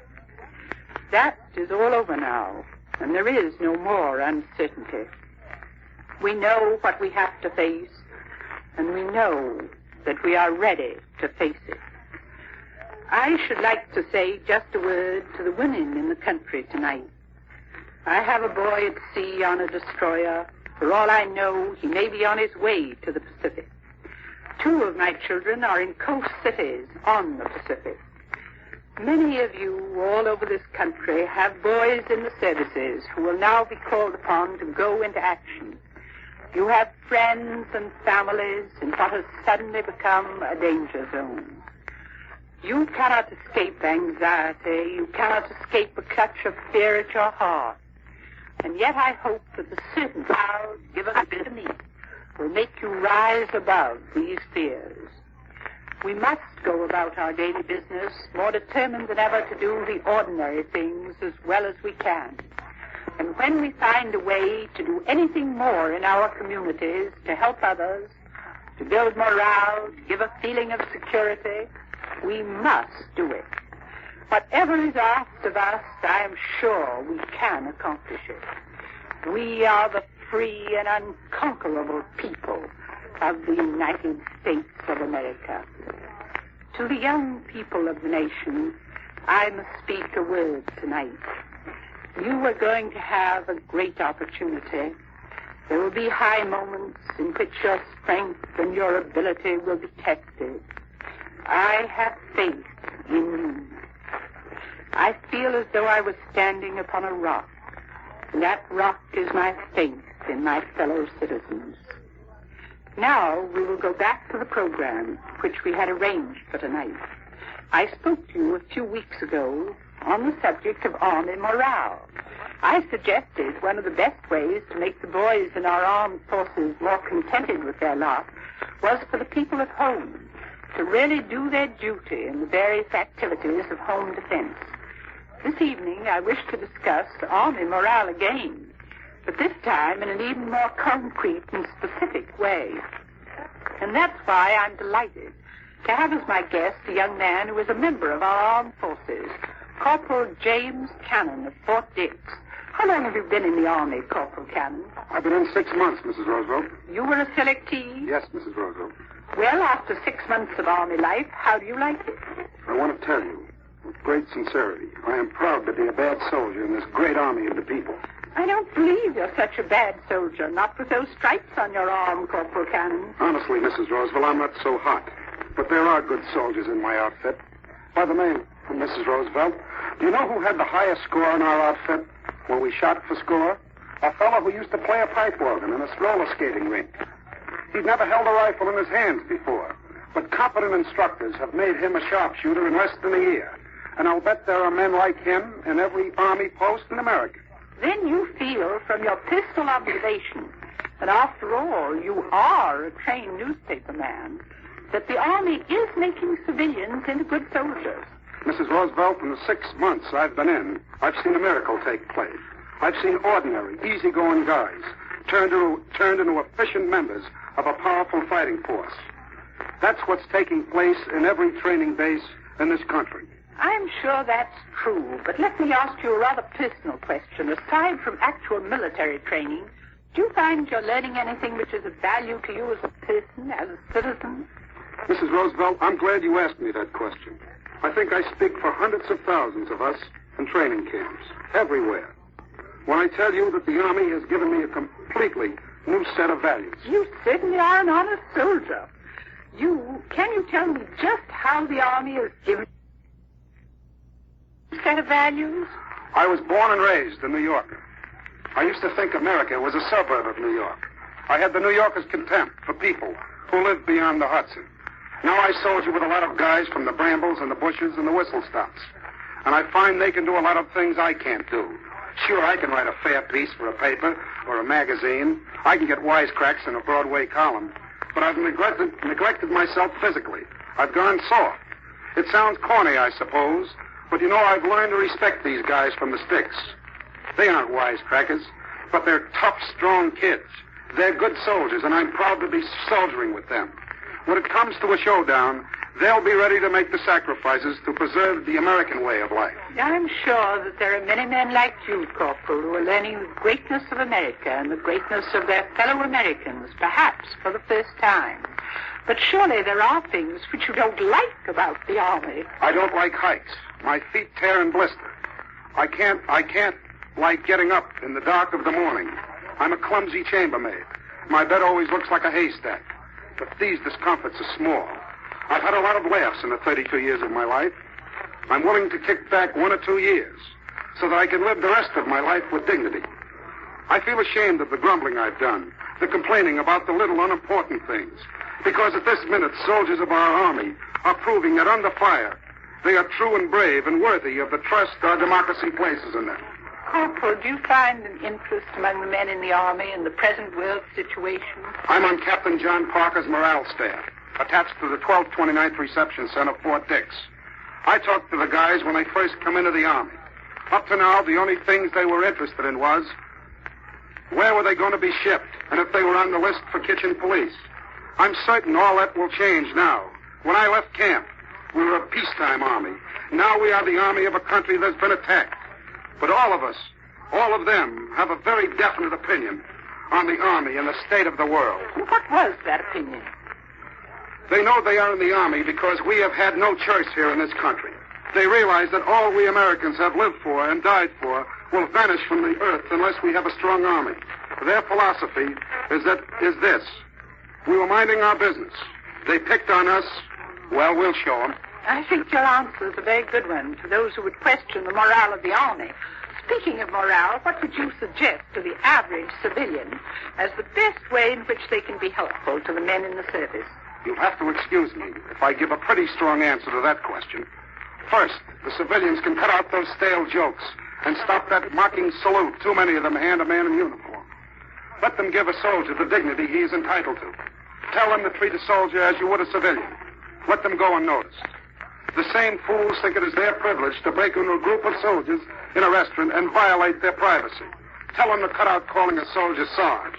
The same guys call a Pullman porter George. We're a civilian army. We're the army of the people, and we want to be treated that way. I hope that our listeners will take your words to heart, Corporal Cannon. To sum up, then, you think that democracy is working in our new army. Not only in the army, but right here. Where else in the world would a guy like me be able to talk to the First Lady of the land? Thank you, Corporal Cannon. I'm sure we're training a very gallant army as well as a brave one. Now I see that Mr. Leon Pearson is anxious to ask me some questions. Yes, Mrs. Roosevelt, there's some very important questions I would like to ask you. First, of course, is this. Have you any comment to make on the strike bill which passed the House of Representatives? Well, Mr. Pearson, there will not be any more strikes. But it was interesting reading the editorials in the Herald Tribune and the New York Times on the bill. I think the wisest suggestion made is that the Senate should limit any legislation of this kind for a period of 6 months. The Times editor stressed the fact that certain parts of the bill seemed ill-considered. But I think there is a more important reason than that for limiting the period for any kind of labor legislation which is passed at present. Until legislation is actually on the statute books, we cannot tell what effect it will have in practice. Nor can we tell at present what conditions we will be meeting in the months to come. Therefore, like so many other things, it's hard to make a blueprint when we do not know when to meet unknown needs. Mrs. Roosevelt, there's another question I'd like to ask. Yes, Mr. Pearson. A lot of writers and commentators are criticizing the government for not letting the people know enough about what is actually going on in public affairs. What would your reply be to those critics? Thursday morning, Mr. Pearson, Mr. Walter Lippmann published what to me was the most interesting column on this subject. It was interesting not because of the facts alone, but because in the light of present-day happenings, he interpreted some of the difficulties of explanation. For many times, responsible people are accused of not telling the people of the country enough, or not taking them into their confidence. Yet if they did so, it would probably be the greatest show of weakness that any leader could make. It's always easy to blurt out all you know, to try to get your burdens shared by other people. It's far more difficult to take the best advice you can get, make your own decisions, knowing that you will only be adding to the risks of the situation if you try to turn the decision over to others who cannot have the same background and knowledge. That is certainly a candid answer to the question, Mrs. Roosevelt. I would add one other thought along the same line, Mr. Pearson. It's interesting to note how carefully the Axis powers sugarcoat any bad news which they have for their people. I hope the people of this nation always are strong enough to accept the bad news and still keep up their courage. That is one thing about Mr. Winston Churchill's treatment of the British people, for which I have the greatest admiration. He expects them to meet bad news with complete fortitude, and the mere fact that he expects it brings the proper response. And now, Mrs. Roosevelt, we understand you spent part of this week in New York City. Were you Christmas shopping? Yes, I did some Christmas shopping. And one afternoon I found myself in a crowded elevator in a large department store. Suddenly a lady near me seemed to have a brainstorm, and looking at me she asked, "Are you Mrs. Roosevelt?" "Yes," I said, and she then proceeded with, "Do you mean to say you go around without any guards?" I thought there was nobody left in New York City who would be surprised at meeting me almost anywhere, at any hour of the day or night. So I was quite shocked to find that I was looked upon as a curiosity when found in broad daylight in the elevator of a large store. And Friday, I understand, Mrs. Roosevelt, you graciously received at the White House the charming young ladies who are representing my sponsor, the Pan American Coffee Bureau, in a goodwill tour of this country. It was a great pleasure to meet these young women from Latin America who are here on a tour of goodwill, and I hope they enjoyed their cups of coffee in the White House. I'm sure they did, Mrs. Roosevelt. And now, speaking of coffee, Dan Seymour, I understand you have a word or two to say on that subject. I certainly have. The 7 young ladies who, as guests of the Pan American Coffee Bureau, have come from their republics to enjoy a visit with leaders in public and social life in the United States, are delighting everyone with their charm. Just as coffee, the delicious product of their homelands, delights more and more of us every day. Next week at the same time, Mrs. Roosevelt will be with us again to give us more of her interesting views on world affairs. This is Dan Seymour saying good evening for the Pan American Coffee Bureau. And don't forget that good night cup of coffee. Now more than ever, do your part. Buy defense bonds and stamps. This is the National Broadcasting Company. Broadcasting Company. Broadcasting Company. Tonight, Japan is at war with the United States and Great Britain. Tokyo has so announced in a declaration. In a few moments, we will switch to points where battles are raging in the Pacific. But first, let's hear from Ankara, Turkey, where the news of this new war may or may not yet be fully known. We take you now to Mary Brock reporting from Ankara, Turkey.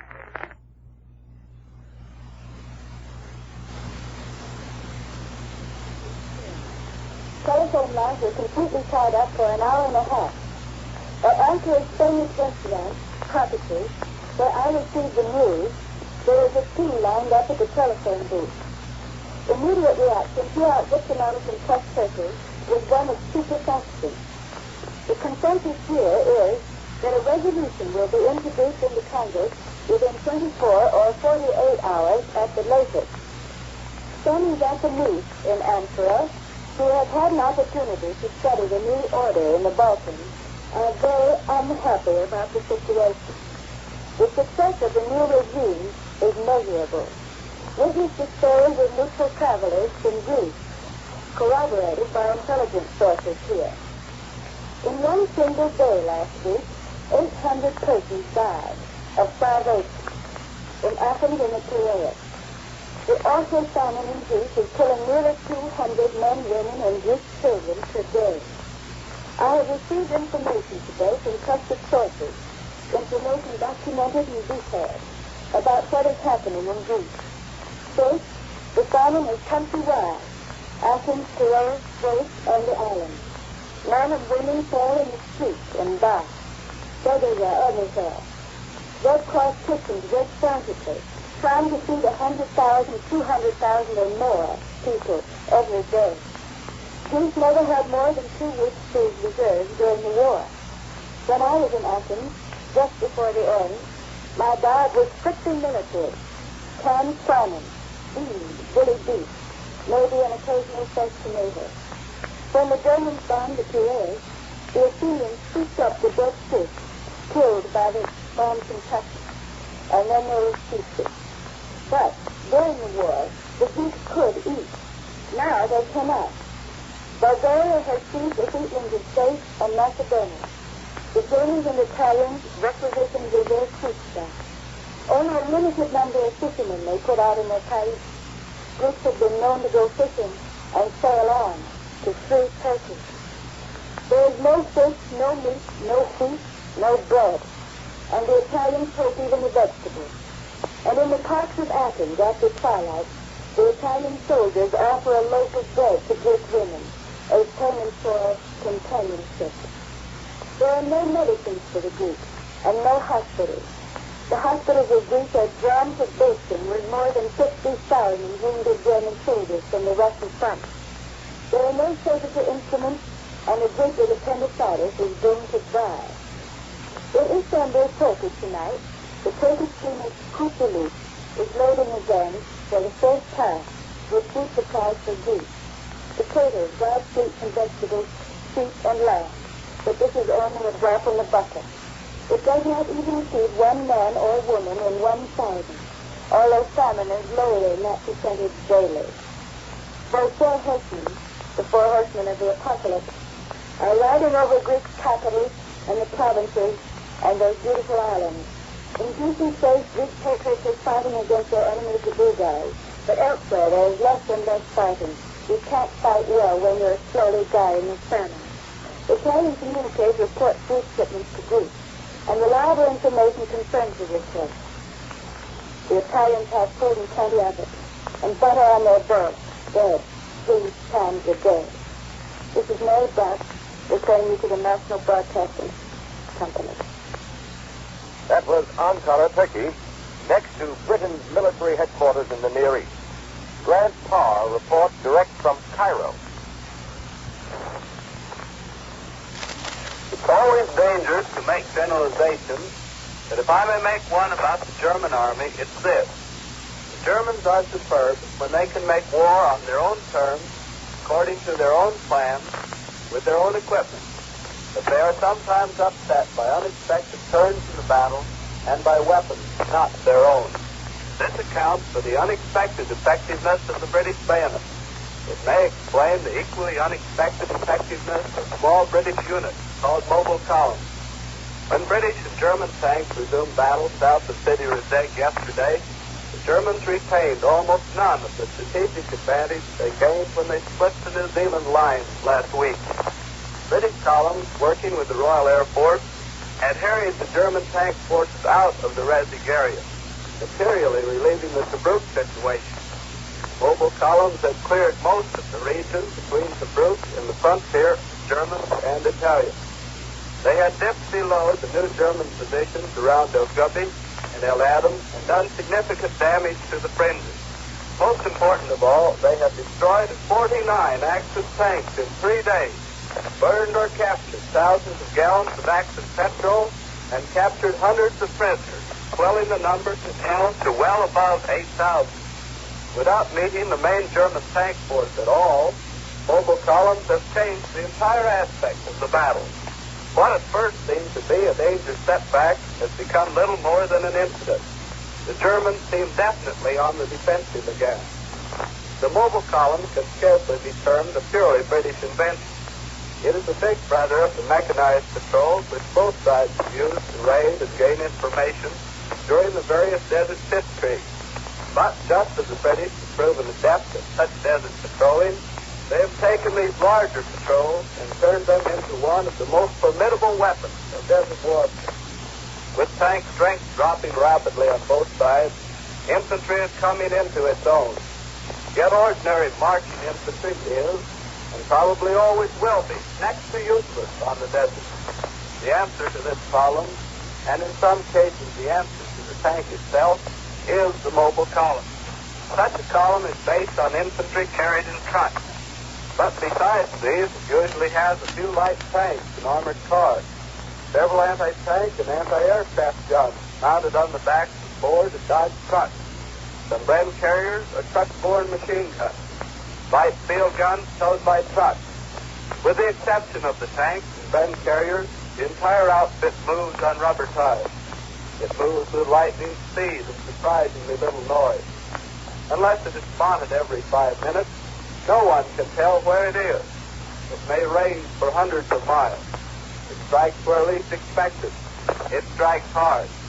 I won't attempt to give you exact positions and details of the numerous operations I've mentioned. Position means almost nothing in desert warfare anyway. But here are a few exploits of mobile columns for you to think about. All occurred within the last 4 days. West of Bardia, a mobile column encountered a small Axis force and destroyed 60 vehicles and a supply dump, captured 100 prisoners. An Indian column attacked semi-prepared Italian positions near Mayor El Zubi, destroyed 15 Italian tanks and 150 vehicles, set fire to 50,000 gallons of gas and oil. New Zealand troops engaged an Axis column west of Minister, killed about 100 Germans and took 100 prisoners, mostly Italian. 2 Axis tanks, several trucks were destroyed and 2 guns captured. South of El Duda yesterday, British patrols destroyed 15 trucks and 2 field guns, captured 3 German anti-tank guns and 25 German prisoners. Other columns yesterday destroyed 23 Italian tanks and a fascist field battery. There may be many explanations for the success of these columns. The British themselves explain that their subordinate officers are better trained and more able to take responsibility of the type needed for commanding small, independent forces. I would like to add that 2 years of experience in actual desert warfare is something nearer reality than hothouses in Germany or the Nazis learned about Libya. But one thing I do know. The mobile columns that made the Libyan battle look good. This is Graham Farr returning you to the National Broadcasting Company. That was a report direct from Cairo.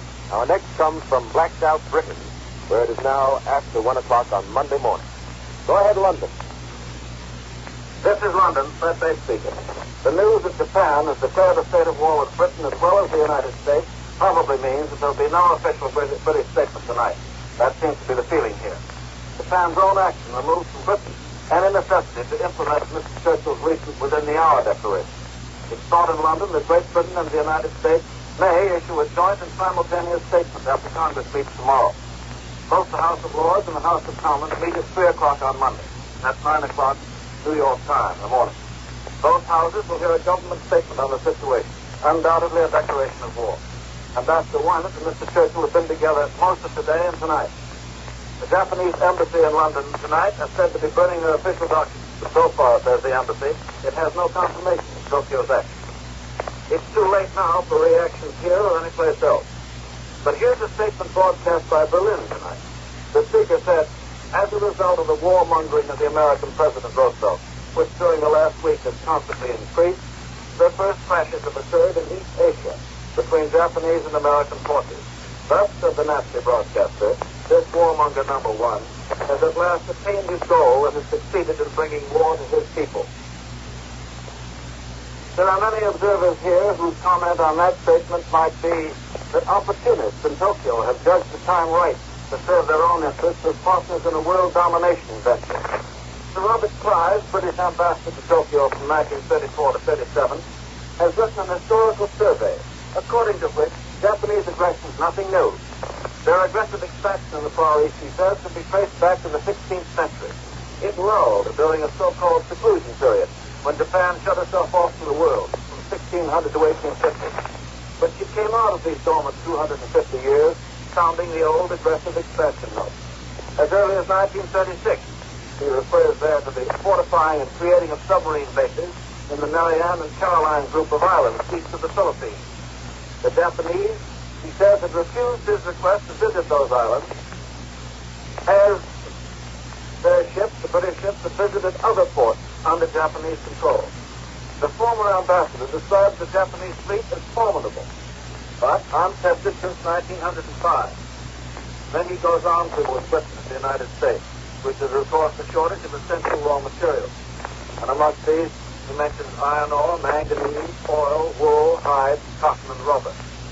Qualifies his mention of Japan's shortages with the significant phrase, unless she can get them by force. This is no time for loose talk, for easy phrases. People throughout our country have watched war from a distance with varying degrees of various reactions. They'll see it now in a different light. It has been brought home to us today with the reports of Japanese war vessels in action 600 miles off our Pacific coast. many of us will see it in a different light. Because we'll feel interests of the United States definitely at stake. There are people at home who believe that our interests, our real long-term interests, are no more at stake now than they have been since Germany went into Czechoslovakia. There are plenty of people at home who've urged preparation, adequate defense against the inevitable. But these were the men and women of vision, people who don't need to burn a hand to learn what fire is like. It seems impossible from over here to think that there won't be others who will review their own opinions and their own responses to those who've issued warnings these last few years. There must be some of them who feel themselves very like the Britishers they criticized as being slow or as appeasers. Geographically, if Japan hadn't taken the initiative and been fast off the mark, if Tokyo had played a waiting, come-and-get-it strategy, this trouble, which has been popularly considered our trouble, but is really everybody's, would have been farther away than the war in Europe. For the man in Omaha, Nebraska, for instance, he's roughly 7,000 miles from Tokyo, but only about 4,200 miles from London, and a little less 6,000 miles from Moscow. Japan has shown what preparation and initiative can do to distances. There's no tendency here to underestimate the serious troubles you'll probably cause, and no doubt the eventual outcome. We return you now to New York. That was London reporting. Before we move to the nation's capital with the further developments on the advent of war in the Pacific, we wish to announce that at 11:30 p.m. tonight, Eastern Standard Time, and again at 12 midnight over many of these stations and over the combined network of the National Broadcasting Company, we will bring you a series of broadcasts and pick-up points from various NBC commentators and observers at strategic points in the world situation. That's at 11:30 and at 12 Eastern Standard Time tonight. Ladies and gentlemen, an important announcement has just been handed to me. The National Broadcasting Company and its associated stations coast to coast are planning to operate on a 24-hour basis. Since the declaration of war by the Japanese government on the United States, the latest bulletins and flashes have been brought to you as they were received in the NBC newsrooms, either in New York, Washington, Hollywood, San Francisco, in Honolulu, and in Manila. In keeping with the Secretary of War's request for defense preparations on all plants engaged in defense work, NBC and its associated stations have frequently broadcast announcements to that effect throughout the country. We repeat, the Secretary of War's request that all plants engaged in defense work or which have defense contracts should make plans to protect those plans from sabotage. Also, Army and Navy personnel on the Pacific Coast and the Atlantic areas have been asked to report to their stations, air bases, and ships at once. NBC's outlets both in New York and on the California coast are being protected by special police guards. The NBC listening posts are on a 24-hour basis, and the California Highway Patrol has detailed special guards at the NBC broadcasting stations in order that the news coming from the Pacific will not be interfered with. And now, we go down to the nation's capital for Borges reporting from the newsroom in Washington. Borges talking from the newsroom of the executive services of the White House in Washington. And I want to say first that according to the latest news, the President is disposed to feel that it is possible that Manila has not been bombed. He has also been on the telephone with Governor Poindexter of Hawaii, who confirmed the news of great damage there, both property and life, including in the city. While he was telephoning with the governor in Honolulu, the governor announced that another wave of planes was coming over. That's some time ago. Right now, the President is upstairs in his study, dictating to Miss Tully, his secretary, and getting together a rough draft of the message which he will read to his cabinet when they meet with him at 8:30, and which he will deliver to Congress as soon as possible, probably tomorrow. Many believe that the message will ask for an open declaration of war against Japan. Senator George is one of the senators who believes so. The enemy bombers appeared over Pearl Harbor at about 7:55 a.m., as you have heard, a dawn attack. The news immediately flashed to the President. He called Secretary Hurley at his home, and Hurley called the press and radio. Bulletin went out at 2:24 p.m. this afternoon. Hurley hurried to the White House. By the time the President had his second piece of news, in elaboration of the first bulletin, NBC had its microphone set up here in this crowded newsroom of the White House, which is meant to accommodate about 12 people usually. There are about 50 crowded around there now. I mention that simply to show you how every effort is being made to get the news to the people. And the White House is cooperating, and it's for our convenience. It has been made the one fountain head where we can concentrate our efforts all over. There has been a conference at the White House, and of course across the road at the State Department, they're busily working, and statements have been given out there. Here's a summary of the developments in Washington so far. An hour before the attack took place, Ambassador Nomura and emissary Kurusu called at the State Department and delivered the reply to Secretary Hull's note of November 26th. The answer so angered Secretary Hull that he declared that he had never imagined any government on this planet was capable of uttering such infamous falsehoods. He didn't know, as he explained later, that an attack had started while those Japanese representatives were right there in the room talking with him. Well, by this time, a crowd of reporters had gathered at the White House executive offices, and we were soon called into Secretary Early's office. And then we learned of the dawn attack in Hawaii and learned of it caused this considerable property damage as I reported just now. Early then went back upstairs to the president's study. And from then on, the bulletins began to come out one after another. And we received the news and gave it out just as it came down from the president. He called us in. The president himself called in first the Secretary of War, the Secretary of the Navy, the Chief of Staff, General Marshall. We learned from time to time in the various bulletins of the torpedoing of an Army transport, fortunately carrying only lumber, 1,300 miles from San Francisco. Later, that an American ship had given distress signal only 600 miles west of San Francisco. And the Secretary earlier read that from a little memorandum that he had made, penciled before him. He looked up and said that, well, that shows that the Japanese submarines are busy. We learned of the attack on Guam. By this time, the President had finished his conference with the War and Navy Secretaries and Chief of Staff and called in Miss Sully as Secretary to begin to dictate, as I said, this rough draft of this message which he read to Congress. In an hour and a half, or about less than that, the cabinet members will assemble, and then at 9:30 they'll be joined by the congressional leaders.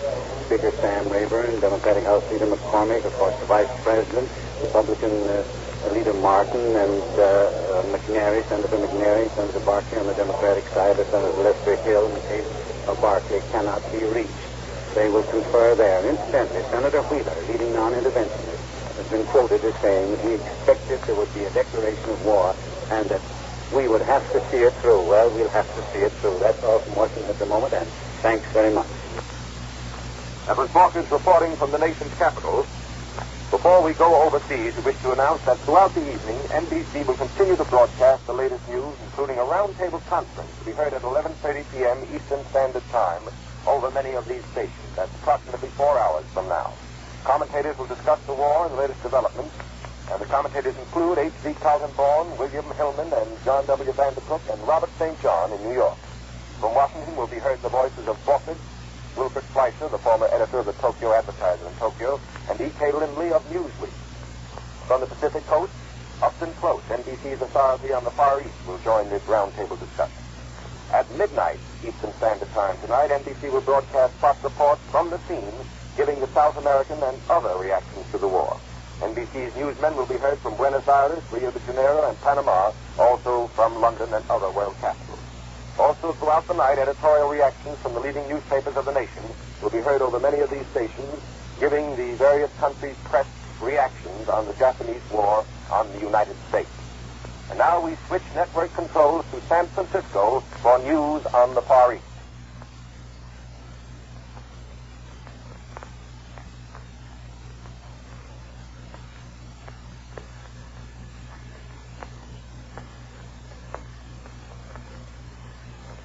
We take you now to Manila. Hello, NBC. This is Bert Simon speaking to you again from Manila. It was announced a few moments ago by the Commander-in-Chief of the Japanese Army and Navy forces in Shanghai that the Japanese have taken over the international settlement in Shanghai and have declared martial law there. All banks in Shanghai have been ordered closed, with the promise that arrangements would be made as soon as possible to carry on business to some extent at least. The public has been warned against doing any damage to buildings or public property with the threat of being shot immediately if they do so. The American consulate has warned all Americans in Shanghai to stay off the streets and not to move from one place or another. Here in Manila, troops are being rushed to their battle positions as rapidly Commander-in-Chief of the U.S. Armed Forces in the Far East, made this statement for release just a short time ago. One of the most striking features which has characterized the past few weeks with their uncertainty and anxiety has been the admirable poise of self-control of the people of the Philippines. Nothing can hurt our military efforts more than a continuation of this calmness and self-restraint. Each individual should continue with fortitude the usual routine and be prepared to carry on with confidence and promptitude such directions from the administration as may be issued for security and well-being. The military is on the alert, and every possible defense measure is being undertaken. My message is one of serenity and confidence. Wherein Lieutenant General MacArthur. Here in Manila, the Yokohama Species Bank in downtown Manila is completely surrounded by armed guards with sawed-off shotguns and machine guns to prevent sabotage or destruction of the bank's funds. It is not officially confirmed whether the personnel of the bank has been taken into custody, but it is expected that they have been. All Japanese stores in Manila failed to open their doors this morning. More about this later when official confirmation can be had. At this moment, the Civil Emergency Administration is working together with General MacArthur's staff on a plan for evacuating the non-essential men, women, and children from Manila.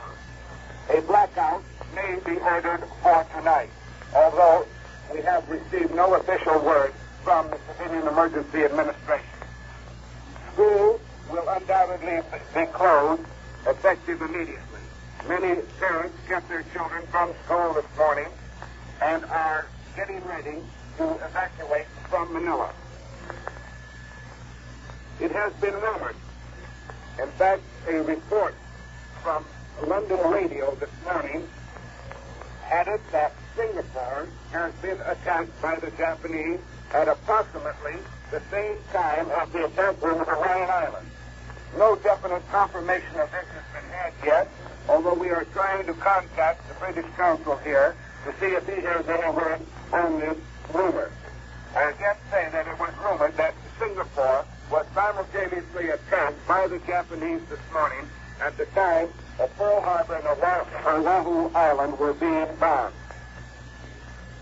Another radio report. An unnamed transport sunk 1,600 miles out of Manila with 350 lives lost. This has not been confirmed. We called up the Naval Department, and they have no confirmation of this. We also have a radio report to the effect that 700 miles off of San Francisco, a freighter was sunk. This also has not been confirmed.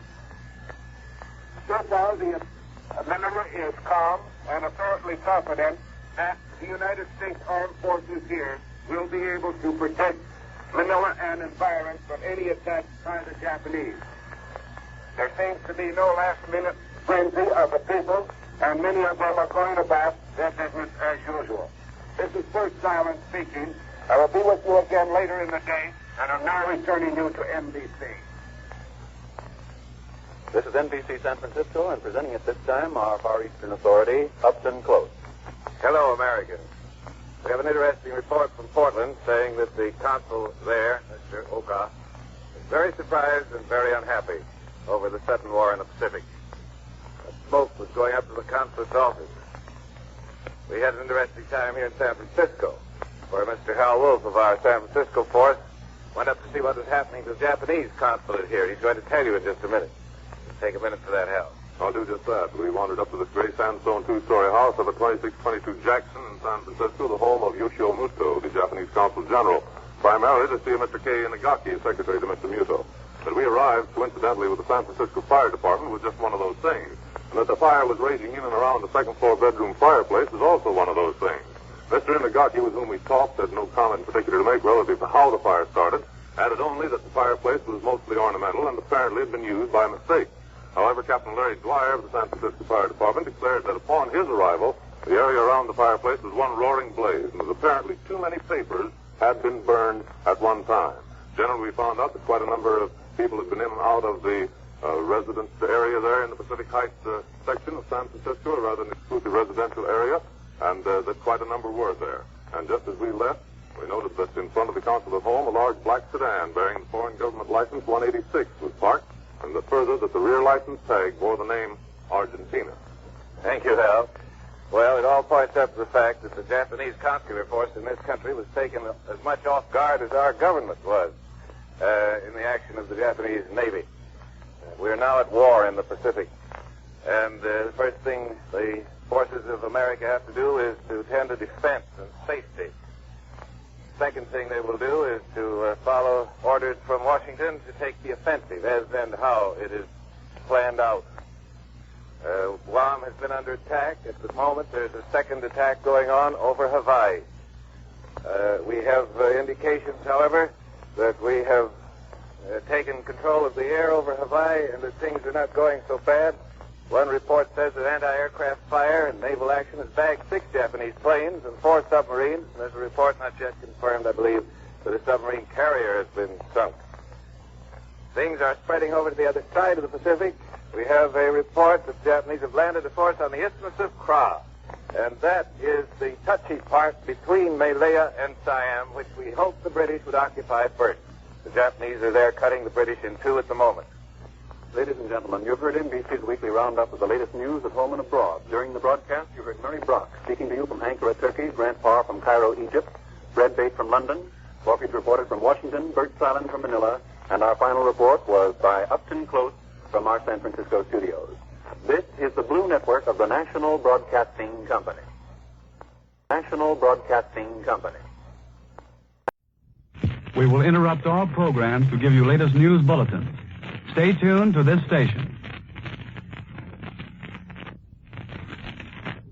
J-L-L-O. The Jell-O program brought to you by Jell-O and Jell-O Pudding, starring Jack Benny with Mary Livingston, Phil Harris, Dennis Day, and yours truly, Don Wilson. The orchestra opens the program with the Gay Ranchero.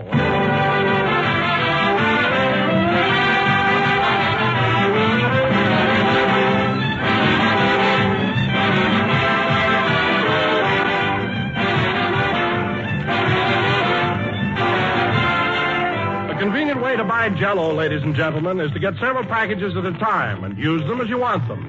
And with the new Jell-O, you can do this without any fear that your supply of Jell-O will lose flavor and freshness as it stands on the pantry shelf. You can now buy a dozen packages of Jell-O at one time and know that they will all stay at the peak of their goodness until you want them. Because today, Jell-O's flavor is locked into the Jell-O particles by an exclusive Jell-O process. The tiny Jell-O particles deliver their full-strength flavor to you intact. Now prove it for yourself. Open a package of Jell-O. Notice that there's no telltale aroma, no sign of escaping fragrance and flavor. But the instant you dissolve the Jell-O, you unlock its captive flavor, and out it pours in all its original richness. Tomorrow, when you order Jell-O, order several packages.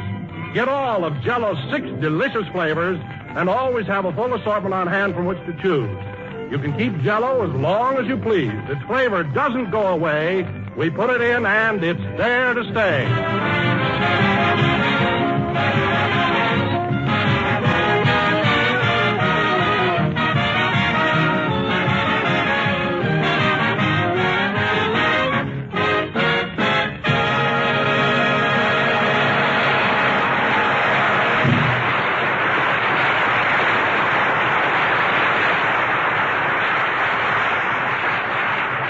The Gay Ranchero played by the orchestra. And now, ladies and gentlemen, it is my very great honor to bring you a man who last Sunday on this program gave you what was undoubtedly the finest performance of his acting career. That's right, Dr. Jekyll and Mr. Hyde. So without further ado, I give you the only actor in America who can make Jekyll and Hyde sound like Brenda and Cobina, Jack Benny.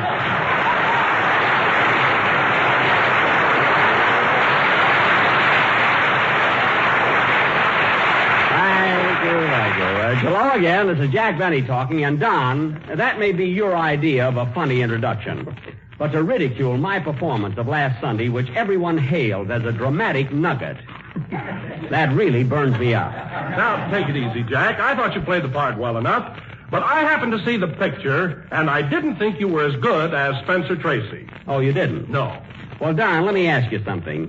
Who signs your check every week? Spencer Tracy or the Benny Goose that lays the golden egg company?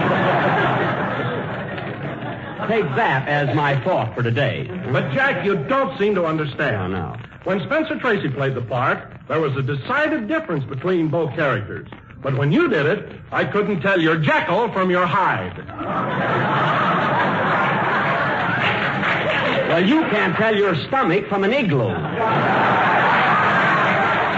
So what do you know about it? A fine pal you turned out to be. Now, Jack. And don't call me Jack. From now on, you will please address me as Mr. Benny, and I'll call you Mr. Wilson. Is that clear? Oh, I think you're being very childish about the whole matter. Absolutely childish. Don't try to bring my age down. Flattery won't help.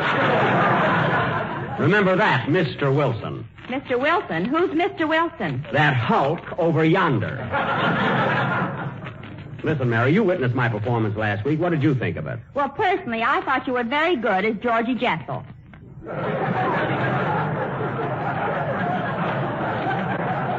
I wasn't Jessel, I was Jekyll. Dr. Jekyll. Well, in that case, phooey. Phooey? What do you mean, phooey? I don't get it. All right, take the word lovely and fool around with it. Let's see. Lovely, lively, Mr. Benny to you. And let me remind you and Mr. Wilson of something that you both may have forgotten.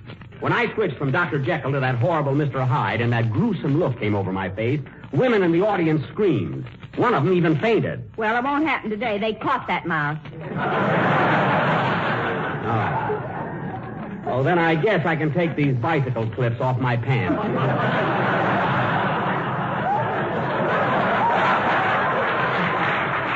However, as long as you and Don are in such a critical mood, I'd like to point out that Christmas is only 18 days away. Why else did you come in mad at everybody? All right, keep it up, keep it up.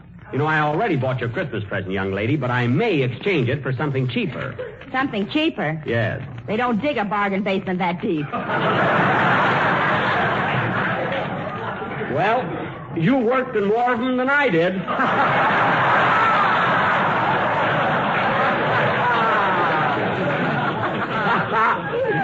I can go along with a ouch. You do that once more, Miss Livingston. There'll be a... Oh, hello, Dennis. Hello, Mr. Benny. Gee, was that a performance you gave last week? Was that a performance? Well, thanks, Dennis. I'm glad you liked it. Not only me, my whole family thought you were wonderful. That's nice. I'm glad someone appreciated me. Listen, Jack, the trouble with you is the minute you do something halfway good, it goes right to your head. Mr. Benny was wonderful. Quiet. Why, to hear you talk, Jack, anyone would think you were the biggest ham in Hollywood. Oh. I'd like to see a bigger one, by golly.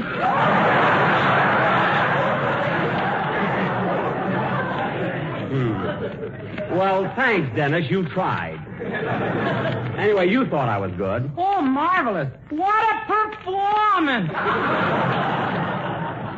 Well, look, kid. I'm making out my Christmas list today, so before singing your song, how about throwing out a few hints? What would you like Uncle Jack to get you? Well, I thought of a few things, but they're pretty expensive. Just name them. You're one person in this cast that deserves the best. Wait till I get my pencil here. Now, what do you want, Dennis? Well, I'd like to have a nice gray suit with a pinstripe. Okay. One gray suit with pinstripe. Anything else? Well, I'd love to have a grand piano to practice my songs on. Okay. One grand piano. Are you sure you got lead in that pencil, Mr. Benny?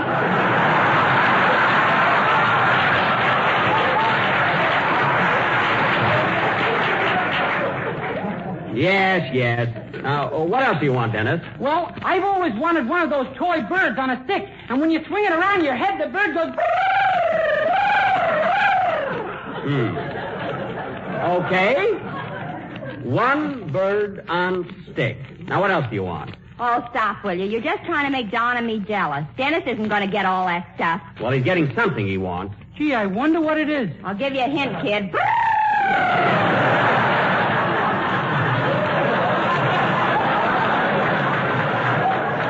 Don't spoil world is surprised, for heaven's sake. Now go ahead with your song, Dennis. Okay. Hold it a minute. Come in. Mr. Benny? Yes? I want to congratulate you on your performance as Mr. Hyde last week. I was so frightened, my hair stood on end.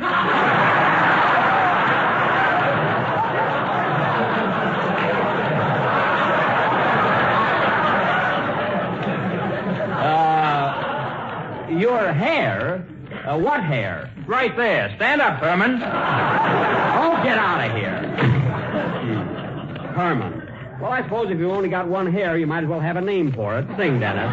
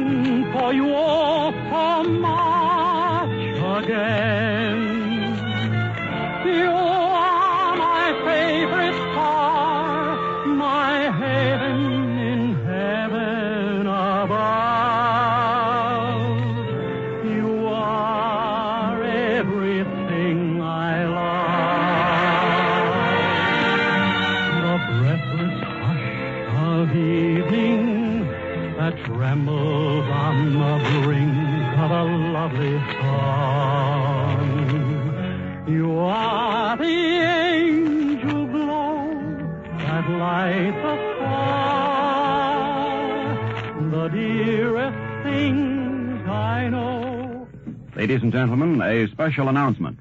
The entire regular personnel of the sheriff's and police office has been placed on a 2-platoon basis with 12-hour shift.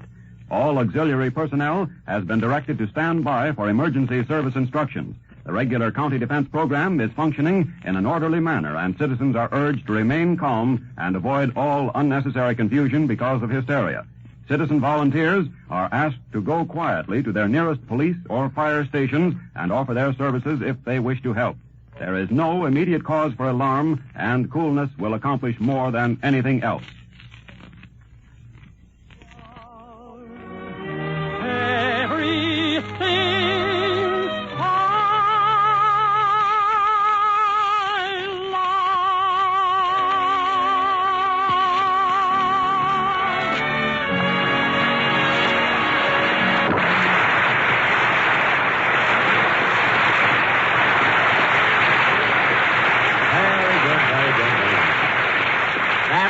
A medley of Everything I Love and All the Things You Are, sung by Dennis Day. Very good, Dennis, but what's the idea of singing 2 songs today, huh? Well, Mr. Benny, I've got 2 girls, and I thought I'd dedicate a number to each of them. 2 girls? Well, that's modern youth for you. You know, Dennis, when I was your age, I was satisfied with only 1 girl. Gussie Bagelquist.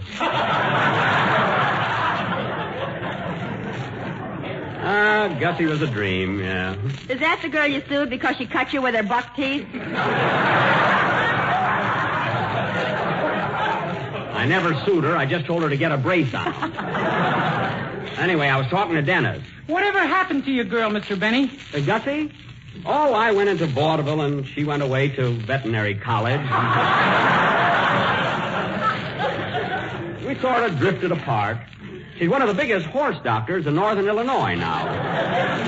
Doing very well, too. Do you keep in touch with her, Mr. Benny? Do you ever write to her? Oh, once in a while when he has a cold or something. Yeah, I had a touch of the flu a couple of weeks ago, and she sent me some pills that were as big as baseballs. And some liniment to rub on my withers. One thing about Gussie, though, I never get a bill from her. That's... Well, Look who's here. Hiya, Jackson. How's my pal? Don't Jackson or pal me, Mr. Harris. Let me ask you something. Did you or did you not go into the Brown Derby after last Sunday's show and tell people that my acting was putrid? Last Sunday? Maybe I did. I say that lots of times. Well, you did. You told everybody at your table that I was very bad as Jekyll and Hyde. How do you know? Because I've got a waiter there that spies for me. Naturally, you couldn't tip a waiter just for waiting on you. Mary, that's a little arrangement between Andre and me. Yeah, I should have known that waiter was a spy. His mustache fell on my soup. Is he wearing a false mustache? I told him not to overdo it. Anyway, Phil, you did run down my performance. Yeah, but I changed my mind about that. You know, I met one of the greatest dramatic actors in this town last night, and he said you were great. Orson thought you were terrific. Who, Orson Welles? No, Orson Buggy. Ain't that a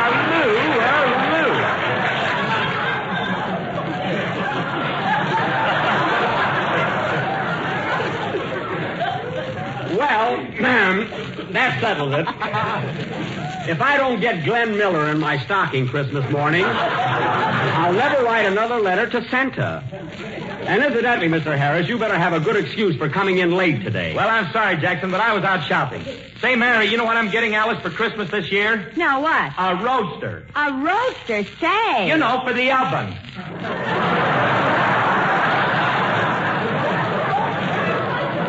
That's a roaster. Buys his wife a roaster for Christmas and calls it a roadster. All right, I'll put wheels on it. That's a Sharpie, eh, Jackson? It's a Sharpie, eh, Jackson? Sharpie.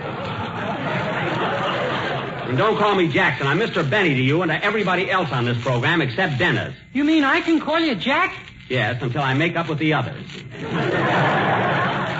What burns me up, I worked my head off on that play last week and did a swell job. You sure did, Jack. And this little episode just shows me who my friends are. That's telling them, Jack. After all, I had to follow a pretty good actor in that part, Spencer Tracy. Why, I would never have even tried it if we both hadn't won the Academy Award. Wait a minute. When did you ever win the Academy Award? And another thing. I said, when did you ever win the Academy Award? And another thing. Answer my question. When did you win the Academy Award? I wish I had, brother. Would I have you in a spot?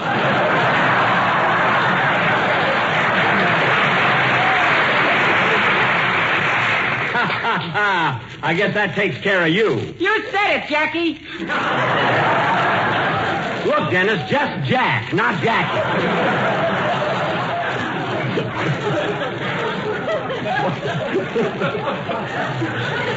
In the minute, she wants to take a whole foot. What a gang. I got a good mind to go home. Oh, for goodness sake, Jack, will you stop acting like a baby? You ought to know the whole thing was a rib. Oh, sure. As a matter of fact, I liked your performance in Jekyll and Hyde so much that I wrote a sequel to it. Well, ain't you the fat little Noel coward? Who cares what you wrote? And Jack, now get this. As a favor to me, I want you to play the leading part in this drama. I'll tell him when he comes in. You can keep your old sequel. But you've got to help me out, Jack. There's no one else in the cast with sufficient dramatic ability to handle it. Look, I'm not going to... Dramatic, eh? Well, all right, Don, I'll do it. I thought you were mad at him. Never mind. You'd go over Niagara Falls in a Dixie cup if someone told you it was dramatic.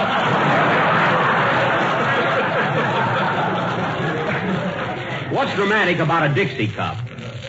Don, you say you've written a sequel to Jekyll and Hyde? Yes, Jack, but my play is called Mr. Hyde and Dr. Jekyll. Oh, well, that sounds interesting. Here's the script. Thanks. Just a second, Don. I'll give you a build-up. Chord, please. And now, ladies and gentlemen, Mr. Don Wilson, that eminent American author, has written another of his famous one-act plays. Take it, Don. The scene is the residence of Mr. and Mrs. Homer D. Hyde in the thriving little town of Upper Plate, Indiana. It is 7:30 p.m. Curtain. Music.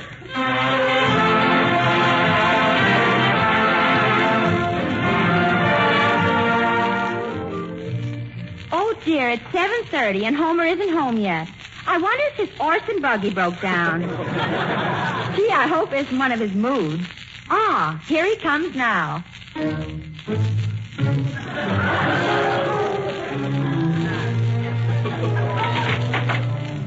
Good evening, Homer, dear. You're a little late, aren't you? All right, I'm late. And I'll be late any time I feel like it. Aren't you going to kiss me, darling? Kiss me. Every night a kiss. I'll kiss you with this umbrella. Ouch! I'm going to bed. Good night. But, Homer, you haven't even said hello to the twins, Otto and Blotto. Say hello to Daddy, children. Hello, Daddy. Hello, Daddy.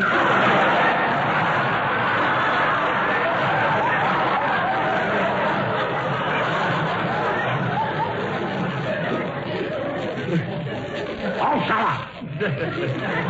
Oh, shut one more peep out of you kids, and I'll kick your teeth out as soon as they grow in.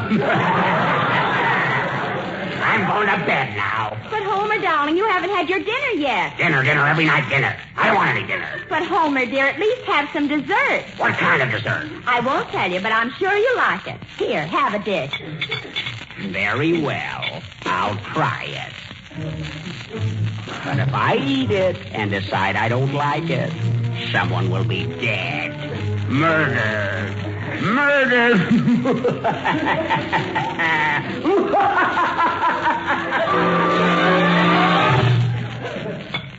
He's eating the dessert.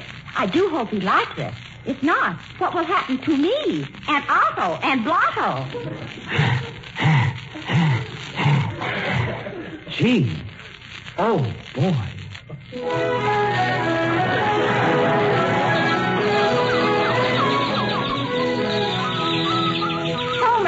Homer, speak to me. Speak to me. Oh, my darling. That tasted so good. What is the name of that tempting and economical dessert with a new locked-in process?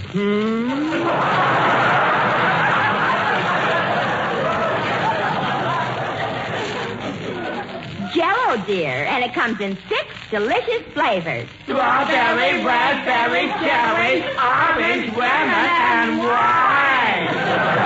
My sons, at last I love you.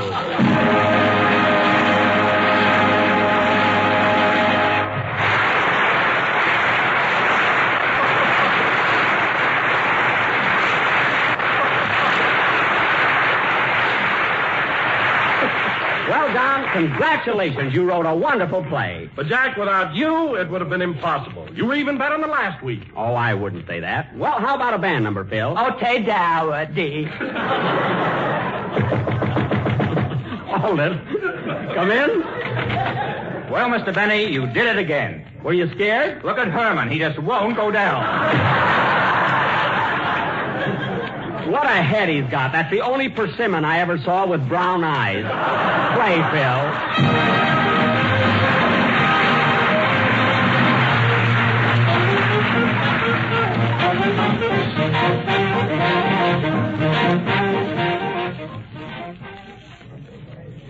Another war bulletin. Shanghai. The Japanese took over the American Shanghai Power and Light Company this morning.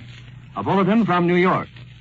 The Japanese news agency broadcast tonight the Japanese Foreign Minister, Shigenori Togo, summoned U.S. Ambassador Joseph C. Grew and handed to him Japan's reply to Secretary of State Cordell Hull's terms for peace in the Pacific.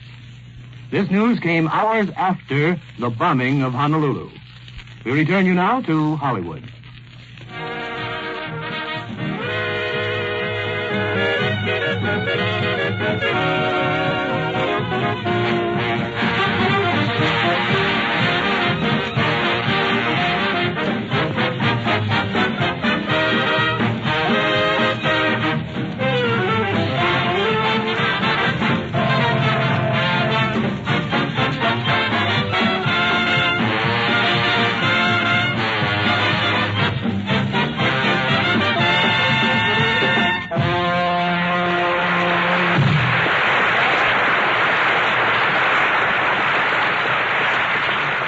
Nango from Weekend in Havana, played by Blotto Harris, and that goes for the whole orchestra. And now, ladies and gentlemen, I would like to announce that next week is a special attraction. Gee, Mr. Benny, I can't get over the way you played Mr. Hyde just now. Was that a performance? It thrilled you, eh, Dennis? I'll say. That crazy laugh just sent shivers right through me. Well. The kid's right, Jackson. How'd you ever learn to do that? Well, Phil, you just have to get into the mood and feel it. You have to imagine that you're a raving maniac. When was the first time you ever did that crazy laugh, Jack? Last year at Santa Anita, he lost 3 races in a row. Never mind. When they caught him, he was chewing down the grandstand like a beaver. Well, you'd be mad, too. So let's forget it. Now, as I started to announce, ladies and gentlemen, next week is a special attraction. You know, Mr. Benny, I'd like to learn how to do that laugh so I can scare my girlfriend. Oh, it's easy, Dennis. Gee, I wish you'd show me how to do it, Mr. Benny. Oh, I don't Come feel on, Jackson, do that laugh for us again. Well, look, Dennis, here's the way you do it. You've got to screw up your face and get it all distorted. Then you rip open your tie and shirt. Well, don't you have to muss up your hair a little? My hair? You know, those 3 Hermans. That's not important. Anyway, Dennis, once you're in this mood, you read a menacing line and then laugh. Now, get this. I'm going out for a walk now. A nice, long walk. And when I come back, someone will be dead. Murdered. Murdered. Ooh. What's the matter, Jack? My jaw slipped out of place. Look at it. His what? His jaw slipped out of place. Get a doctor. Hurry up. What a performance! Don't say you're looking at me. Call my doctor. Dusty Bagelquist, Waukegan 8362. Now, hurt. Just hold your tongue. Now, take it easy, Jack. Take it easy. Oh, it hurts. Just hold still, Jack, and I'll snap your jaw back in place. All right, hurry up, John. Now, brace yourself. Okay.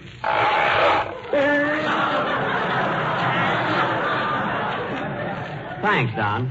Dennis, the next time you want me to show you something, wait till the program's over. Well, it's your own fault for showing off. I wasn't showing off. Phil. Well, I got a few left over from last week.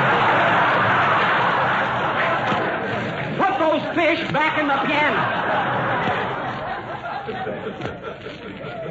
And now, ladies and gentlemen, as I started to announce before I dislocated my jaw, next week as a special attraction, the Benny Stock Company is going to present... Oh, now what? Hello? Hello, Mr. Benny. This is Rochester. What do you want? Boss, it's no use. I tried and I can't get Carmichael to go to sleep. Rochester, that polar bear's got to go to sleep. He's supposed to have been in hibernation over 10 days ago. Uh-huh. If Carmichael doesn't get to sleep by the middle of this month, he'll be a wreck in the spring. Where is he now? Sitting up in bed reading Esquire. Esquire? Well, take it away from him. Oh, come now, boss. He's been around.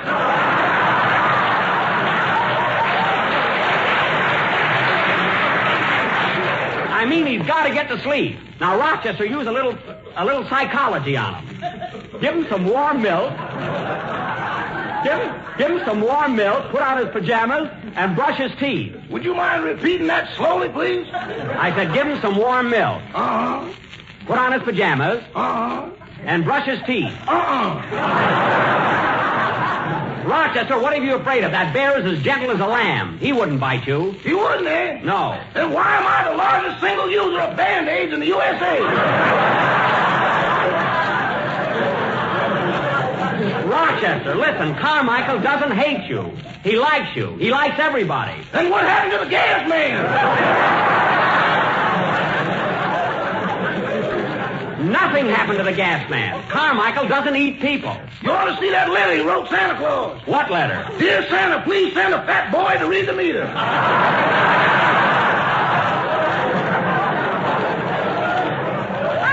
Oh, stop making things up. Now, you keep Carmichael in bed, and when I come home, I'll sing Rockabye Baby to him. That'll put him to sleep. Okay, so long. So long. Oh, say, boss. Now what? Are you coming home for dinner tonight? Yes. Well, that'll finish up the wild duck. Good. So long. I gotta get that bear to sleep before Christmas or he'll want a present. Play, Phil. Ooh, my jaw.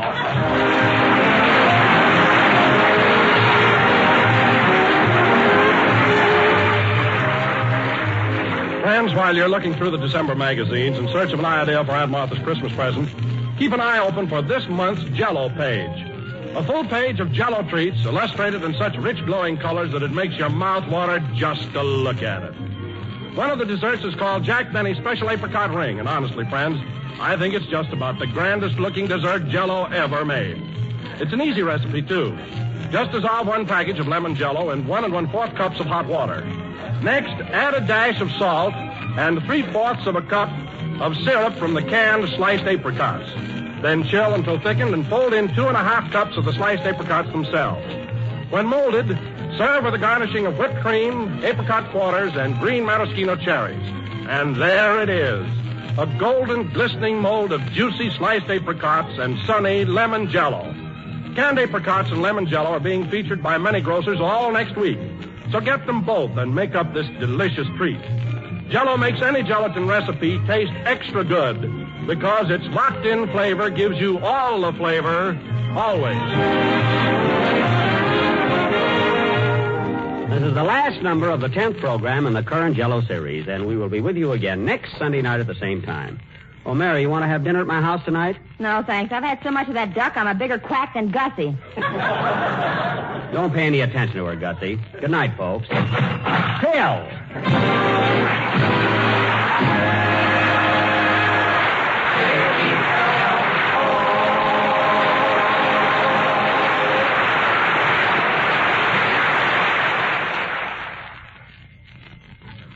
Tomorrow, when you visit your grocer's, look at the shelf where you always see those familiar packages of Jell-O. Right beside them, or very near them, you'll spy another Jell-O product.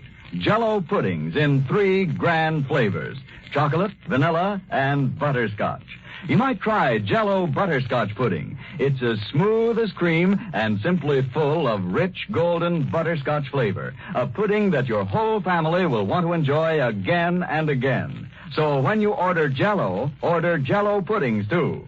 They're just like Grandma's, only more so. This is the National Broadcasting Company.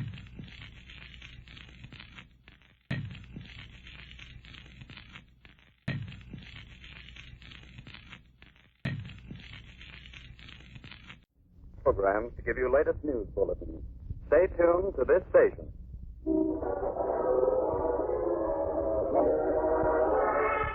Here comes the big bandwagon. Well, a while, let us talk.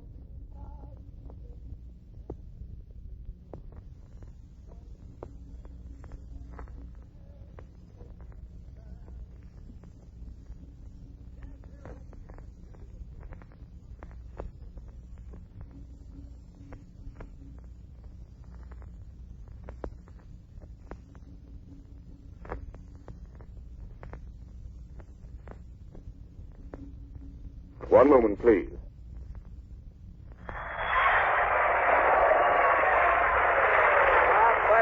Thank you, Mr. Dahlstead, and hello, everybody. Well, folks, a trip all the way out to Hollywood just wouldn't be complete without getting to know that product for which Hollywood is most superlatively famous. Of course, I mean that.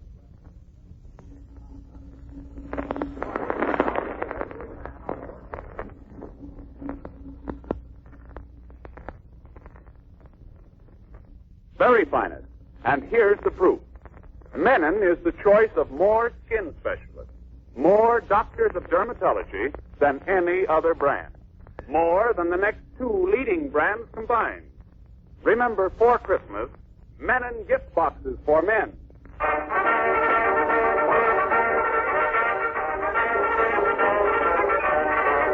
As our story opens, it is 5:30 a.m. at the United States Marine Corps base, and the bugler is lustily, if not melodiously, heralding the arrival of a new day.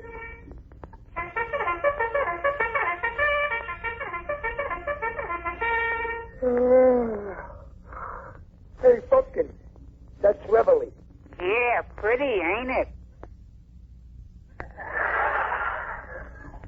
You know, the beds they give you here make it a pleasure to get up in the morning. Well, when you get rich, Lighthouse, you can buy your own bed. Yeah, I got it all picked out, only it ain't exactly a bed. No? No. It's one of them chasing lounges. A chasing lounge? Yeah, I was reading all about them in the Sears and Rowboat catalog. I never heard of them. Well, they ain't really for sleeping. They're for people who get tiresome in the afternoon and feel like collapsing. Hey, did you guys hear Reveille? Sure. Well, doesn't it mean anything to you? Nah, we're not music lovers. Ah, so you don't like the bugle, huh? At this time of morning, we wouldn't even like a sympathy or... Declared San Francisco in a state of emergency tonight and demanded the immediate cessation of all strikes in order to present a united front. Bulletin from Washington. Secretary Morgenthau tonight closed the nation's border to Japanese nationals and imposed a strict ban on any financial transaction by Japanese aliens. We return you now to Hollywood. Always looking for a fight, that Sergeant Bliss. They tell me he won't even talk to himself without taking his glasses off. I understand he found out about Sergeant Coit sending him that fake telegram last week. Yeah, and he promised to punch Coit in the nose the first time he runs into him. Well, with Bliss, a promise is a promise. Sure, he's very promiscuous. Boy, there's nothing like a good cold shower once you get under it. Yeah. It wakes you up, fills you full of pep, and makes you tingle all over. Is the water any colder than it usually is? I don't know. I ain't under it yet.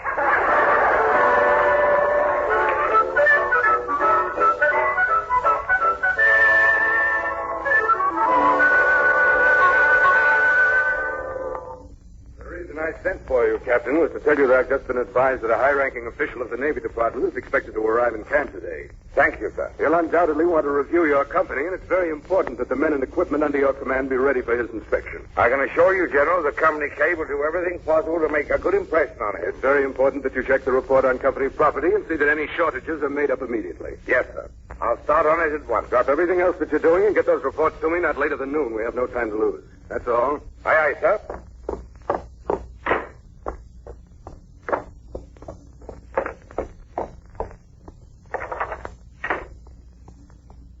Captain Flagg? Yeah? What is it, Quest? Say, Flagg, Sergeant Bliss just found out about that phony telegram I sent him last week, and he says he's going to punch me in the nose today. Well, you have lovely weather for it. He can't scare me with any of his threats. But when I tangle with Bliss, I want to be able to do a good job of it. Well, nobody's stopping you, unless it's Bliss. Don't make me laugh. We've just got to think of something to stall Bliss along until I'm in condition to knock his head off. I haven't any time to help you solve your personal matters, Quest. Go and find Sergeant Bliss and tell him I want a complete report of small arms. Bliss? Oh, I just got through telling you that Bliss is going to give me a punch in the nose the minute he sees me. Well, tell him I want him to give you the report first. Listen, I wouldn't talk to that guy. Well, what's the matter? You afraid of him? You know I'm not afraid of him. But what chance would I stand with a sprained wrist? Oh, you told me once that you could lick him with one hand. I could, but this is the wrong hand. I also want you to tell Corporal Gowdy to make a detailed list of all automatic weapons and extra equipment. I'll do it right now. I think he's in the library here. I'll tell him. Yeah. And then come to my office as soon as you get through. Okay, Flagg.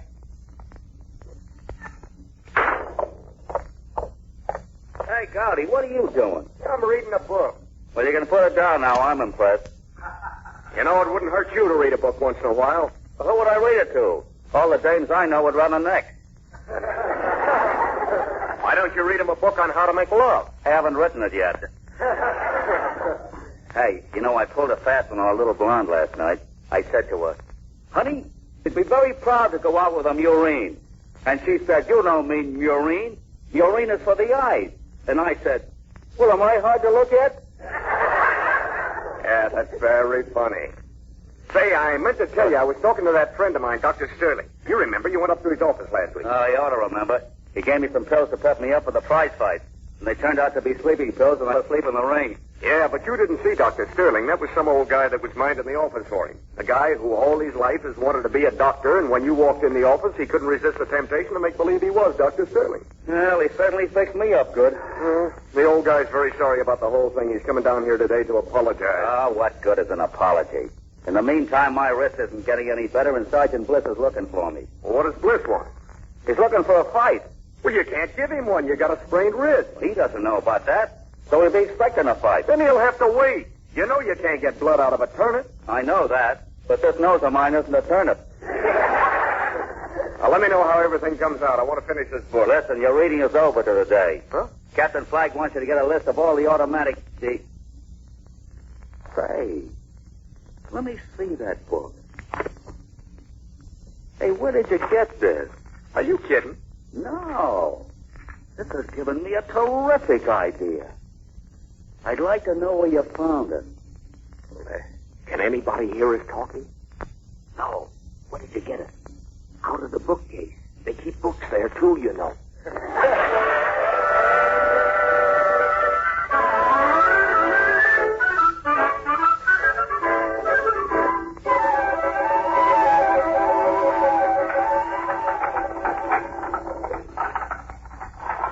Are you telling me the truth when you say Sergeant Quirt isn't here? Sure, what would he be doing in the kitchen? I thought maybe he'd come in for some of those delicious beans of yours. What's the matter with him? I've been cooking them for years. Sure, and they taste like it. You know, you just cook them as a matter of routine. Your heart isn't in it. My heart's not supposed to be in it. The recipe calls for pork.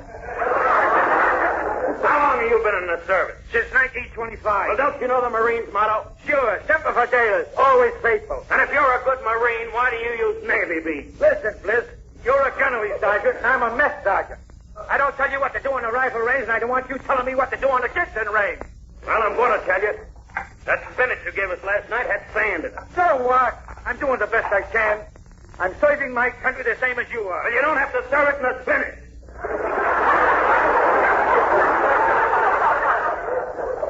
I didn't come here to argue anyway. I came here to find Sergeant Quirt. I've already told you he ain't here. Well, that's too bad. I had a little something I wanted to give him. Yeah, he may drop in later. You can leave it with me if you want. I'd like to, but it's a little present just for him. If you give it to him now, aren't you afraid he'll open it before Christmas? No, he won't be able to open it before New Year's. It's a black eye I'm giving him, and it's a hand-painted one. Flag, this is the best idea I've had in years. Did you get those reports for me, Quet? I got the idea from a book that Gowdy was reading in the library. The Science of Hypnotism. Hypnotism? Yeah, I'm going to hypnotize Bliss. Are you crazy?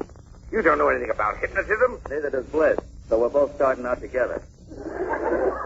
Did you ever see a reptile hypnotize a bird? No. I haven't time to watch you. Well, it's all done with the eyes and the mind. Well, you've got the eyes. Well, according to the book, there's nothing to it. Now, this is how it's done. I see Bliss coming toward me. Look, Quet, I don't have time for this sort of foolishness. The general is coming on. on. A hypnotic eye like this. Now, Bliss's nicknames are Bulldog, Wildcat, and Tiger because he thinks he's wild. So when I'm giving him the beady stare, I plant in his subconscious mind that he isn't wild. I keep staring at him and repeating, I'm just a little wildflower, growing milder every hour.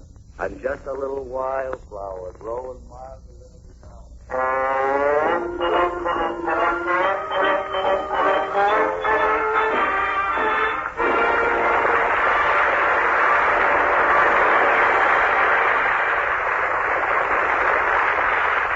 Just a moment, we will return to our story with Victor McLaglen as Captain Flagg and Edmund Lowe as Sergeant Quirt. Ladies and gentlemen, any man on your Christmas list will be mighty pleased to receive a handsome Menon Christmas gift box. A gift box of Menon shave products. They're America's finest. The favorite with skin specialists. Yes, a recent impartial survey proves this important fact. Proves that more doctors of dermatology, specialists on skin care, use Menon shave products than any other brand. More than the next two leading brands combined. No other shave products offer such authoritative proof of quality. A fact that makes Menon gift boxes for men the perfect Christmas gift. There are 4 Menon gift boxes, each with a magnificent cover picture painted by a famous artist. Inside each gift box is a generous supply of Menon shave products.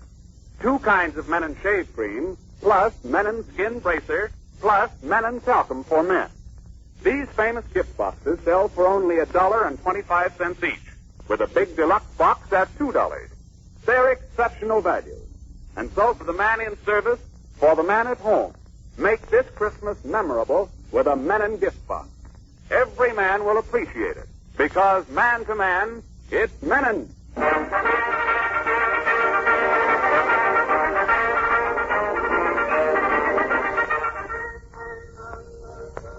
I'm just a little wildflower, growing milder every hour.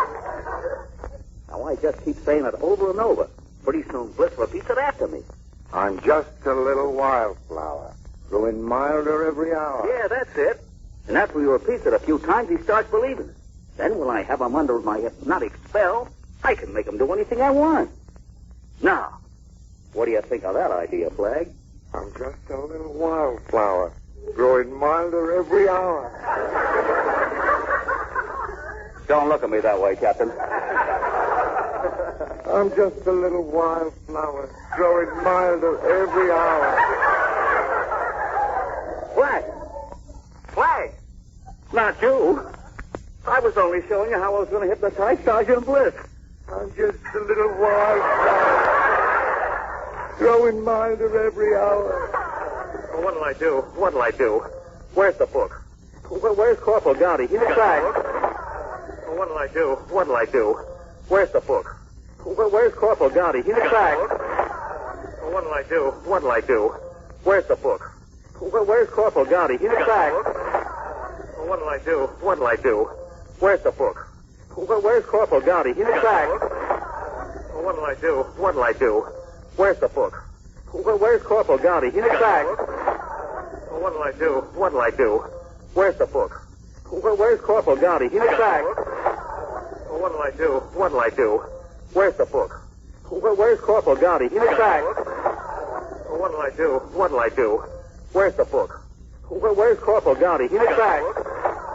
Well, what'll I do? Where's the book? Where's Corporal Gowdy? He's back. Well, what'll I do? Where's the book? Where's Corporal Gowdy? He's back. You know what it takes? I'm just a little wildflower, growing milder every hour. I don't know what's going on over there, but I'll be right over and find out. I'm in my power, growing milder every hour. I don't know what's going on over there, but I'll be right over and find out.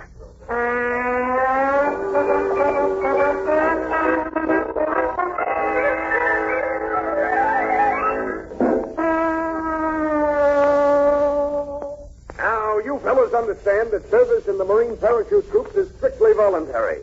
These troops are hand-picked, and only top-grade Marines are accepted. You know what it takes to be a parachute jumper? You know what it takes for a man to go up 25 or 30,000 feet in the air? I said, what does it take? An airplane. All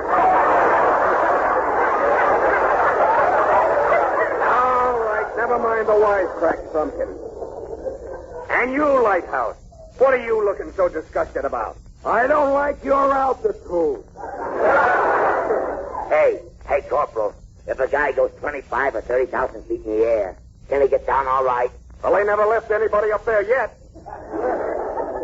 But supposing you jump out of a plane and your parachute don't open, then what? Then you bring it back and they give you another one. You mean they won't be mad at you? Ain't it dangerous in one of them planes? No, in case of any trouble, you always have a radio. Well, if there was any trouble, I'd be too nervous to sit around and listen to the radio. Above 17,000 feet, you have to breathe oxygen. Hey, what's that? It's pure air out of a tank. Hey, are you kidding? What do you mean, am I kidding? Well, I've ridden in them tanks, and I didn't think the air was so good. This is a different tank. How do you know which one he was riding in?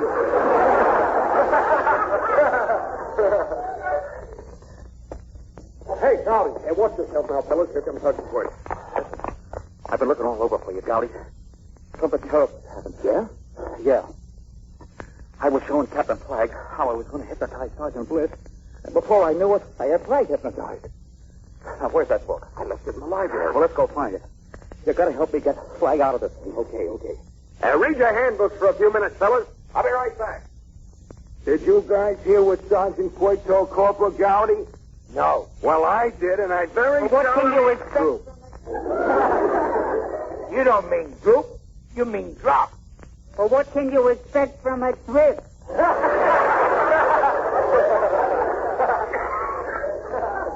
Captain Flag has been hypnotized. Hypnotized? Yeah, he's in a transom. I never understood much about that stuff. Well, it's the way that you put people in a coma. Well, ain't that hard to do? Not when you know how. Say, for instance, you wanted to hypnotize me. You would just stare in my eyes and work on my unconscious mind.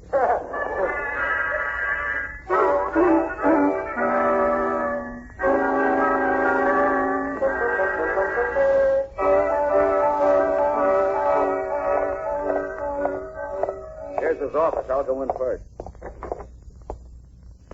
I'm just a little wildflower growing milder every hour. Oh, Captain, will you snap out of it? How do you feel, Captain Flagg?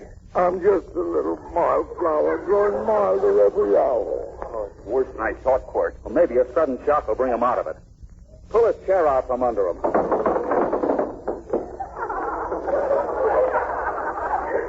I'm just a little wildflower growing milder every hour. I heard somewhere once that tickling would bring him out of it. Tickling? Well, let's try it. Take your shoes off and we'll tickle his feet. Okay. The other one, too. All right. Now, you tickle one and I'll tickle the other. You take the right foot. I'm left-handed.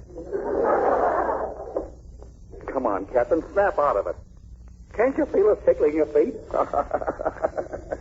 Oh, I'm just a little wildflower going milder every hour. Tickle harder, Gowdy. I'm tickling as hard as I can. Oh, I'm just a little wildflower going milder every hour. Oh, this isn't doing any good. Maybe if we could make him mad, it would bring him to. Well, slapping might help. Well, we gotta do something. All right, let's start slapping him. Okay. Gee, I hate to do this, poor Captain. Well, we're doing it for him.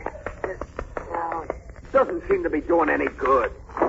It will. Keep it up. What's going on here? Oh, it's General Erskine. Is this any way for you men to treat your commanding officer? I'm just a little wildflower growing milder every hour. The captain sprawled on the floor, his shoes off, and a sergeant and a corporal slapping his face. What's the meaning of this? Well, Captain Flagg is hypnotized. Hypnotized? Yes, sir. And we're trying to bring him out of it. We've tried everything, sir. Yeah, I was showing Captain Flagg how I was going to hypnotize Sergeant Bliss, and, well, before I knew it, the captain was hypnotized. And why should you want to hypnotize Sergeant Bliss? Well, he's looking for me to punch me in the nose, sir, and I can't fight because I got a sprained wrist. And why don't you go to Bliss and tell him the truth about your wrist? The truth? Well, that's an idea, sir. I never thought of that. First, we must do something about Captain Flagg. I'm just a little wildflower, growing milder every hour. Here, help me sit him up here on this chair. There we are. The corporal, run over to the base hospital and get Dr. Cleary. Yes, sir.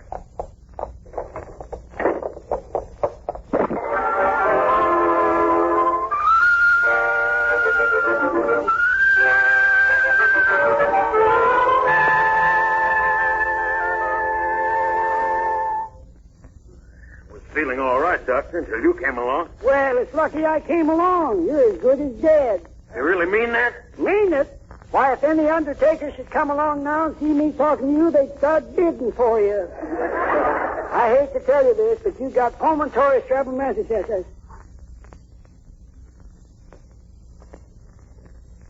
Washington, the War Department gave the White House a preliminary estimate of 104 dead and more than 300 wounded tonight in the Army forces alone as a result of Japan's bombing of the island of Oahu.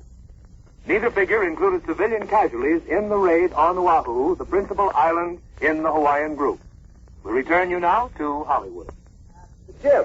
That's the place to get his mighty power. Jonah started rowing out to sea and soon met his pals, the three little fishes, who said, Beep, bop, dig, and bottom, what, and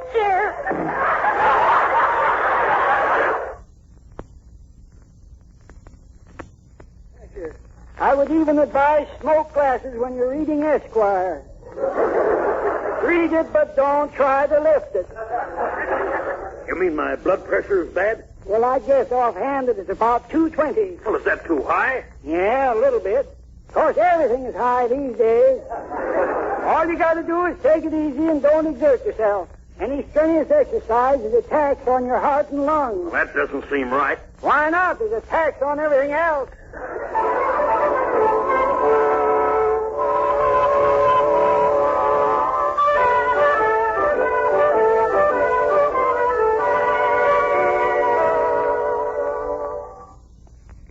Why did the general have to suggest my finding Bliss and telling him the truth about my wrist? I'd rather take a punch in the nose than do this. But I guess it's the only way to keep him getting a punch in the nose. Well, here comes Sergeant Bliss now. Oh, I better talk fast. Hey, Quirt, I want to see you. I want to see you too, Bliss. I was looking for you, Quirt. So was I.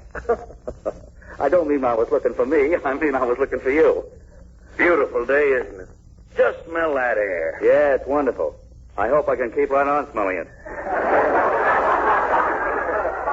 Blue skies, sun shining, birds singing in the trees.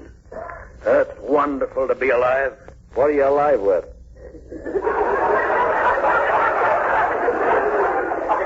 You know, it's silly to have a grudge against anybody. I'd rather be kind and sociable. Did I tell you I just found out I had a bad heart? When did you find that out? About 10 minutes ago. Mustn't overexert myself or have any excitement. Well, I certainly wouldn't take advantage of you if you were in that condition. You mean you're willing to be friends? Why, sure. Then the two best top sergeants in the Marines ought to shake hands. Oh! Look out, that's my sprained wrist.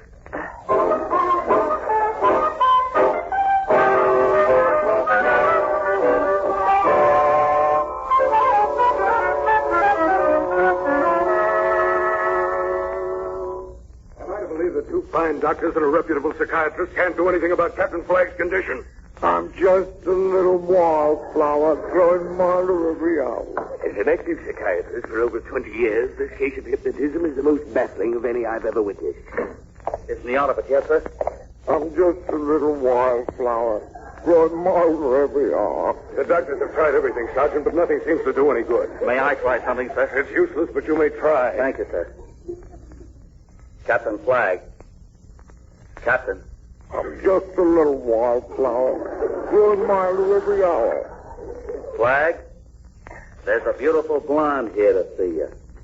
She's the most gorgeous girl you ever saw. She's crazy about you. Give me a glass of water, somebody. She's mad about you. She's crying because you won't talk to her. Here's the water, Sergeant. Don't let her cry. Can't you feel her tears dropping on your cheeks?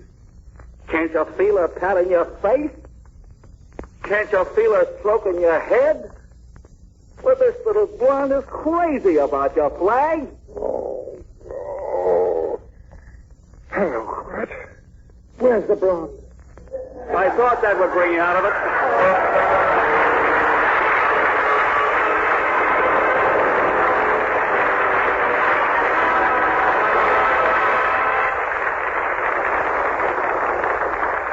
Flag and Sergeant Quirt will return in just a moment. Gentlemen, you know it's always important to look your very best, to keep your face looking smooth and well-groomed. And it isn't difficult. In fact, it's extra easy the Menon way. See for yourself. Just try the quick 3-step Menon shave. Now, here's how you do it. Step number 1. Use your favorite of the 3 Menon shave creams.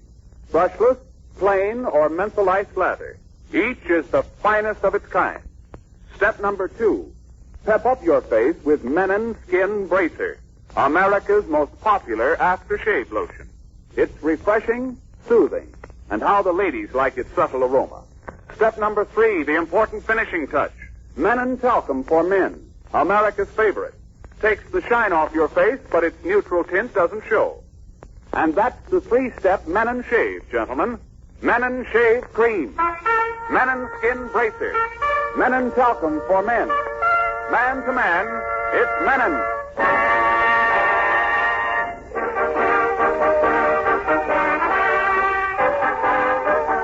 For men in the U.S. services and for men at home, this Christmas give Menon gift boxes. They're handsome, practical, outstanding value. Each gift box contains everything for the perfect shave. The 3-step Menon shave. Choose from 4 different boxes, each with a picture cover painted by a famous artist. 3 Menon gift boxes are priced at only $1.25 each. The big deluxe box sells for $2. Here or in Canada, see your druggist for these outstanding gift boxes for men by Menon.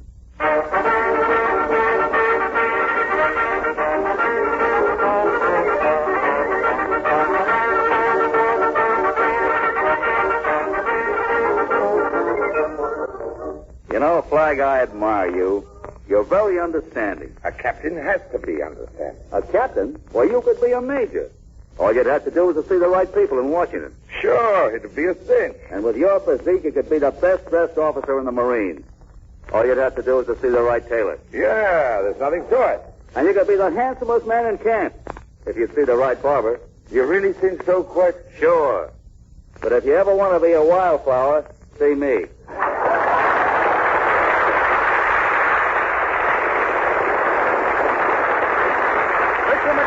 Captain Flagg and Edmund Lowe as Sergeant Quirt in the humorous side of military life. Written by John P. Medbury and presented each week at this time by the Menon Company, the greatest name in shaving. Original music on tonight's program was composed and directed by Lou Kozloff. Hal Gibney speaking from Hollywood Radio City.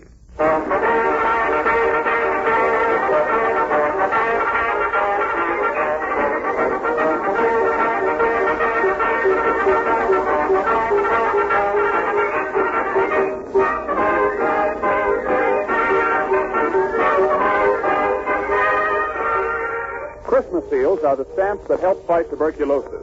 Your contribution to the health and strength of our nation. Buy your Christmas seals today. This is the National Broadcasting Company.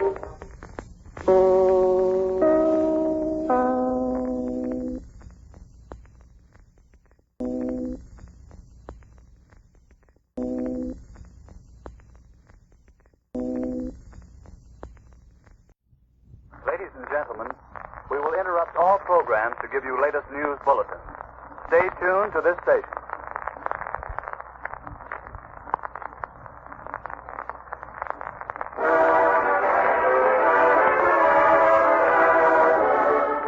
Here comes the fifth bandwagon. Laugh a while, let a song be your side. You sip shampoo. Don't despair, use your head, save your hair. You sip shampoo. Yes, there once again is the musical greeting that welcomes you to another gay ride with a Fitch Bandwagon. Brought to you by the makers of the famous Fitch's Dandruff Remover Shampoo and Ideal Hair Tonic. Again, we bring you one of America's great dance bands and that man who knows his band, Toby Reed.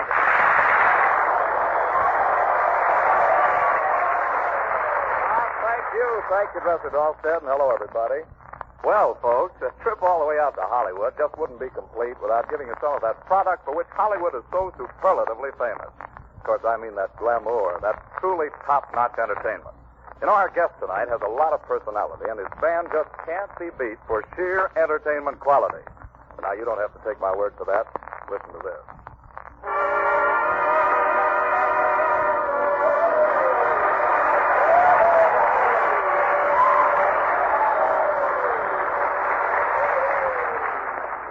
Yes, it's none other, Horace Hyde. Well, Horace, tell me, how'd you like that build-up I just handed you? Toby, don't you think you went just a little overboard in all that praise? Oh, not at all. Don't you realize that Horace, Hyde, and Hollywood all start with the same letter? Yes, but do you realize that also starting with the same letter H is a kind of meat that comes sugar-cured from Virginia? Well, that joke's good on whole wheat toast. Mighty subtle, Horace. You know, it stops me cold. And while we're stopped, let's listen to your arrangement of the Piano Concerto in B-flat. You know, we've heard it a lot of times featuring piano, but never have we had an opportunity of hearing it arranged for the famous Horace Hyde triple-tonguing trumpeter.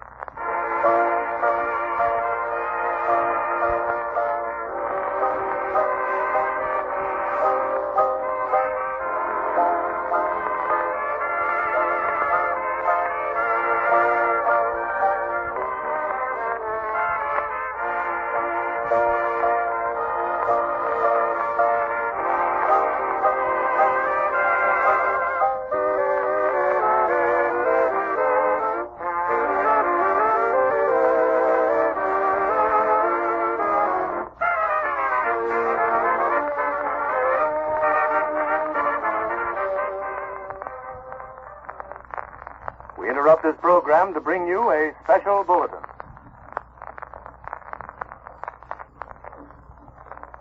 San Francisco, with the entire West Coast on a virtual war basis, Mayor Angelo J. Rossi declared San Francisco in a state of emergency tonight and demanded the immediate cessation of all strikes in order to present a united front. Bulletin from Washington. Secretary Morgenthau tonight closed the nation's border to Japanese nationals and imposed a strict ban on any financial transaction by Japanese aliens. We return you now to Hollywood. Well, folks, I went out to see Horace Heights Ranch in the valley the other night. Believe me, I'm still breathless. It's just a half hour from Hollywood and completely out of this world. Why, there are orange groves producing those famous pot of gold oranges. Toby, it's so cold the past week that I've had to light the smudge pots every night. Smudge pot? Yes, Toby, you know what a smudge pot is. A tin can that burns oil and smoke. And you find them on any used car lot in Hollywood.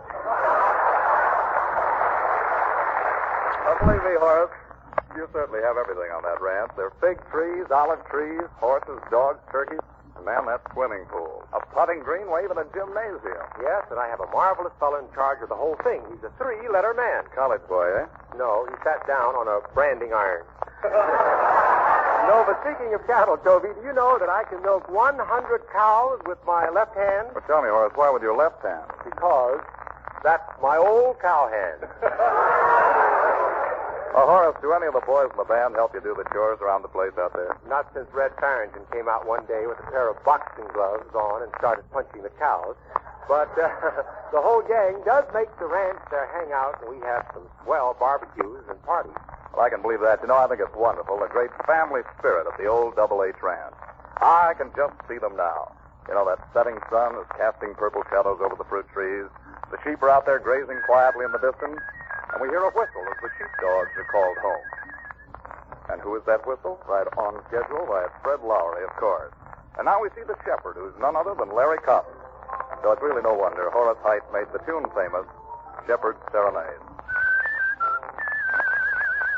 I heard a lonely shepherd play.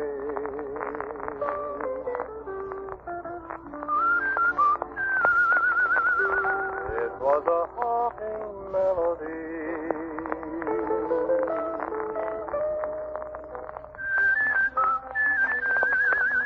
I heard the music clearly say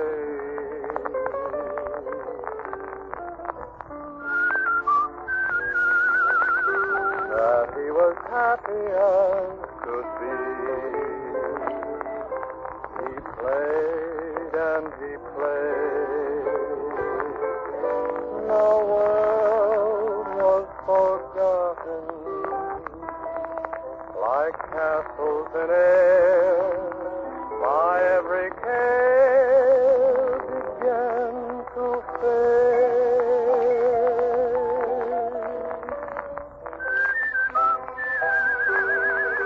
If he would only play forever,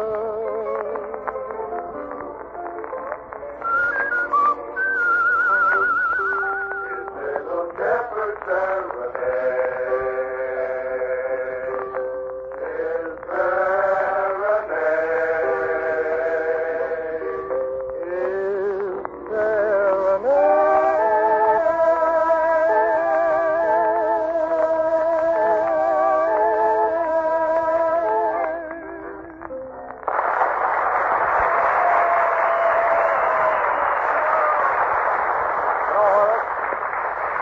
I was reading your biography the other day, and from it I learned that you have the most versatile band on earth. Toby, my boys are so versatile they make music from that little round bottle that bears the Fitch label. But that's easy, Horace. As a matter of fact, that familiar bottle of Fitch's Dandruff Remover Shampoo is music. For who doesn't feel the urge to sing the way Fitch Shampoo makes the hair so attractive and antiseptically clean? Fitch's Dandruff Remover Shampoo is so easy to use, too. Applied to the dry hair and scalp, Fitch's penetrates and cleanses the thousands of tiny hair openings, actually dissolving the dandruff. Then, when a little hard or soft water is added, a rich, abundant lather forms to carry off this dirt, dust, and dandruff. No after rinse is necessary. Yes, Fitch Shampoo is that easy to use, and it's not expensive.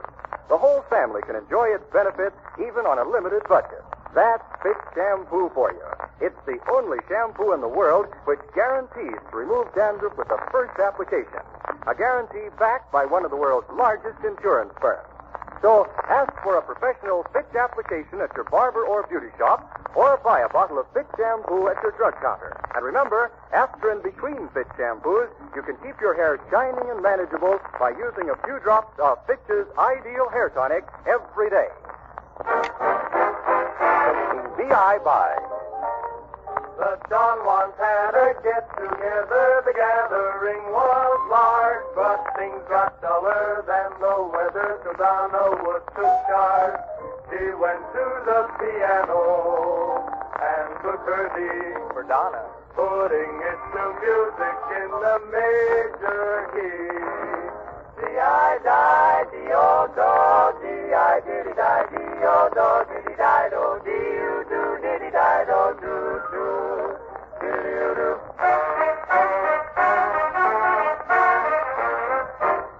Then Private John and Julia said they'd sing a duet, but when they started in, we saw that they were all wet.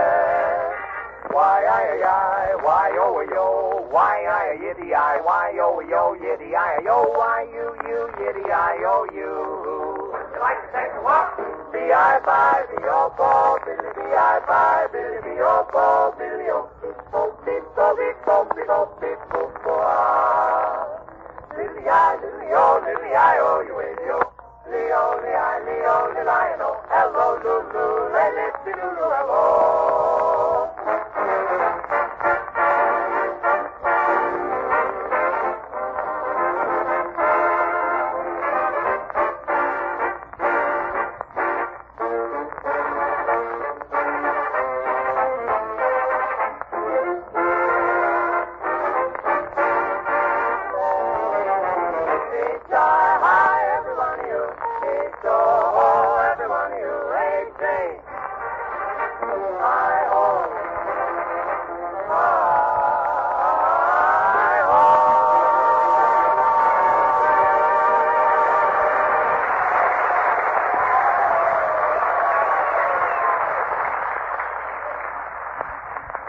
The other day, I read about some of the problems that Ringling Brothers Circus face when they're out on the road. And I can't help but think that with your company of 30 performers, you've got a lot in common. You know, it takes 4 tons of food every day just to feed that Ringling outfit. That's nothing. Red Farrington alone equals that food bill. Horace, how in the world do you take care of the 1,000,001 details that must crop up when you're traveling on the road? Well, we're set up like a small town with administration duties divided among the various members of our organization. Now, wait a minute. You mean you have a mayor, a clerk, police force, and all that sort of thing? That's the idea. For example, there's a librarian to take care of our music, a station master to take care of our railroad tickets, and a treasurer to more or less distribute the paychecks. Well, who gives out those paychecks? I do. And who are you? Beauty. And that gives you a rough idea of how the boys get paid. I see what you mean now. Well, tell me, who's the mayor of your city government, Horace? I am the little flower of Hikeville. Yeah, with a name like Horse, it was only natural we should choose him as our mayor.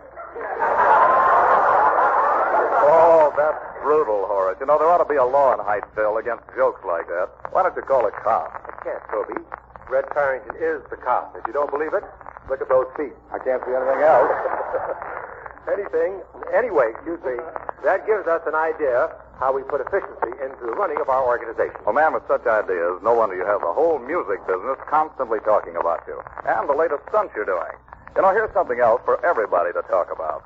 And I mean the piano artistry of Frankie Carl and a Frank DeVoe adaptation of the familiar Turkish march by Mozart. That was recently recorded, incidentally, by Horace Heidt under the banner of Carl meets Mozart.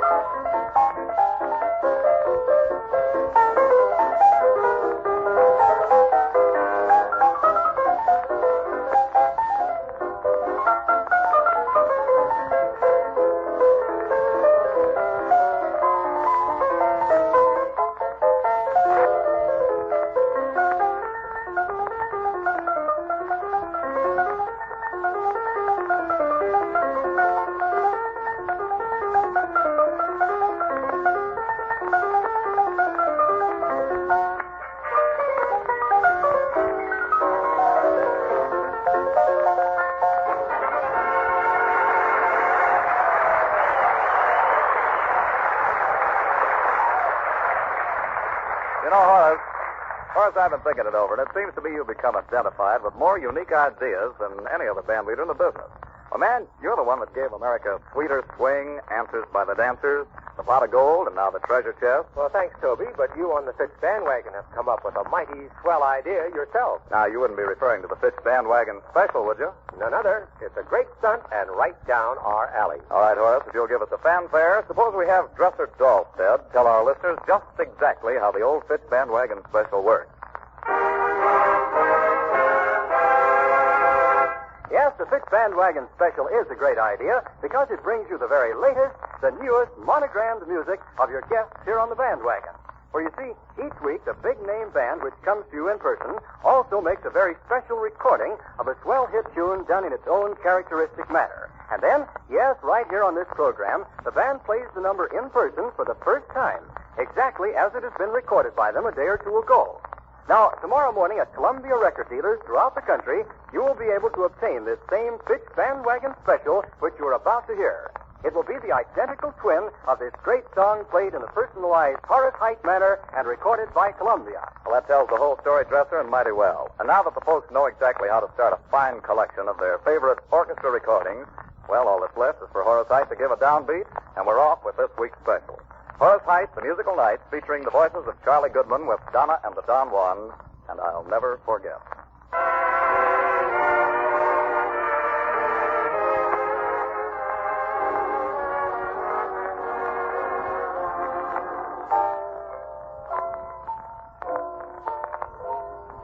While there's a rose crushed in a bush, while there remains a dimly lit note, I'll remember the vow that we took. I'll never forget. While automobiles park in the dark, rendezvous hid by the dark in the park, I'll remember the touch of your arms. I'll never forget. The dreams we wasted, lavishly spent, I wish we could squander again. Those kisses recaptured would keep me content, but I'm wishing in vain. I carelessly watched the hours slip by, thought they were countless like stars in the sky. Now they're memories, a tear that I'll never forget.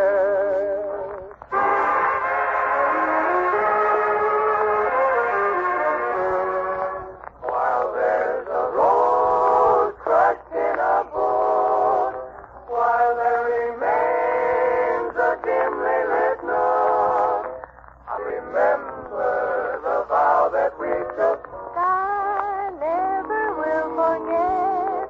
Never, never, never, while automobiles park in the dark, rendezvous hid by the dark in the park. I remember the touch of your arms. I never will forget. Dreams we wasted, lavishly spent, I wish we could squander again. Those kisses recaptured would keep me content, but I'm wishing in vain, just wishing. I carelessly watched the hours slip by, thought they were countless like stars in the sky. Now they're memories, a tear in the dark. I'll never forget. No, I'll never forget.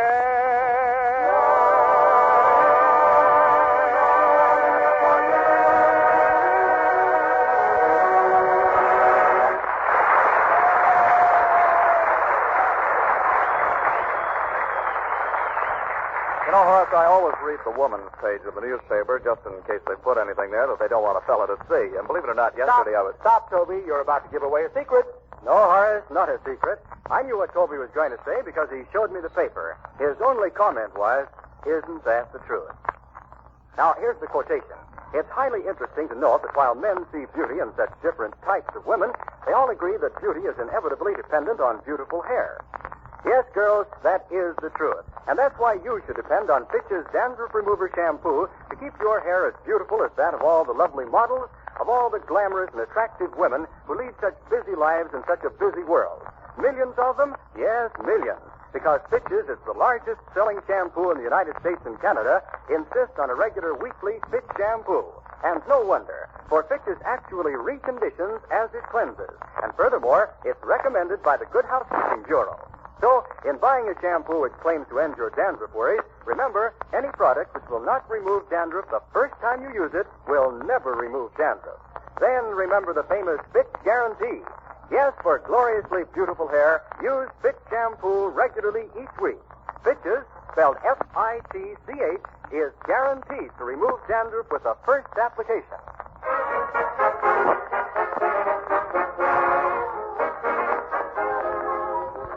Horace, I don't believe there's any more versatile musical organization in the business than your orchestra.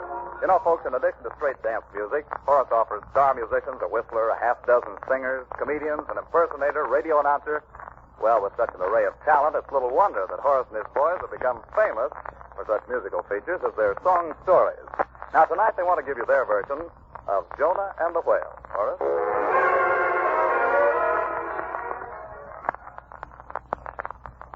We interrupt this program to bring you a special bulletin.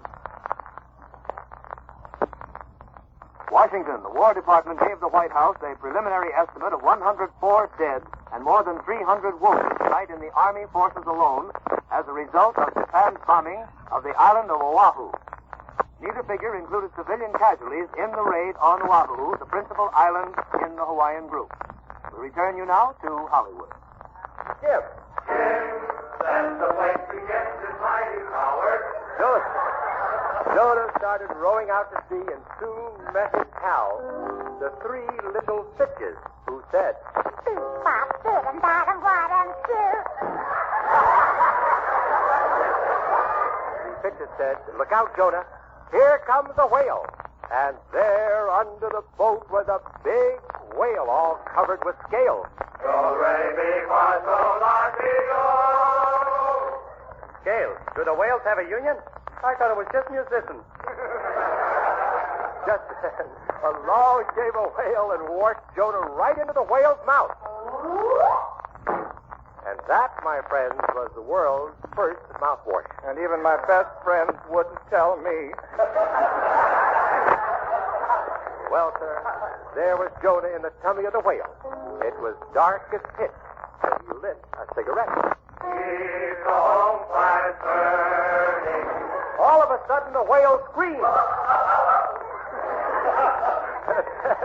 What are you trying to do? Set the world on fire? And Jonah answered, I just want to start a flame in your heart. Of course, for heartburn, the whale should have taken a tump. But he didn't know about that. He got mad, decided to choose Jonah, so he said to him, Haven't you heard?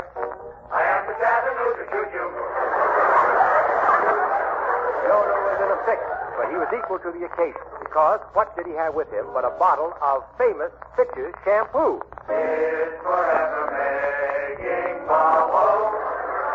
Well, sir, Jonah emptied the bottle of Fitch's inside the whale, and that did the trick. It shot him forward right out through the top of the whale. Of course, everyone knows Fitch's will wash you in the head, so the moral of this story is...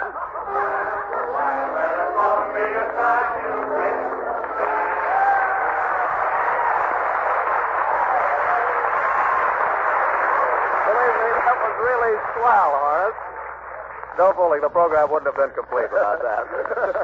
But right now, you know, there's another type of Horace-side entertainment that we have to have before we can say that our visit has really been complete. So how about one of those big Horace Heights feature arrangements? I can see that you want to put the whole gang to work at once, Toby. Well, we've got one here entitled Zekel Saw the Wheel. How do you think that would be? I think it's fine. You know, the reason we like them is the fact that not every orchestra has 30 performers and the ability to turn out one on a really big scale. So we're ready and waiting for your concert arrangement of Ezekiel Saw the Wheel. Ezekiel saw the wheel way up in the middle of the air. Ezekiel saw the wheel way in the middle of the air. The big wheel run by faith, the little wheel run by the grace of God. Wheel within a wheel way in the middle of the air. Wheel, wheel, wheel, wheel in the middle of the air. Wheel, wheel, wheel, wheel in the middle of the air. Wheel, wheel, wheel, wheel in the middle of the air. Wheel, wheel, wheel, wheel in the middle of the air. Ezekiel saw the wheel of time. Wheel in the middle of the wheel. And every spoke was a humankind. Wheel in the middle of the wheel. Away up yonder on the mountain top. Wheel in the middle of the wheel. My Lord, he spoke and the chariot stopped. Wheel in the middle of the wheel. Rolling, rolling, rolling, rolling, turning, turning, turning, turning, spinning, spinning, spinning, spinning, round, round, round, round. He's rolling, rolling, rolling, rolling, way up in the middle of the air. He's turning, turning, turning, turning, way in the middle of the air.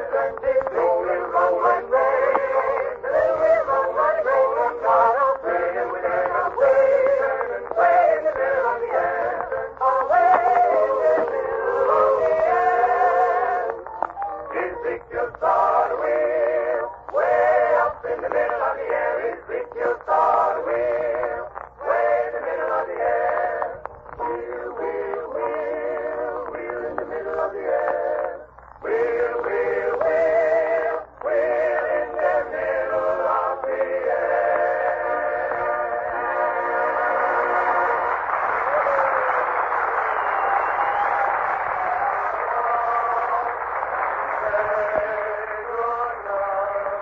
Well, friends, I think this is just about where I come in. So now it's time to tell all you nice people goodbye, and thanks for keeping this date with us.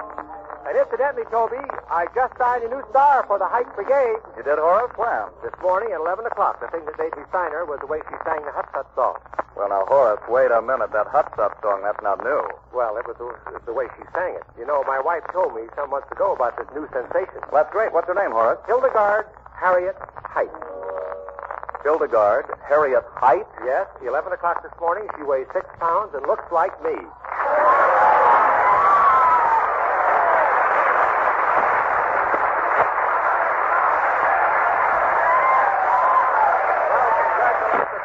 Really, that's swell.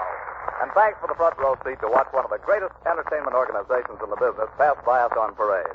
Well, friends, Chicago lies before us, and if you want to join us there next week along about this same time on these same stations, we're going to help you to daydream a bit by bringing you Castles in the Air. Yes, Chicago means a visit with Art Castle and his Castles in the Air. So make a note of it right now in your date book, will you? While you're making that note, this is Toby Reed saying not goodbye. Good night.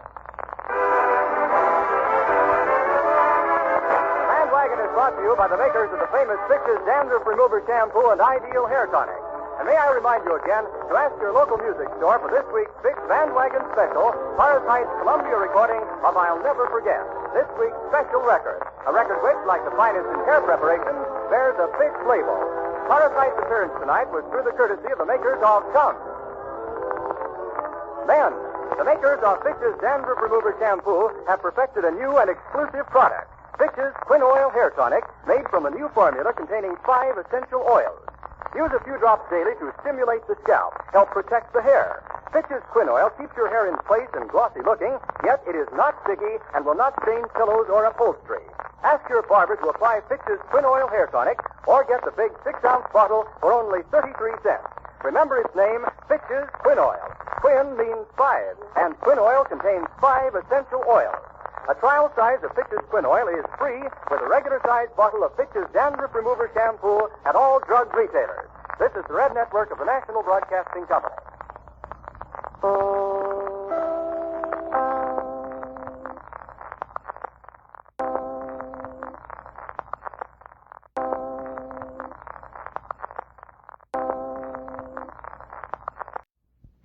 by John Charles Thomas, Fred Coots, and the Squalier Singers, and a few words from Dr. Frank Clinton, honorary chairman of the first annual Bible Week, which begins tomorrow.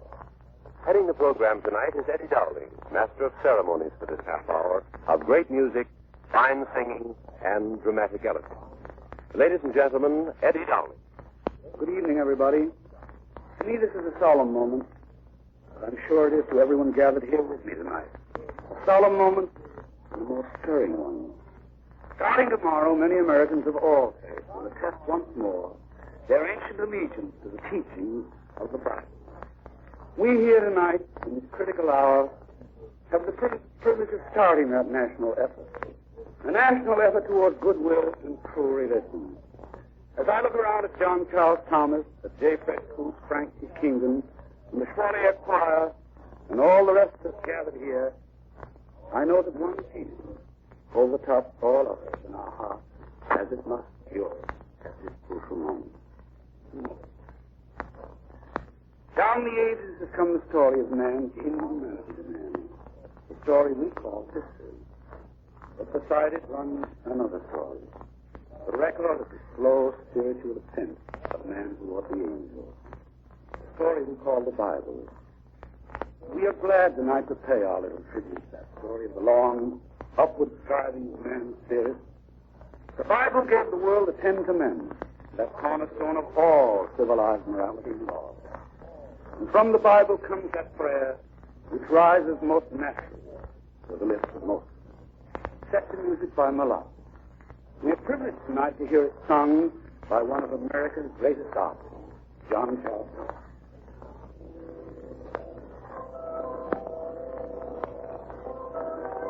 Our Father, which art in heaven,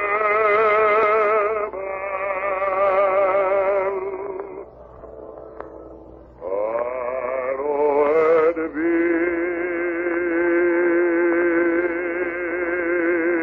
thy name.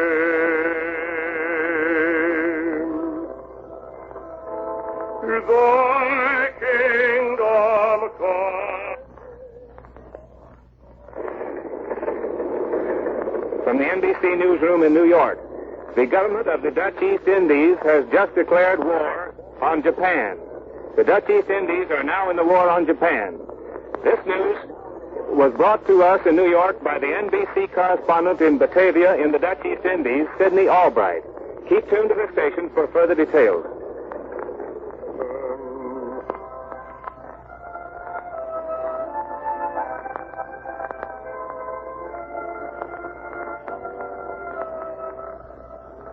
To give us this day our daily bread, and forgive us our debts, as we forgive our debtors.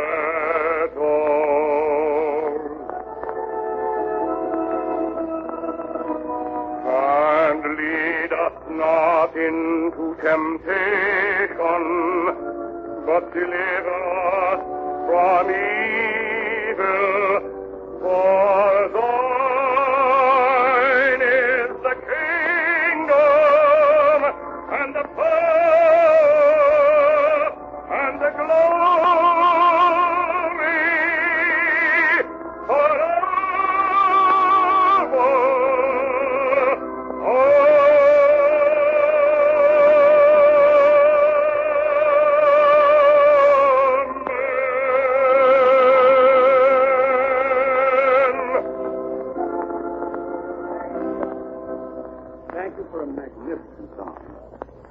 Ladies and gentlemen, we are gathered here to give tribute to the Bible. At such a moment, it would be impossible not to remember that book of books is not only the foundation for our morality and law, but is also the great comforter of mankind. Since the days of Eden, bewildered humanity in its hour of grief has turned to comfort to one of the finest books in the Bible, the book of Psalms. But the Bible is also mankind's moral compass. To Today the world stands assailed by hate and doubt. In this hour, let us here in America refresh our hearts and cleanse our minds with words immortal over the centuries. Words which have been a beacon light for generations, showing to all who care to listen the sharp difference between good and evil.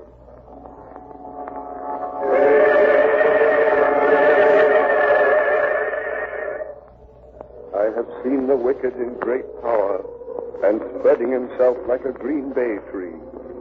Yet he passed away. Lo, he was not. Yea, I sought him, but he could not keep up. Mark the perfect man, and behold the upright. For the end of that man is peace.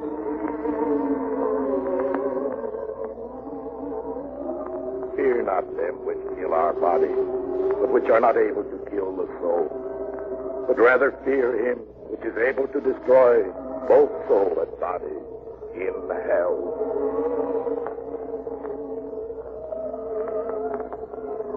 These 6 things doth the Lord hate. Yea, 7 are an abomination unto him. A proud look, a lying tongue, and hands that shed innocent blood. A heart that deviseth wicked imagination. Feet that be swift in running to mischief. A false witness that speaketh lies, and he that soweth discord among brethren.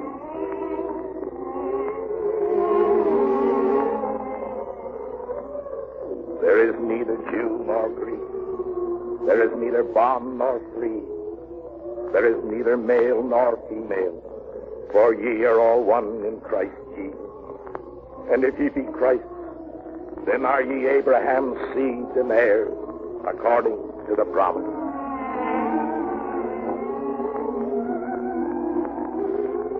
And the Lord said unto Cain, Where is Abel thy brother?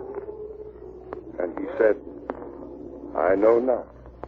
Am I my brother's keeper? And he said, What hast thou done? The voice of thy brother's blood crieth unto me from the ground. I saw a new heaven and a new earth. The first heaven and the first earth were passed away, and there was no more sea. And I heard a great voice out of heaven saying, Behold, the tabernacle of God is with men, and he will dwell with them, and they shall be his people, and God himself shall be with them, and be their God. And God shall wipe away all tears from their eyes, and there shall be no more death, neither sorrow nor crying, neither shall there be any more pain, for the former things are passed away.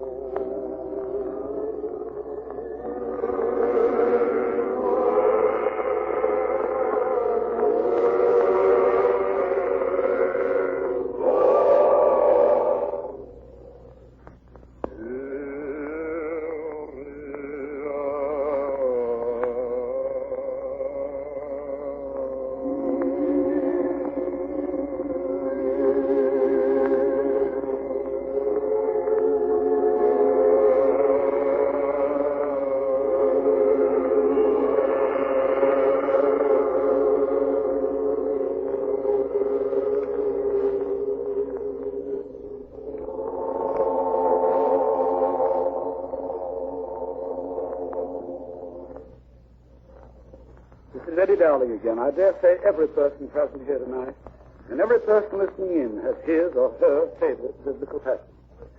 We all know, I think, the story of Ruth and Naomi, of David and Jonathan. Tonight, however, we have chosen as our favorite the story of the Good Samaritan.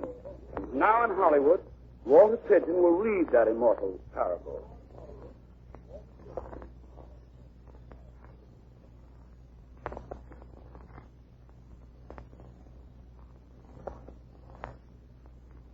And behold, a certain lawyer stood up and tempted him, saying, Master, what shall I do to inherit eternal life? He said unto him, What is written in the law? How readest thou? And he answering said, Thou shalt love the Lord thy God with all thy heart, and with all thy soul, and with all thy strength, and with all thy mind, and thy neighbor as thyself. And he said unto him, Thou hast answered right. This do, and thou shalt live. But he, willing to justify himself, said unto Jesus, And who is my neighbor? And Jesus answering said, A certain man went down from Jerusalem to Jericho, and fell among thieves, which stripped him of his raiment, and wounded him, and departed, leaving him half dead. And by chance there came down a certain priest that way, and when he saw him, he passed by on the other side. And likewise a Levite, when he was at the place, came and looked on him, and passed by on the other side. But a certain Samaritan, as he journeyed, came where he was, and when he saw him, he had compassion on him, and went to him, and bound up his wounds, pouring in oil and wine, and set him on his own beast, and brought him to an inn, and took care of him. And on the morrow, when he departed, he took out 2 pence, and gave them to the host, and said unto him, Take care of him, and whatsoever thou spendest more, when I come again, I will repay thee. Which of these 3, thinkest thou, was neighbor unto him that fell among the thieves? And he said, He that showed mercy on him. Then said Jesus unto him, Go, and do thou likewise.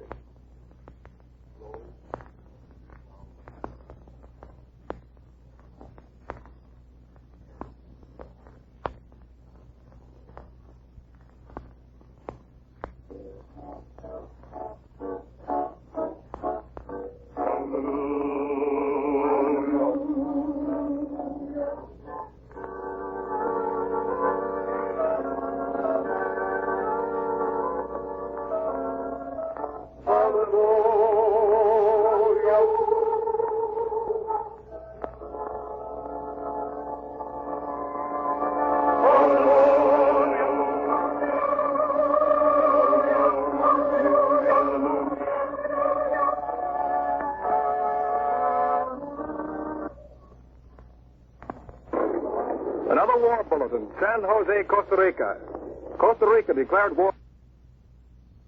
Japan tonight, and other Latin American nations are expected to follow. Keep tuned to this station for further developments. The firmament of his power, oh, praise him for his might, and the greatness of his wonders, oh, praise him, according to his majesty. Praise the Lord, praise the Lord, praise the Lord, praise the sound of the trumpet. Praise the Lord, praise the Lord, praise the Lord, praise the Lord.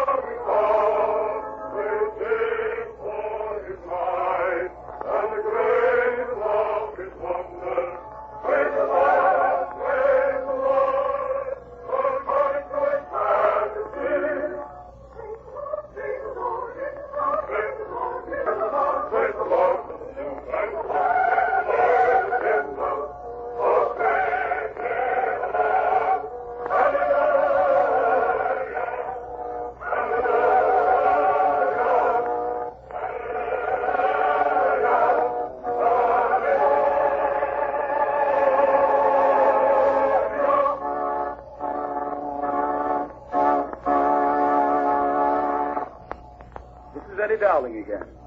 All over America tonight, in thousands of homes, hundreds of thousands, I might say, there are mothers and sweethearts who are praying for their boys. No man knows what the future may bring. The event, as George Washington said, is in the hands of God. But for Americans everywhere, Otto Harbach and Fred Shakespeare have written a message of eventual hope in the form of a new song which will be heard now for the first time by any radio audience. A bugle calling tonight.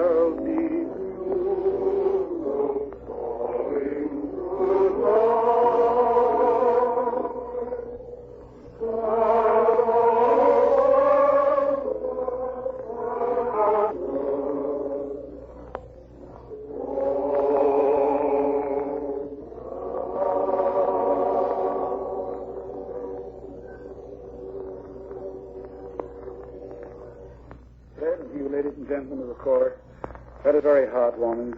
I'm sure that everyone listening in prays that day isn't far away. And now, Dr. Kingdon, won't you tell us a little about First Annual Bible Week in America and the Layman's National Committee which is sponsoring the week? As I understand it, the committee is a group of laymen of all states. Is that so, Doctor? It's just as simple as that, Eddie. The Layman's National Committee started less than 2 years ago as a small group of 11 men. And 11's not that number when you remember that that's the number of the apostles who were left after Judas left them. These men, all laymen, believed that the political structure of America was founded upon faith in God. They realized that religion, in whatever faith it might manifest itself, is not a heritage, but a fresh conquest to be won in every generation. First Annual Bible Week is the natural outcome of that belief. The Layman's National Committee today embraces all three of America's great faiths, Catholics, Protestants, Jews. Its purpose in Bible Week is to urge each one of us to turn his thoughts once more to the books of the Bible, so that we all may renew our faith, each of us according to the light that is given to us. During Bible Week, every American of every creed and faith is invited to join us. Send us a postcard to the Lazeman's National Committee at 112 Park Avenue, New York City. We'll send you our brochure called Faith of Our Fathers. Its beautifully colored frontispiece is suitable for framing. We'd like to see it in every American home before another year rolls around. Please remember the address, 112 Park Avenue. Bible Week itself will be just as successful as each one of us makes it in his heart. Men and nations, in the service of which, as they lose their lives, they find them. Many dangers beset us as a people. Aware of those abroad, we are very serious tonight. And we are arming ourselves in a program of national defense unprecedented in our history. Yet even while we do so, we are in danger of forgetting the most vital defense of all. Our greatest defense is within ourselves. And our greatest danger is within ourselves. And the symptoms of that danger are bewilderment and hysteria. For if we yield to these, our battle is already three-quarters lost. The very emergency confronting us means that now, as never before, we must know what we believe in, what imperatives are to command our actions, what this America really is. Our first defense is in our own hearts. The armies we raise will be worth little more than the shattered battalions of other countries, unless we are all fighting for an ideal that has come to life in us. We don't have to search far to find the source of that ideal by which America has grown to power. We have been peculiarly a people of one book. The men of the Mayflower set it at the center of their colony in 1620. The writers of the Declaration of Independence went to it for their inspiration in 1776. Every speech of Lincoln carried its overtone through the days of our threatened division. And every frontier of our expanding settlement echoed with its majestic phrases. It gave us one language, one idealism, one culture. It has been the one source of our faith and the one deep well of our inspiration. In the making of the American mind, the Bible has predominated over all other books. Today, it stands as the superb answer to the folly and falsehood of Mein Kampf. And so, we do well tonight to pray in the words of a writer who is known to many of us as a columnist, the words of High Philip, a newspaper man who has found the meaning, the expression of this hour in a prayer. O God, help us to be brave without being boastful, indignant without being intolerant, resolute without being unfair. May we keep constantly in mind thy commandments, and the greatest of these is charity. Charity, in the sense of tolerance and compassion. Keep us strong and yet not truculent. Help us to see the difference between courage and folly, between service and oratory. Make us understand that we are at the crossroads, that this may be the hour of our destiny. We shall need all the elements of our character which easy living has sapped. O God, give us spiritual strength. Restore our faith, clear our vision, grant us strength and the sustaining memories of our sturdy forefathers and their honest, God-fearing way of life in peace and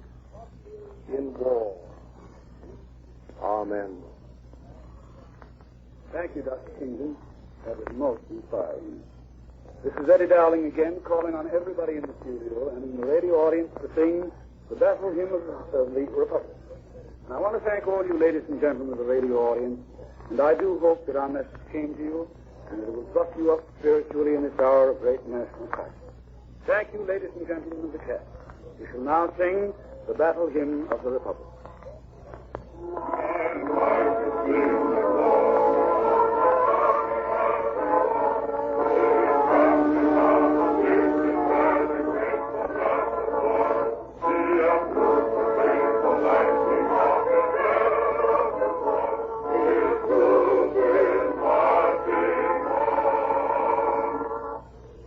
This program has been presented as a public service by NBC and the independent radio stations associated with the Blue Network of the National Broadcasting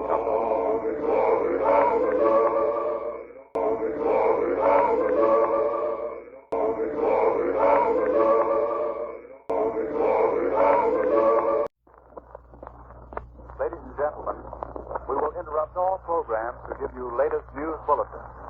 Stay tuned to this station.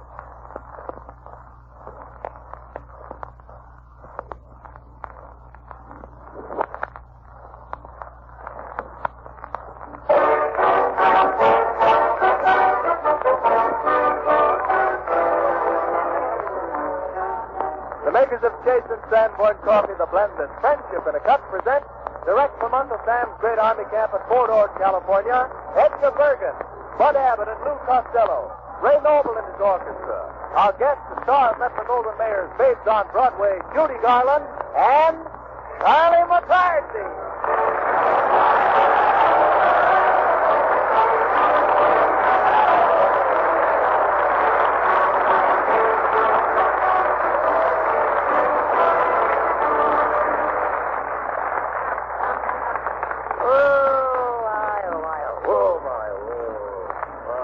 Charlie. Now, just a minute, Bergen, just a minute. Now, before we start this pickup here, I have a very important message for the 30,000 men here at Fort Ord. You have? Yeah. Well, what is this important message? Well, just to show you what kind of a guy I am, fellas, I've got a little address book here, see? And it's just dripping with phone numbers, see? They're all beautiful and lonesome, see? I'm so tired of it all. Does anybody want it?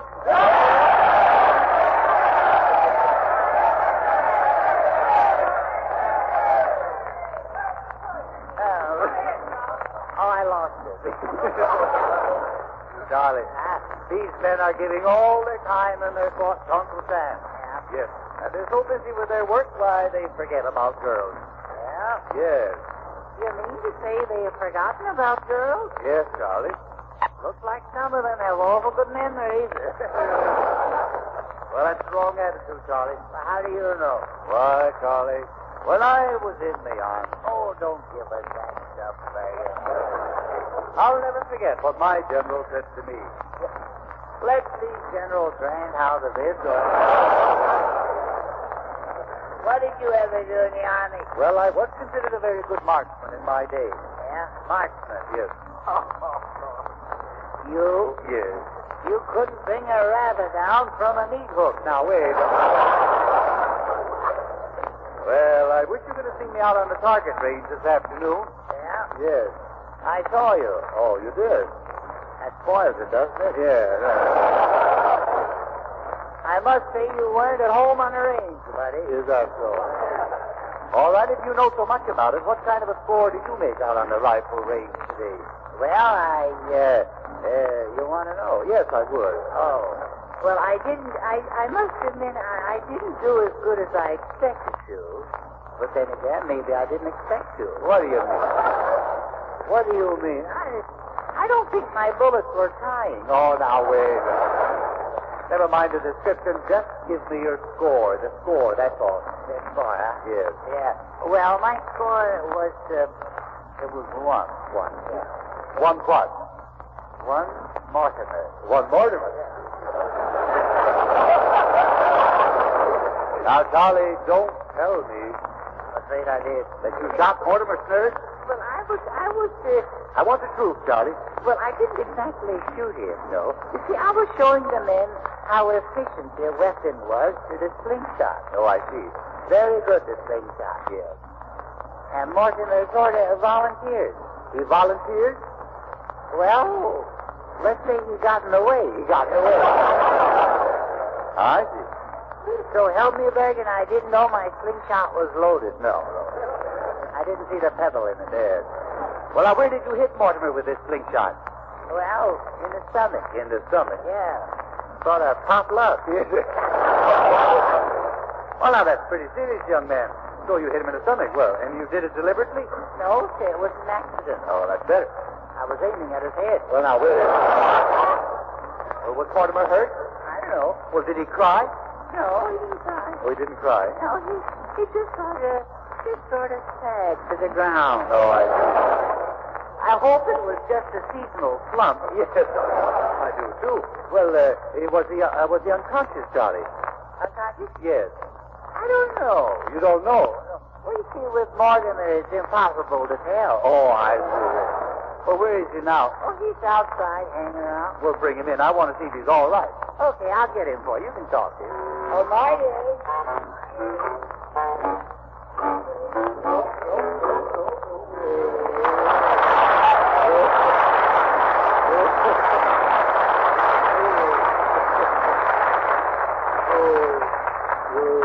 You want to see me, Mr. Pearson? Yes. Charlie told me that there was a little accident out on the target range. Yeah. How do you feel, Mortimer? I say, how do you feel? Me? Yes, you. Well, I got an awful headache in my stomach, or you have. Well, you must be a little more careful on that target range. Well, I didn't think they could hit me. Well, why not? Well, I'm out of season. That's enough of that, Mortimer. Now, tell me what happened. Well, you see, it was this way, Mr. Pearson. Yes.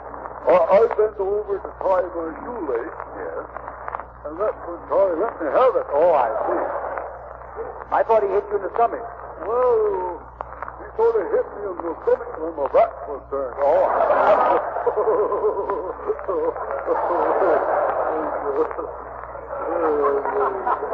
There you go. Well, I hope you're not seriously injured. I say I hope you're not seriously injured. Oh, I'm all right. No, that's good. In a couple of days, I'll be sitting pretty again.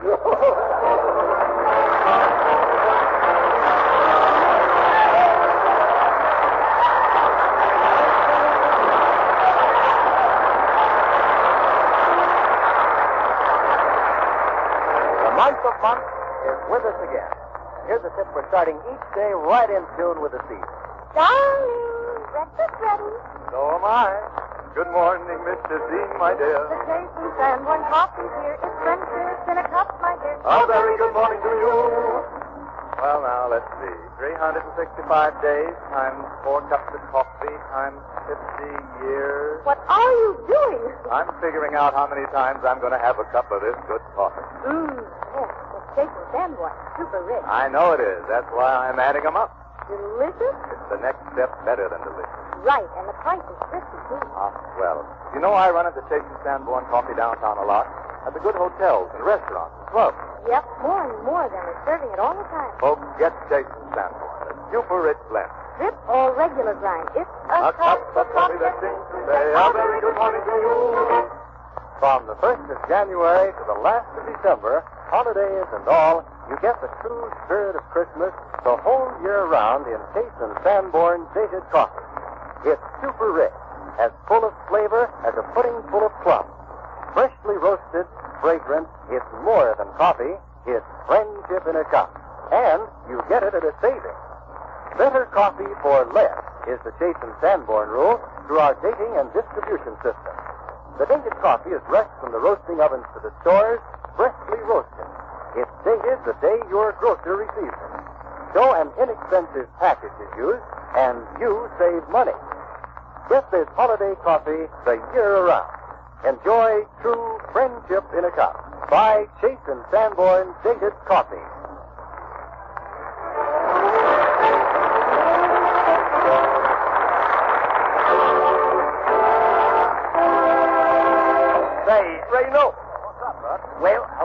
Honolulu. I've got Costello believing that they're going to keep him here at Fort Hood, and that I've been ordered by the Army to give him an examination. Hey, Lola! Where?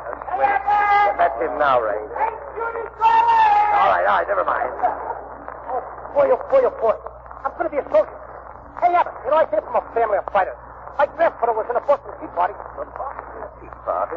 Yeah, he brought the lemon. No.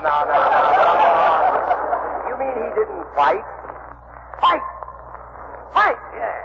He challenged the enemy to a duel. Then he called us seconds. He yelled, Joe, Max, Mike, Tom, Dick, Harry. Yeah. All right. Wait a minute, Costello. How many seconds did your grandfather have? 60. He was a minute man. No. Come on, But in the Battle of Bunker Hill, they accused him of running away before the battle began. Did he run away? No. He just wanted to get a good start when the general said, charge! Cut out the monkey business. You're in the army. Hey, Abbott. What? Did you tell me that the colonel was the big boss around here in camp? Certainly. Then how come that other guy has his name on all the doors? What other guy? Some guy named Private Keep Out. Oh. Hey, look, talk Benson. Let's get on with your examination. Hey, look. Lou Costello, you dope. You know that. Well, I know that. I've got to fill out this blank. Now, let's see. Name, Lou Costello. Yeah. Home? One night a week. No. Look, where did you come from? Patterson? Okay. No, Patterson NJ. No. All right. Patterson NJ. Married? Yes, sir. Child? No, to a full-grown woman. No, you don't know. I mean, have you any children? Yeah, we got 4 children. Meanie, Miney, and Wilbur. Wilbur? Why Wilbur? We didn't want any mold.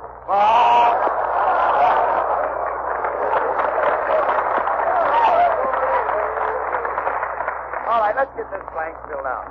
Will you please? Yeah, let's get Now, will you listen to me, please? Go ahead, All right, let's see the next question here. Oh, yes. Born? Sure, I was born. What did you do? Win me in a package of Cracker Jacks? No. I mean, what day were you born? I know it wasn't New Year's Eve. Now, how do you know that? Catch me staying home on New Year's Eve. Look, Costello, how old are you? Well, I'd have been 24 in October, but for one thing. And what's that? I was born in December. All right. Now, let's get straight. Now, if it was in December, then you were born under Capricorn, the goat. Born under a goat? Well... Where did we live? In a stockyard? I beg your pardon, Abbott. My family's listening in. Listen, I didn't mean it that way. I mean the sign of the goat. Now, according to the zodiac, you were born under a sun. Well, according to my old man, I was born in a hospital. All right. Have you had any fighting experience? Yes, sir. I was in a tongue war. Tongue war? I had a fight with 2 white men. No, come on. Have you had any military experience? Oh, I've had a lot of military experience. Yeah, when was it?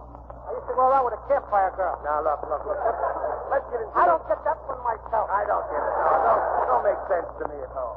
Let's look into your physical... How is your physical condition? That's me. Oh, excuse me. Yeah, all right. All right, now turn around. I had the wrong line. All right, come on, let's look it over now. Let's be a little careful about this thing, all right? Yeah. Turn around. Say, you're a little corporal. You mean I'm promoted already? No. How long will it take me to make a sergeant? No. Someday I may be a chaplain. Will you keep quiet, I please? may wind up in the second. All right. Now, let's get on with the examination. Now, how are your eyes?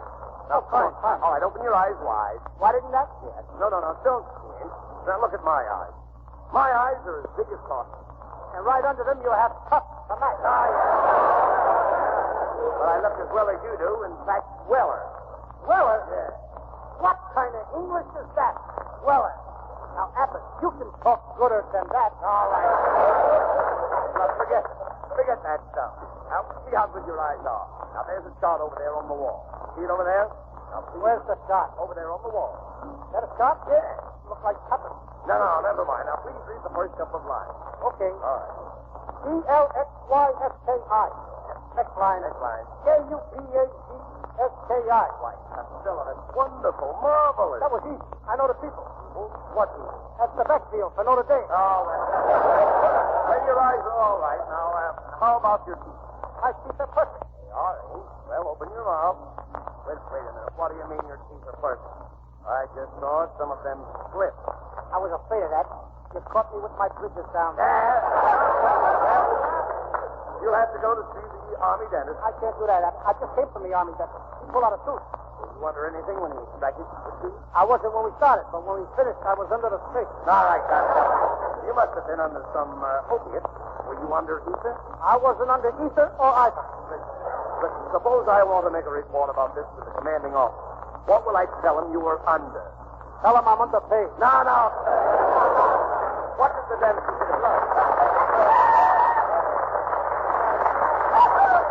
Look, let's get this straight. Will you please, Costello? What did the dentist give you to make you unconscious? I don't need anything to make me unconscious. Well, that I know. Will you look? Will you be sensible? Did the dentist ask you if you wanted gas? Yes. And what did he say? I told him to check my oil, too. Well, look. What I'm trying to find out is this. Did he give you gas to put you to sleep? How do you think he put me to sleep? With a bedtime story? No, you dumb slut. What did he give you for an anesthetic? Yeah, but I'm telling you, I didn't have an anesthetic. I had a toothache. Costello, please. What did the dentist give you so you wouldn't feel the pain? That's what I want to know. Look, I'm narcotic. The dentist, you mean allergic? I mean narcotic. A narcotic is a dope. That's what I was, for going for the guy. All right. But I got even with him. I let him pull the wrong tooth. The wrong tooth? Why didn't you tell the man with... Why should I tell him? I'm no store pigeon. Costello, look. The good thing I was only kidding about this examination. About you for the Army and all that. Because you'll never make a soldier as long as you live. I won't, eh? No. Well, Abbott, I'll have you know that I'm the bravest man at camp. This morning I saved the life of every soldier here at Fort Ord. Every life I saved at Fort Ord.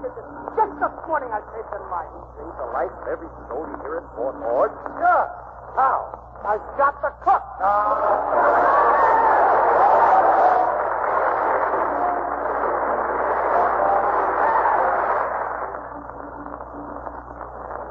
Another war bulletin. The governor of the Dutch East Indies has declared war on Japan and ordered complete mobilization. This news was relayed to New York by NBC's correspondent Sidney Albright in Batavia. A bulletin from Shanghai. The Japanese Army and Navy surrounded the international settlement at 4:40 a.m. today and served notice on the commander of the U.S. gunboat Wake that war had been declared. And from San Jose, Costa Rica. Costa Rica declared war on Japan tonight. The other Latin American nations are expected to follow, so keep tuned to this station for further development. We return you now to Hollywood. United States Defense Savings Bonds and Stamps.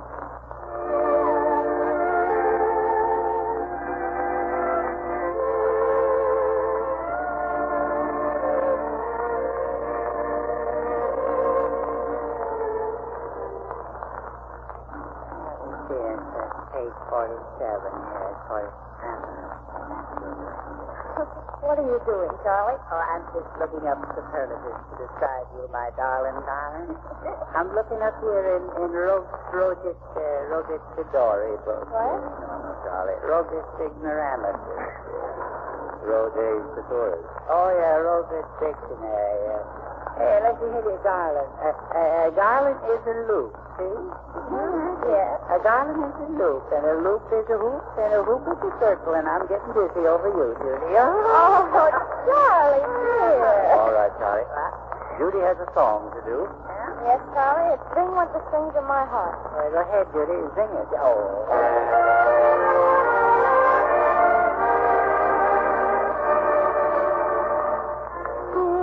When you smiled at me, I heard a melody.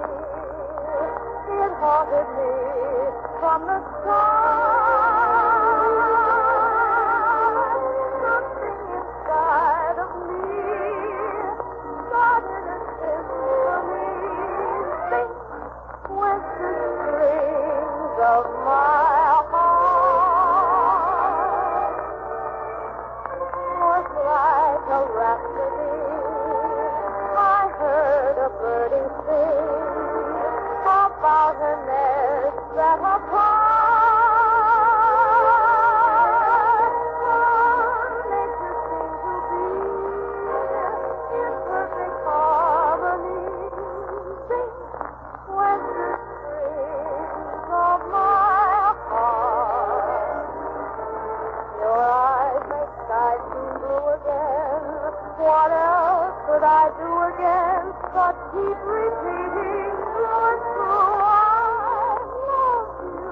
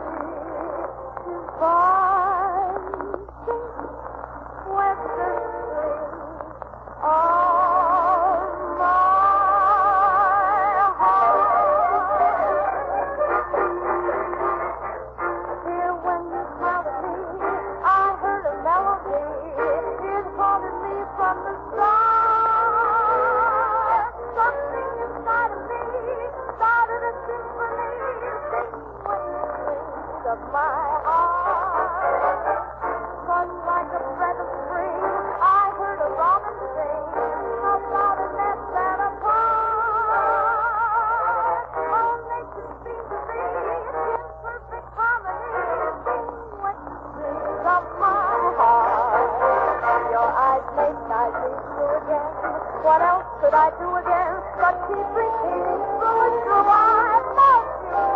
I still recall the thrill. I guess I always will. I hope we'll never be apart. Still with your lips to mine, so that would be divine. Sing, oh, oh, oh, let the strings of my heart.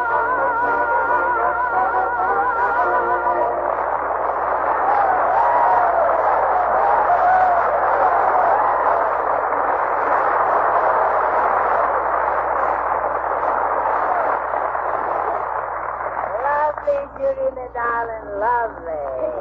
But let's not forget, business comes first. Yeah, that's right. Yeah, business comes Now, we promised to get this order out by this evening, you know. Yes, we did that. Yes, we did that. We've got to get some new customers, too. Yes, we got to get customers. That's right. Business is business. Yes. That's the business is business. Yes.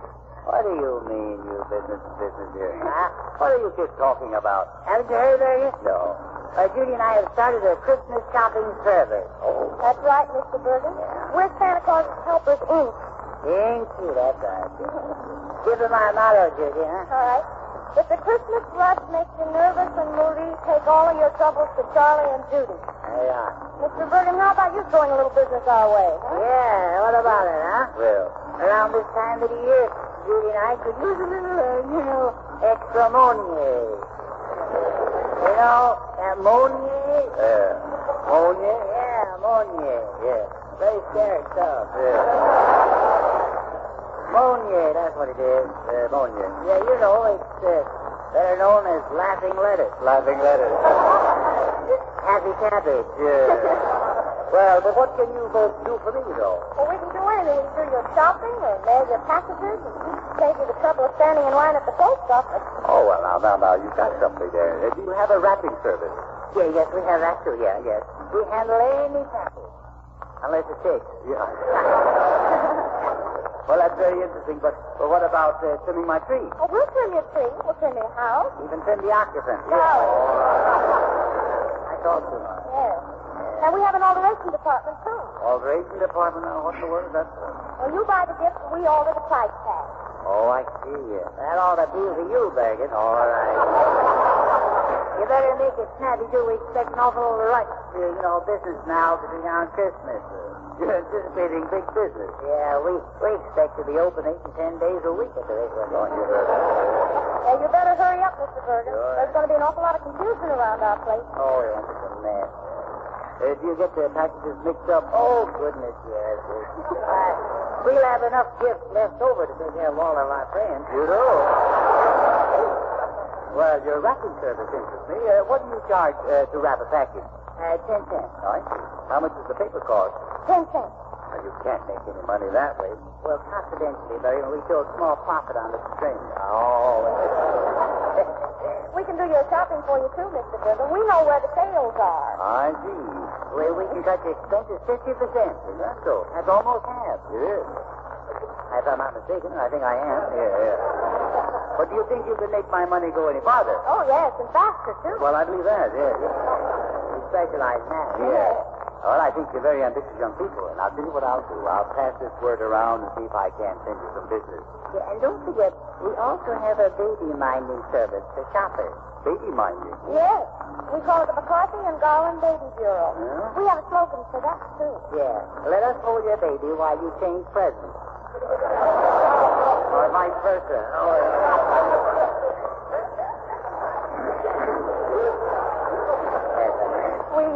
We sing them lullabies, play patty cakes. We even count their pinkies if you care for that sort of thing. Well, I certainly wouldn't know it, though. Yes, see, not only that, but we bottle them and we bathe them, too. You bathe them? Yeah. Every morning we bathe them from top to from stem to from beginning to we just dunk them. We dunk them. We do like that. We have special rates for movie-minded mothers. Yeah, we have that too. Yeah, that's good. In case any mothers want to go see a picture, we take care of the children. Yeah, and we have a special price too for those who go to see Look Who's Laughing. Well, that's all very interesting. Yeah, but we need more business. Oh. Say, Charlie, what about Ray Noble? Is he a friend of yours? Not specially, no. Let's go to work on him. Oh, Mr. Noble. Noble. Mr. Noble. We've been friends for a long time. Oh, I'm sorry, Charlie, old man. I'm sorry. I'm a little bit short myself today. Well, now, wait a minute. Mr. Noble, are you aware of our boon to the Yuletide shoppers? Wrapping and unwrapping packages and babies? Yeah. No, not baby. Yeah. Have you got a baby that you want us to watch? Well, child, there's a baby waiting for me down at this. I prefer to watch that myself. You won't be there when you get there. Well, Charlie, maybe Mr. Noble would be interested in our shopping service. Now, that is something really, and let us talk that up a little bit. I'll tell you what, it's my turn anyhow. We could buy you a Christmas present for you, Mr. Noble. How's that? Oh, thanks awfully. Yes. Because I haven't yet decided what I'm going to give myself. Oh, now, wait a minute. Well, how about a smoking jacket? Well, really, Judy, I don't know. I never smoked one. Just wasting our time. That's all we're doing. So too, just wasting our time. Look, maybe we better just concentrate on the boys. What boys? Well, you see, we have a special service for our servicemen. Oh, yes. Yes, we watch out for this one. How does it work? Well, do you like it as sweethearts for them? We even take their sweethearts out for them. Oh, We'll visit their families for them? Yeah? Yes. Well, I think the boys would prefer to do that all that sort of thing themselves. Yeah? It doesn't sound very practical. Oh, but it is. It's really nice. It's very pretty, too. Let's show them how we do it, Judy, huh? All right. Now, Charlie's the soldier coming home on his furlough, and I'm the mother. You're the mother, yes. That's right. See, I'm coming home here. Yes. Are you ready? I'm ready. All right. Here. Hello, Major. Oh, so it's you. How did you get here so fast? Boy, you certainly have aged since last I saw you.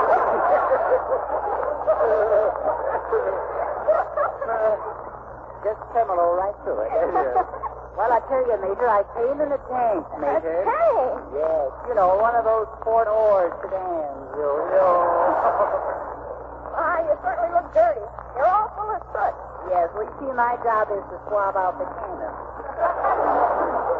And speaking of cannon, that reminds me, where's Father? He's outside knitting. Did you get that last pair of socks he knit for you? Yes, I did, yes. I'm using them for laundry bags.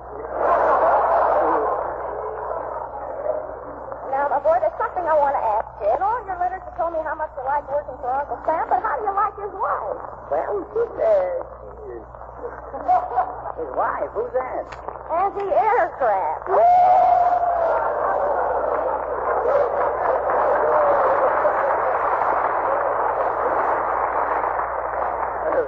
Oh, she's awful nice, too. How do you think I look, Major, though? Oh, just a little. Yeah, you look all right, thank you. I'm a little disappointed in you, though. Disappointed? Why? You've been in the service for 3 weeks and you're still a private. Well, what did you expect? I thought when you came home you'd have some kind of fancy decoration on your arm. Oh, I did have, but she left me at Del Monte.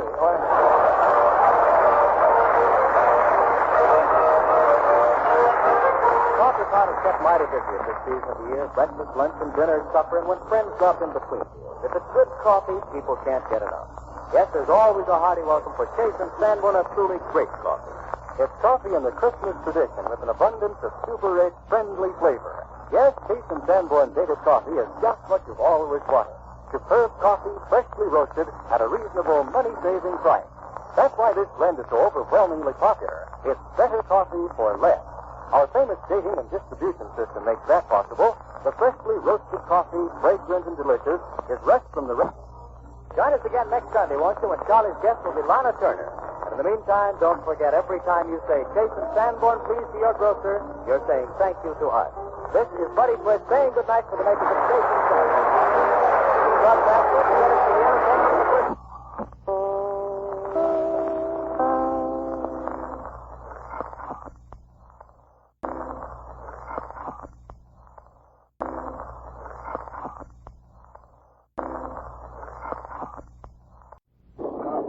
Following Japan's declaration of war on the United States, Hawaii has been under 2 air attacks today. More than 10 persons were wounded when enemy planes machine-gunned a town near Honolulu, according to a Reuters dispatch. And General Douglas MacArthur has ordered all women and children in Manila to evacuate the seacoast and move to areas inland. The Dutch East Indies has just declared war on Japan, and Costa Rica in South America has also declared war. Keep tuned to this station for further developments.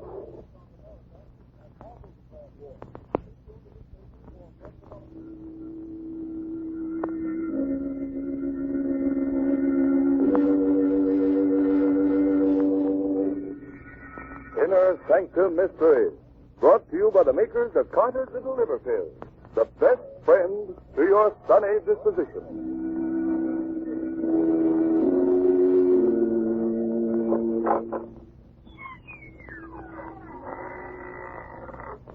Good evening, friends. This is Raymond, your host, welcoming you again to the inner sanctum. Come in, won't you? Why am I smiling? Oh, but I always smile when I open the creaking door on Sunday night. You see, each week when I say good evening, I think to myself, a good evening for what? And of course, there's only one answer to that question. A good evening for a murder. Tonight, Inner Sanctum Mysteries brings you The Island of Death, an original radio mystery drama written by Robert Newman and presented for your entertainment by the makers of Carter's Little Liver Pills. Friends, a pleasant disposition shouldn't be just a once-in-a-while affair. It ought to be a regular thing. See if you can't make it regular by encouraging regularity with Carter's Little Liver Pills. Let them wake up the flow of one of your most vital digestive juices and prove to yourself that Carter's Little Liver Pills are the best friend to your sunny disposition.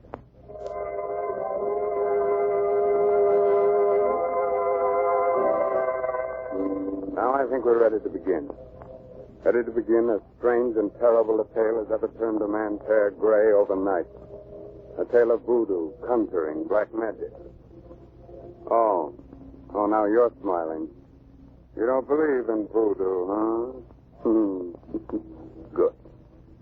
Now turn down the lights, pull your chair up close, and listen to the story of the Island of Death. Come with me to the Dark Island, the secret magic island, Haiti. It is night. A fierce tropical storm is raging. The car drives slowly down the road with a cane field on one side of it, a jungle on the other. Now which way? I don't know, John. Blast Brandon. Why did he let us go off alone? How are we going to get back there? But he told us not to go off alone, John. John, look, Where? ahead there. That old native walking up the road. Oh, maybe he can... Yeah. Hey, you! Hey! Now, what's the matter with him? Is he deaf? Now, you keep blowing the horn while I put my coat on and go after him, Muriel. All right, then. Well, there's something wrong with it. Hey. It doesn't work. Well, it was working just a minute ago. Now, what's the name of... So you did hear me. Why didn't you come when I called you? I am not in the habit of coming when I'm called that way, monsieur. Besides, though I am an old man, my ears are very sensitive. The noise of your horn pained me. That's why I stopped it. You stopped it? Why, you... Well, okay. We're looking for the plantation St. Jackson. Are we on the right road? You are on the right road for many things, Monsieur Gold. Hey, how did you know my name? It was Gold. Oh. Well, how do we get there? If you go down this road 1 mile, you'll see it on the right. And when you get there, well, perhaps we will meet again. If we do, I'll... Hey, where did he go to? Oh, I don't know. He just disappeared. Step back off the road into the jungle.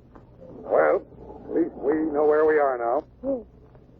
John, Hey, do you suppose he was a papaloy, a witch doctor? what on earth makes you think that? I don't know. The way he looked and talked. And after all, the horn did stop working.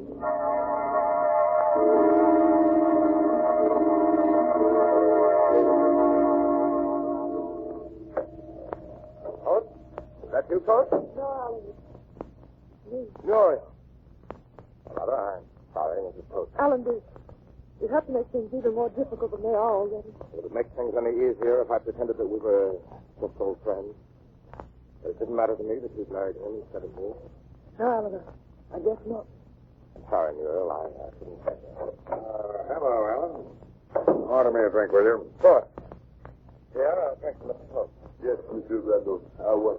Did you find out what was wrong with the horn? Yeah, one of the wires come loose.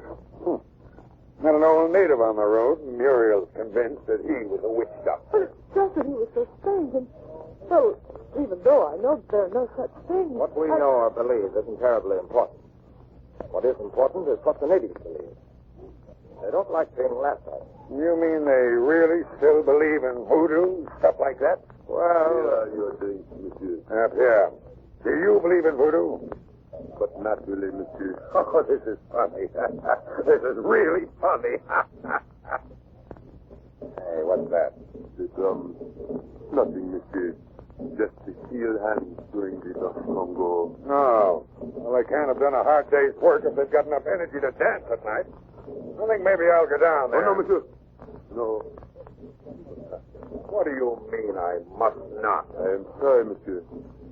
I just meant, well, if you are interested in voodoo conjuring, perhaps I could show you some. You, Pierre? Oh, I'm no papalois, Monsieur Brandon. I have some skill with the knuckle bone, telling fortunes. And if Monsieur Coates would like... No, why not? Go ahead, Pierre. Very well, Monsieur. There. An arrow 9 times. That means unhappiness. For whom? I see a city far away from here. I see 2 men, both in love with the same woman. Yeah, easy, Alan. Let him finish. Go on, Pierre. One of the men is rich, powerful. The other is not. The one who is rich has his rival sent away, and in his absence marries the girl.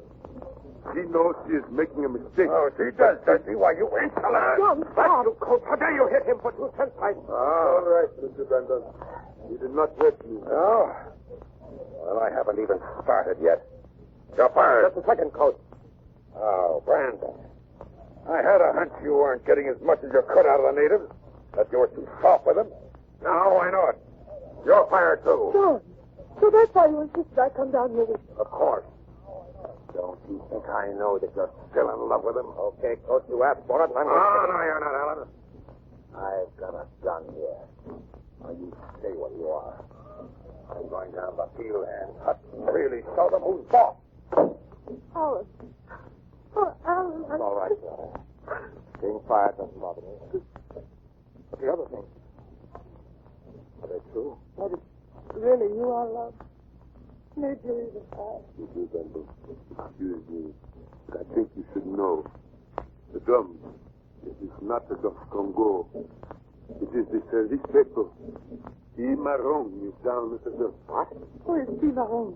He's the most famous witch doctor on the island. Dante de swine for lieutenant with him. Listen, Muriel, you stay here with Pierre. I'm going after John.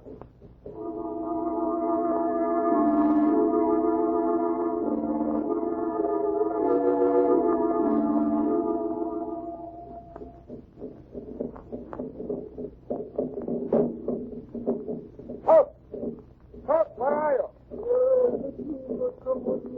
Oh, yes, I'm looking for a man named Cimarron.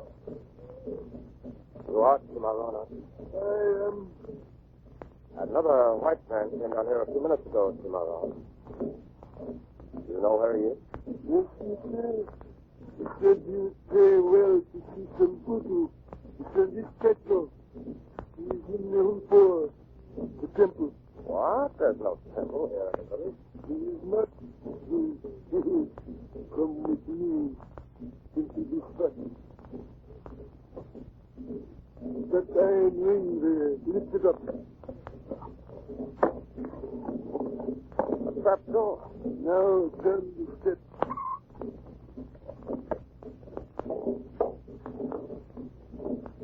Here's the Humpo. There is open. Coach. John. What do you want, Alan? Got to get out of here right away. That's exactly what I've been looking for.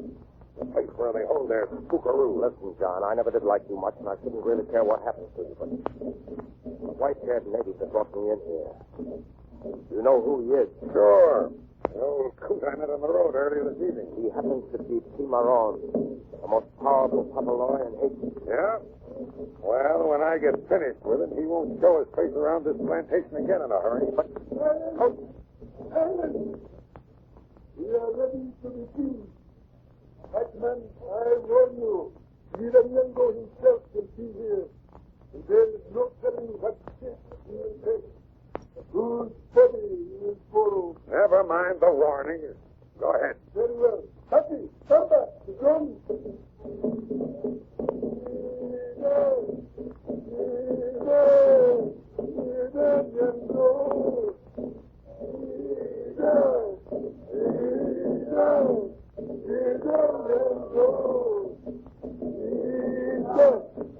From on high, from little air, from the jungles of the night, come, Nida, come, see the body, loose its soul, point its feet this way, and come, Nida, come,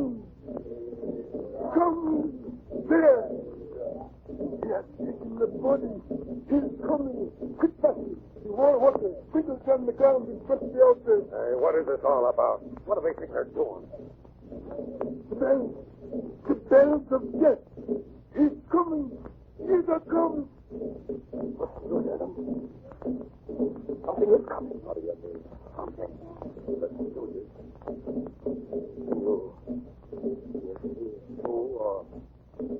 What is it? Not yet. He died. Oh, smoke. There.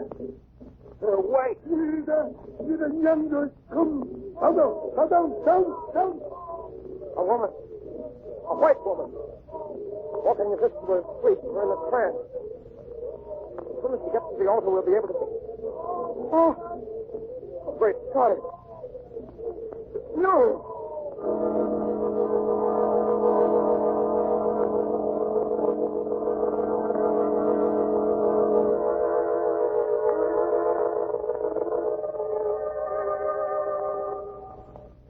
So, John Coates insisted there was no such thing as voodoo. Dared the witch doctor to invoke the god Yiranyango. And when the god did appear, he found he'd taken possession of the body of his wife. Very unusual. But not any more annoying than when a simple thing like a mean, sulky, gloomy disposition takes possession of us. Oftentimes irregularity is entirely to blame.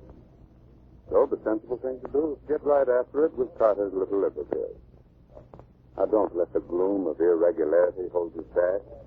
Keep you from enjoying life and getting ahead in the world. Wake up the flow of one of your most vital digestive juices with Carter's Little Liberties.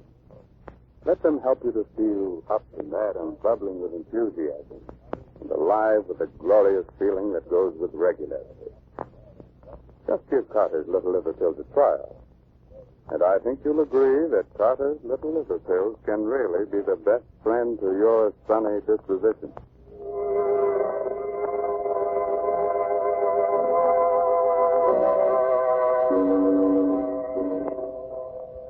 All right. Do you still think voodoo is all nonsense? Oh, you're not so sure now. But you still want me to go on with our story. Very well. Just a moment later now, and Ellen Brandon and John Coates are still sitting in the subterranean temple and sitting for the hall. But we left her up at the house. It can't be. But it is. She's in some kind of a trance. Blast that witch doctor. I'm going to... Dr. Fool. He's in the thing now, but he's pulling. What's that? Where's the dinner? We come again. Look, they're all kneeling. Bowing to her. You are nobody. With the power we've given you, let us see that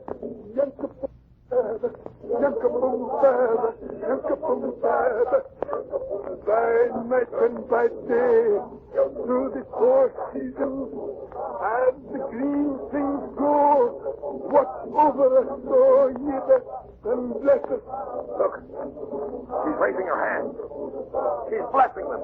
And now, the image, the ghost without horns, take it in your hand, reader. Breathe your spirit into it. Look. That image. She's picking it up. Putting it to her lips. Oh, you black devil, I'll teach you. You idiot, what has it done? What I should have done before. Killed him. Probably killed not only him, but Muriel, too. Look. Yeah, she's just fainted. Let's get her out of here. Back to the house now, quick.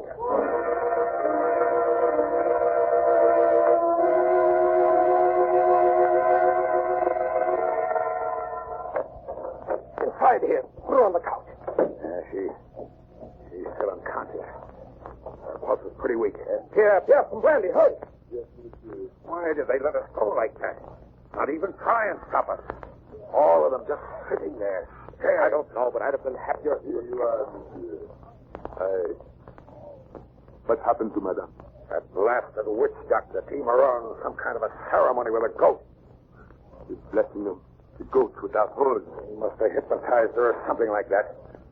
But he won't try any more of his voodoo tricks on her or anybody else. I killed him. Killed him? Killed Cimarron? Yeah, hold her head, Brandon, while I give her some of this brandy, all right? Brandy. I am afraid that will not help, monsieur. You do not give brandy to someone who is dead. Dead? What are you talking about? Her heart is still beating, yes.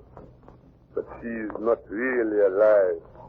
You see, her soul left her body, and Cimarron called to her. When you killed him, it could not find its way back. It is out there.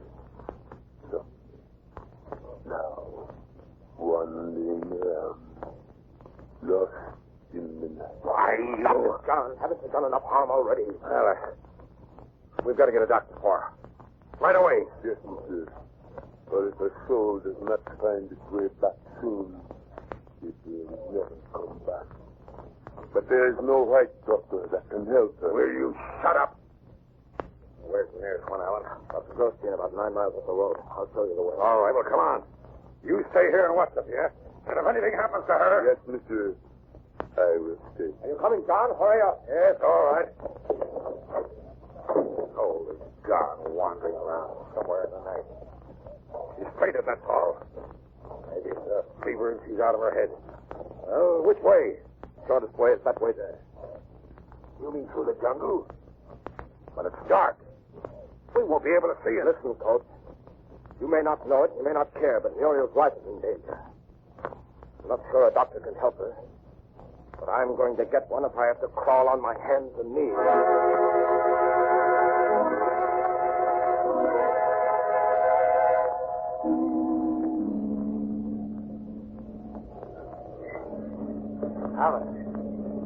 Alan. Wait. How much further? Are we going to have to go? I don't know. Can't be much further. Yeah. That's what you've been saying for the last hour. We're lost. That's what we are. Lost somewhere here in the jungle. Listen. Drunk. Yeah. And I don't care what you do. But I've had enough of this. I'm going that way. Coach, no, wait. Come here. Don't you realize it? Coach!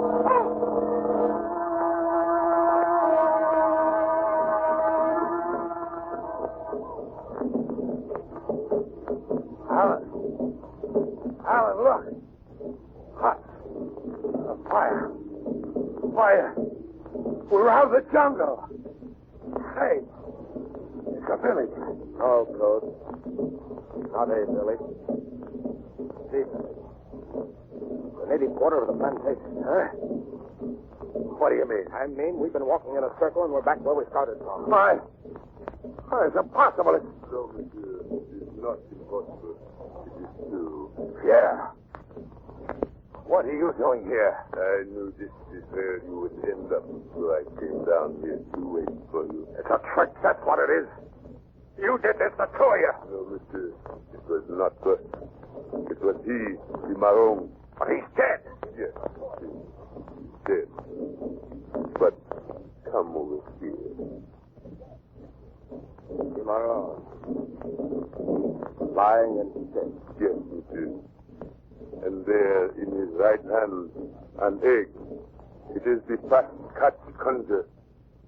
Monsieur Coates, your life is in that egg.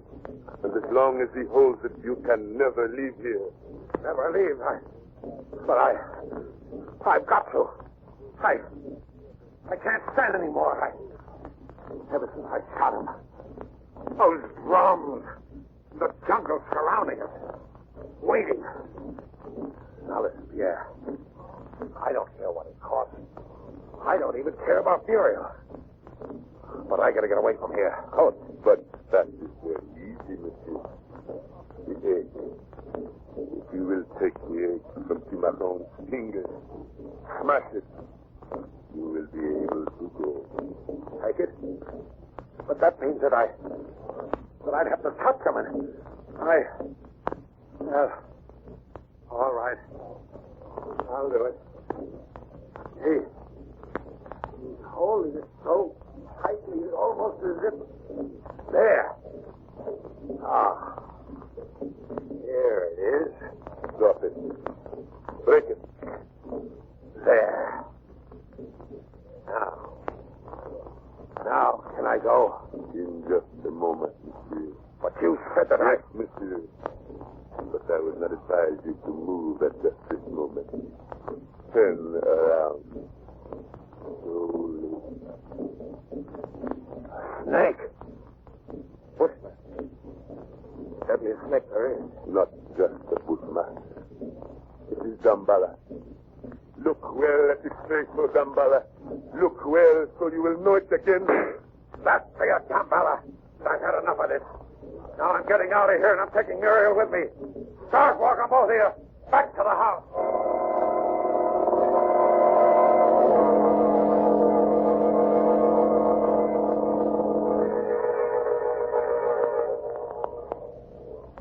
All right. You stop right there. Now you listen. I'm going to get the car and back it up here. You're going into the house, and you're going to bring Muriel out here. Coates, she shouldn't be moved now, so you do as I say. Perhaps we had better. Come, Mr. All right.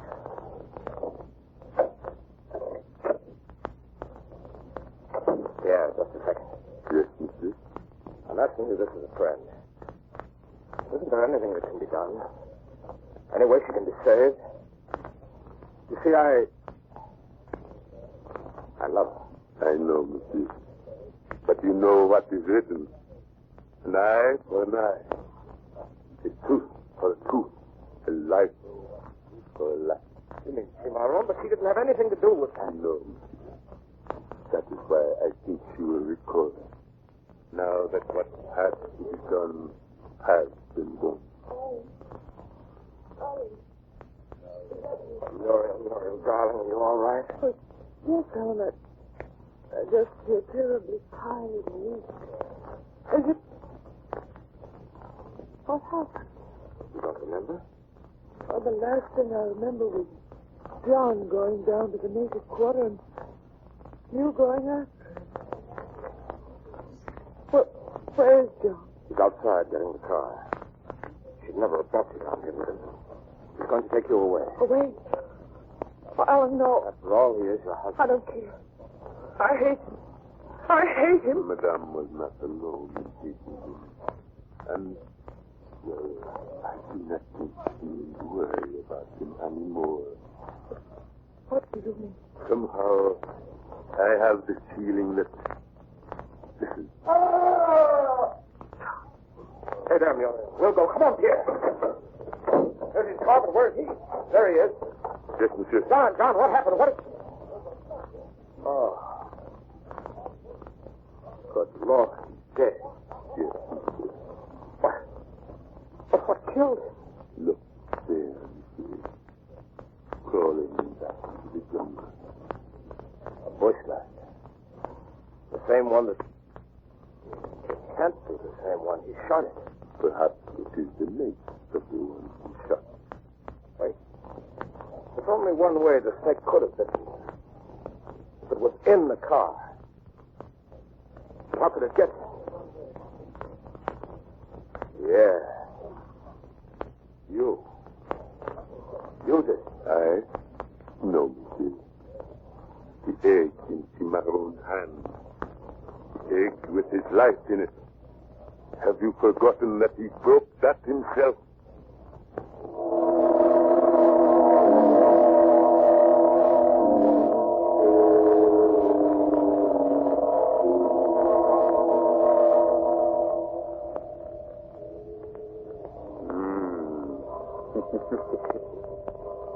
Now, do you believe in voodoo? You don't? Oh, no. Come here. Come here a little closer. I'll whisper something in your ear. Neither do I. And let me whisper this in your ear, folks. There are just 15 shopping days until Christmas, full of rush, hurry, and crowd. About all you can do is face things armed with a good disposition. So don't let irregularity get you down. Get after that logy, cross, irritable feeling with Carter's Little Liver Pills. Let them wake up the flow of one of your most important digestive juices and help turn those 15 shopping days into 15 topping days, full of the glorious, glad to be alive feeling that goes with regularity. Remember the name, Carter's Little Liver Pills. Yes, and remember this, too. Christmas comes but once a year. But year round, Carter's Little Liver Pills can be the best friend to your sunny disposition.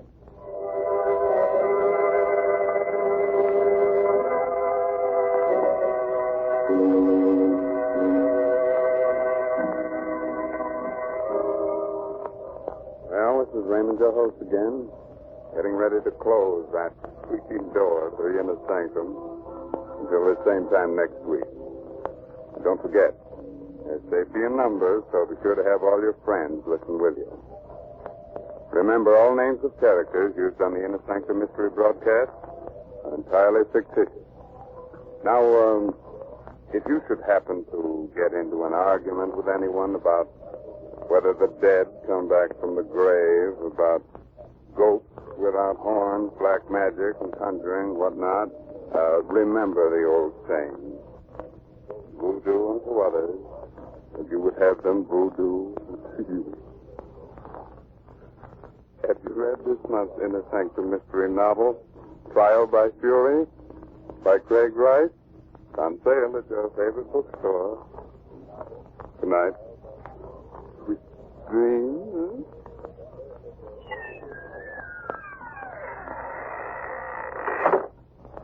Listeners, be on guard. Don't let it sneak up on you like a thief in the night. What is it? Listen to this report from the Harris home as Mrs. Harris says to her maid.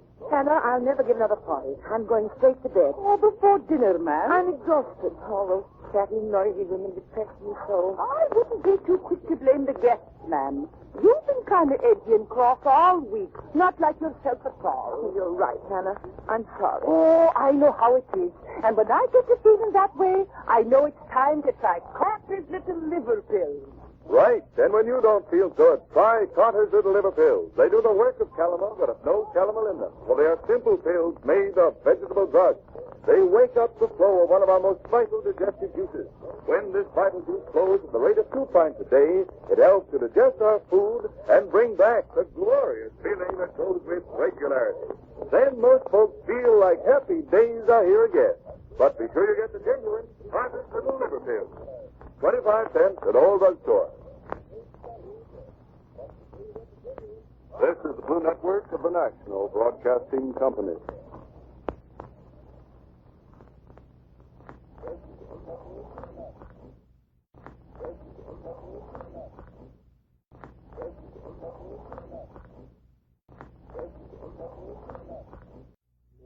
According to a Reuters dispatch, General Douglas MacArthur has ordered all women and children in Manila to evacuate the seacoast and move to areas inland.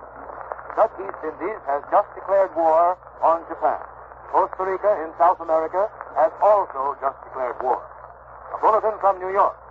Mayor Fiorello H. LaGuardia, Civilian Defense Director, announced tonight he had ordered all Japanese nationals in New York City to remain in their homes until their status is established by the federal government. At the same time, John Collins, Superintendent of Operations for TWA, acting on instructions from the Civil Aeronautics Authority, issued an order prohibiting TWA's planes from carrying any Japanese nationals. This order was directed against the special Japanese envoy, Kurosu. We take you now to Hollywood.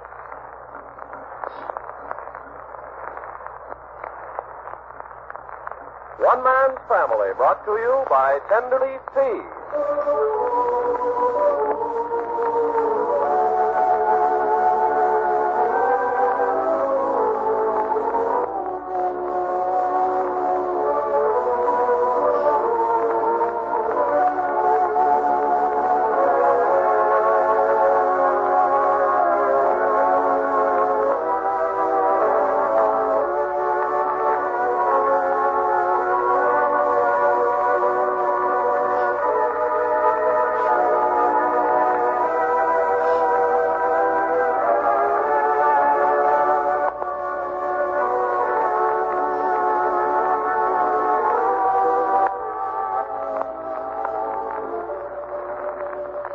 One Man's Family is dedicated to the mothers and fathers of the younger generation and to their bewildering offspring. Tonight we present Chapter 10, Book 40, entitled A New Incident in the Matter of Irene Franklin.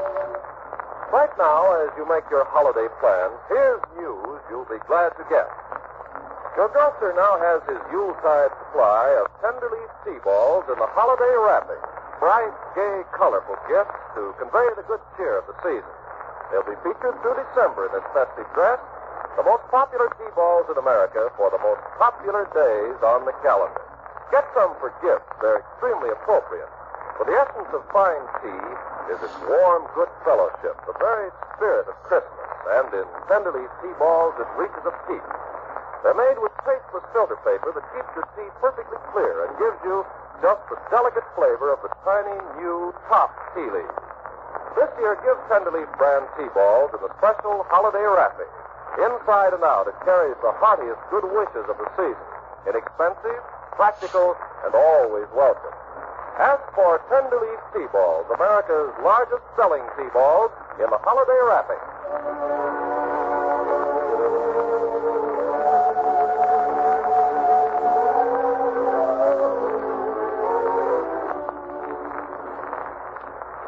In the instance of Irene Franklin, there's something rather unorthodox in the atmosphere. Mother Barbara feels it, Father Barbara feels it, and even Clifford has indicated it by his actions. Even as a hired hand down on Hazel's Dairy Ranch, he manages to get over to Berkeley, where Irene is a freshman at UC, but he never gets around to bringing her across the bay to see his family, and he certainly doesn't like discussing her with anyone. Mother Barbara with a hoping for the best, but what can you do with a grown son attitude. Father Barber getting along with Clifford on casual but friendly enough terms, and Clifford tending blithely to his own business, pretending the whole thing doesn't exist. But all the rest of the family is pretending Irene doesn't exist either, because around the holidays, no one wants having any serious difficulties that might spread restraint in the family circle and cloud the holidays. If there's going to be an eventual blow-up over Irene, everyone's keeping his fingers crossed that it won't happen until after the Christmas and New Year's festivities. So why there should be a blow-up, no one seems quite to know, except that there's that edgy feeling and air of suspense and secrecy. Anyway, this is Clifford one day a week off from the dairy ranch, and he phoned up that he was going to stop downtown a little Christmas shopping before coming out of the family home in Seacliff. Then he'll be here for dinner, naturally. Yes, he'll eat with us and then go back to that journey as usual. Oh, that's going to work out perfectly. At least it will if he hasn't any other plans. What's that, Hazel? Oh, I forgot to tell you, Mother. I'm planning to take the children and go down to the ranch tonight. That'll give us a long weekend in the country. I should say it will. And what about having kids to school? Oh, I've already spoken to their teachers. But the nice thing is, if Clifford's going down early, perhaps he can drive us. I don't like driving at night. Of course he will. If he hasn't other ideas in mind. Ideas, indeed. Well, we'll see when he comes. I thought Claudia was coming in this afternoon. She'll be home presently. How do you like the way I've rearranged the living room, Hilda? Mother, you know as well as I do that you're going to have trouble with Father. That man. Yes, I know. Anybody home? It's getting busy. In the living room, Jack. Okay. the matter with this house anyway?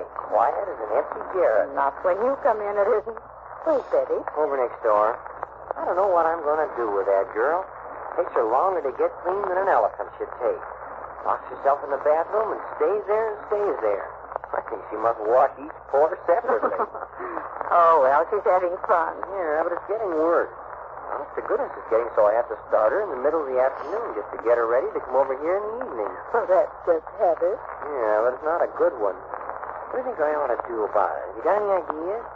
Jack, how about you and Betty working out your own problem? Oh, sure. But even if we're not interested, the families have a natural tendency to interfere in young married people's lives, as it is. Yes, don't leave yourself wide open by asking for suggestions. Oh, kidding though, it might get to be serious, mightn't it?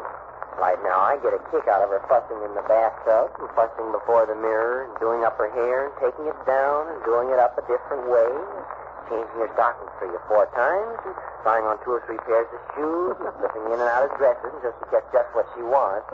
See what I mean? But haven't you spoken to her? Oh, sure, not very seriously. It's all fun now, and she's got a lot of time on her hands, so it really doesn't matter. But recently, it's getting so she doesn't keep appointments. And that is sad. Yeah, and the only reason because she takes so long getting ready. She really was a lot more efficient when we were first married than she is now. And you think it's because she doesn't have much to keep her busy all day, and so she's getting into the habit of cluttering, huh? What else? Then by all means, see that she has something to do. What? Well, if your father wasn't so wrong a few weeks ago when he recommended children. Hey, Mom, you too? Well, that's why marriage was created in the first place.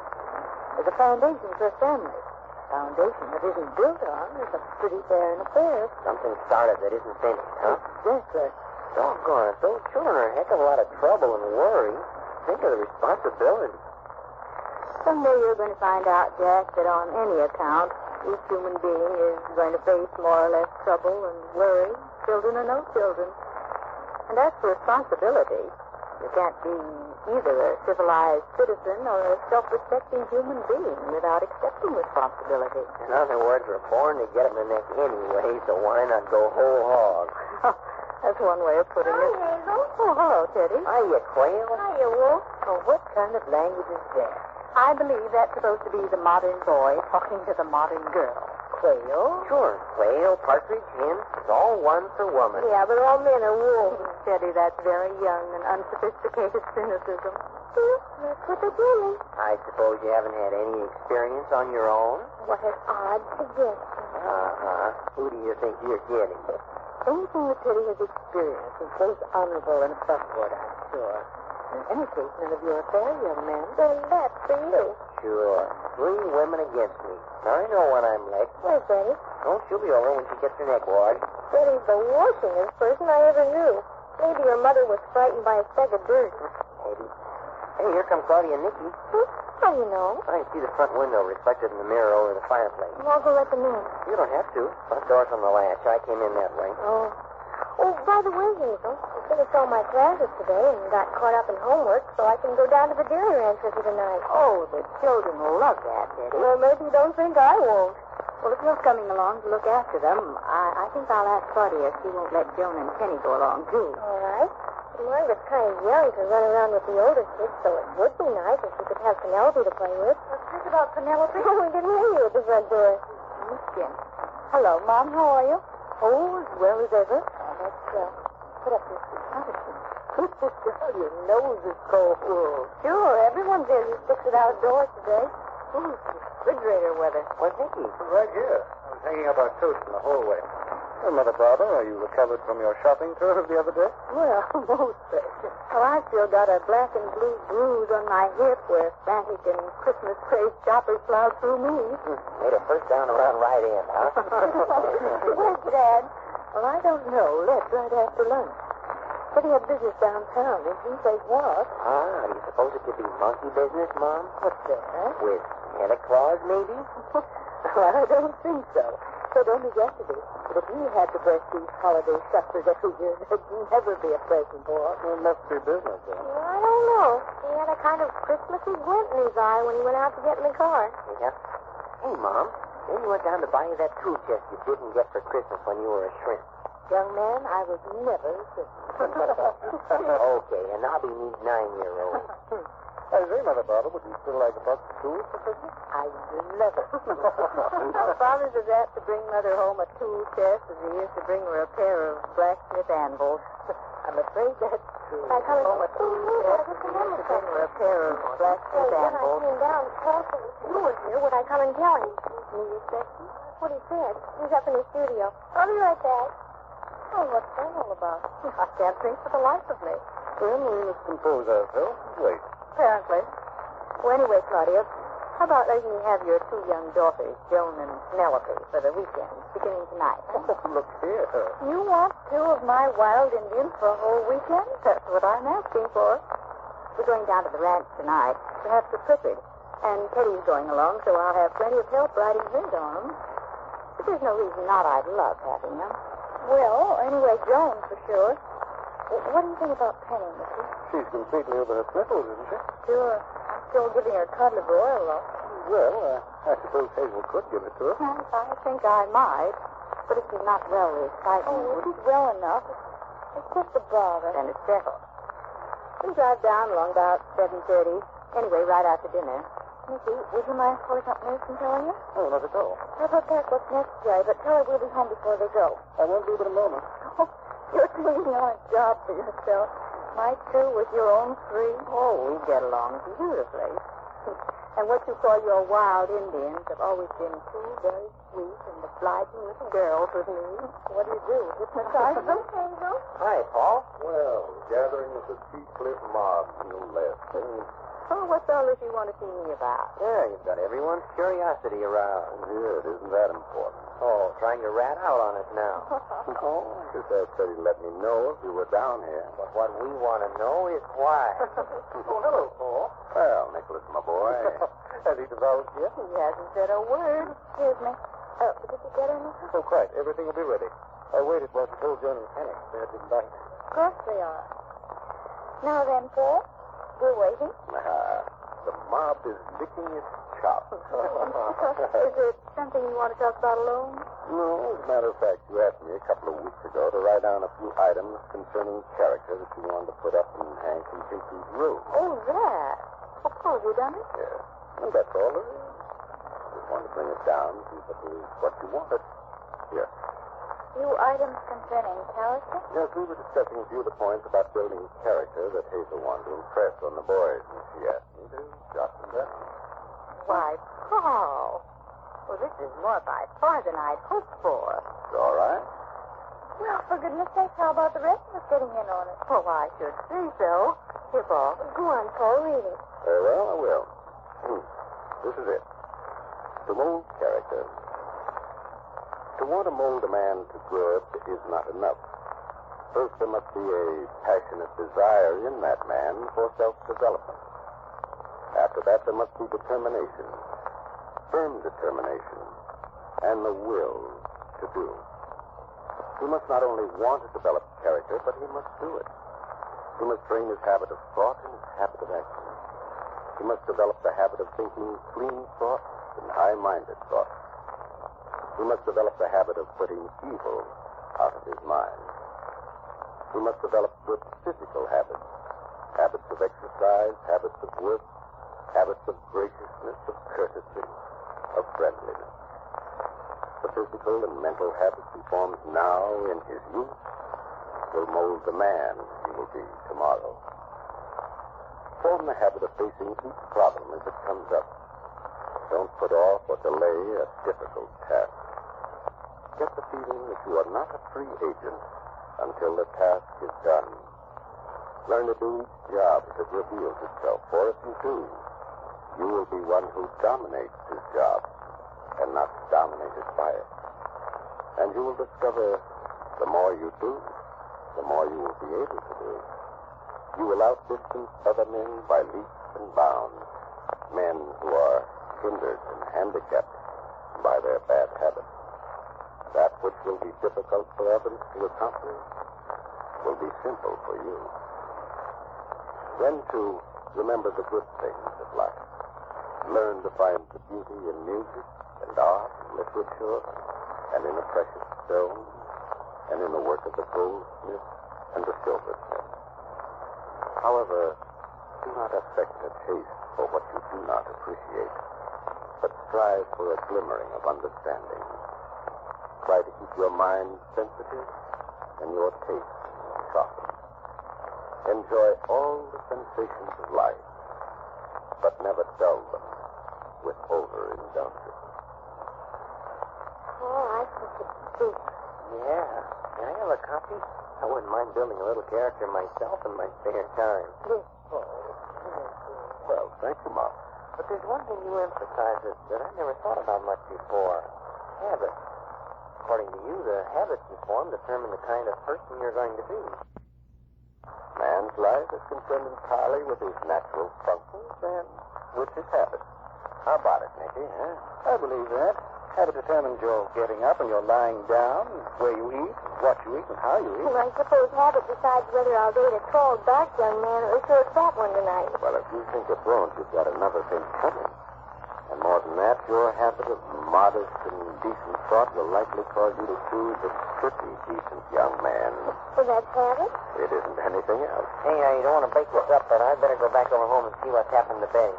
There you are. The habit of looking out for his wife. All done right. They're darn good habits. Wives like Betty don't happen every day. You coming back? Oh, sure, Mom. As soon as I round up the mermaid. About time Cliff showed up, too, isn't it? He didn't say just when he'd be here. Well, if he's doing his Christmas shopping, there's no telling when he'll get in. The way the cars are. No, thank you. We don't want it clerked yet. We just want to look around. Thanks. But, Clifford, you shouldn't have brought me to a place like this. What the heck? My family's been buying gifts in this jewelry store ever since I can remember. I don't want you to buy my Christmas present. Oh, I mean... No. I mean it, Cliff. You're doing all you should do right now. Look, Miss Irene Franklin, do you or do you not want to be picked up and shaken to your feet? By you, it'd be heaven. Well, it's likely to happen right here in public if you don't lay off the kind of talk you do. I'm just trying to be sensible, Cliff. I don't need an expensive Christmas present. Oh, you say you don't? No, listen. The way it is with us, I'd treasure a Christmas card with your name on it just as much as anything you could buy in here. You're pretty doggone sweet. You know that. No. You know how I feel about you. It's something to look at, too. Even if you are only a college freshman. Oh, you say that all the girls. A bit more often to you. I say nothing. Okay. And now we're just going to kind of stroll around and look at things. No. Hey, not buy anything. Just look. What's the red man? Because you'll get me to say something beautiful, and then on Christmas you'll give it to me. Oh, I'm reading my mind again. Don't you understand, Cliff? I love your generosity. That's what's so wonderful about you. You'd give anyone you liked everything you have. Sure I would.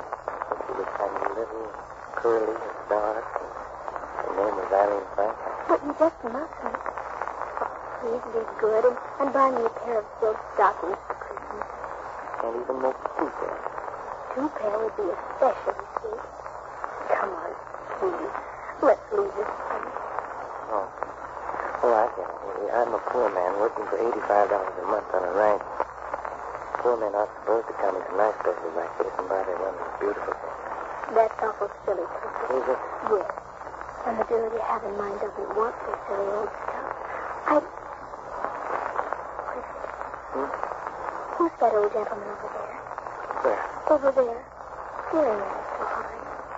Hey, that's Brad. It's your father? Sure. He's angry, isn't he? Yeah. Here he comes. Get ready for the crack-up. Good afternoon, Peter. Hello, Dad. Yes. Irene, my father. Hello, Mr. Barber. Yes. Dad, this is Miss Irene Franklin. You've heard me speak of her often. Have I, Indy? Good, thank you. Yes, Mr. Barber. Believe me when I tell you that Clifford has no business being in a place like this on his salary. And for you to bring him here is the quickest way I know of bringing his downfall and utter ruin. Dad. Oh, Mr. Barber. Good day to you, young woman. I hope to see you home for dinner, Clifford. Clifford. He's wrong. He's been wrong all his life. That's just about the limit. Come on, let's get out of here.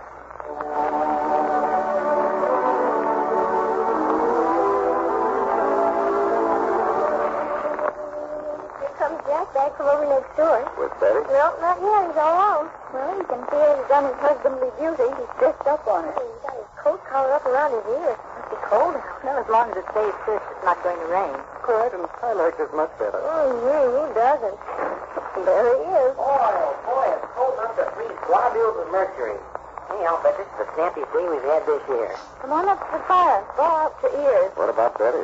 That woman. Oh, what now? Oh, she only has to let the polish dry on her nails and slip on her dress and comb out her hair. Don't bother to hold dinner back for her mom. I guess it's hard to 4 o'clock. Well, she may make it. I don't know the answer, honest. I don't.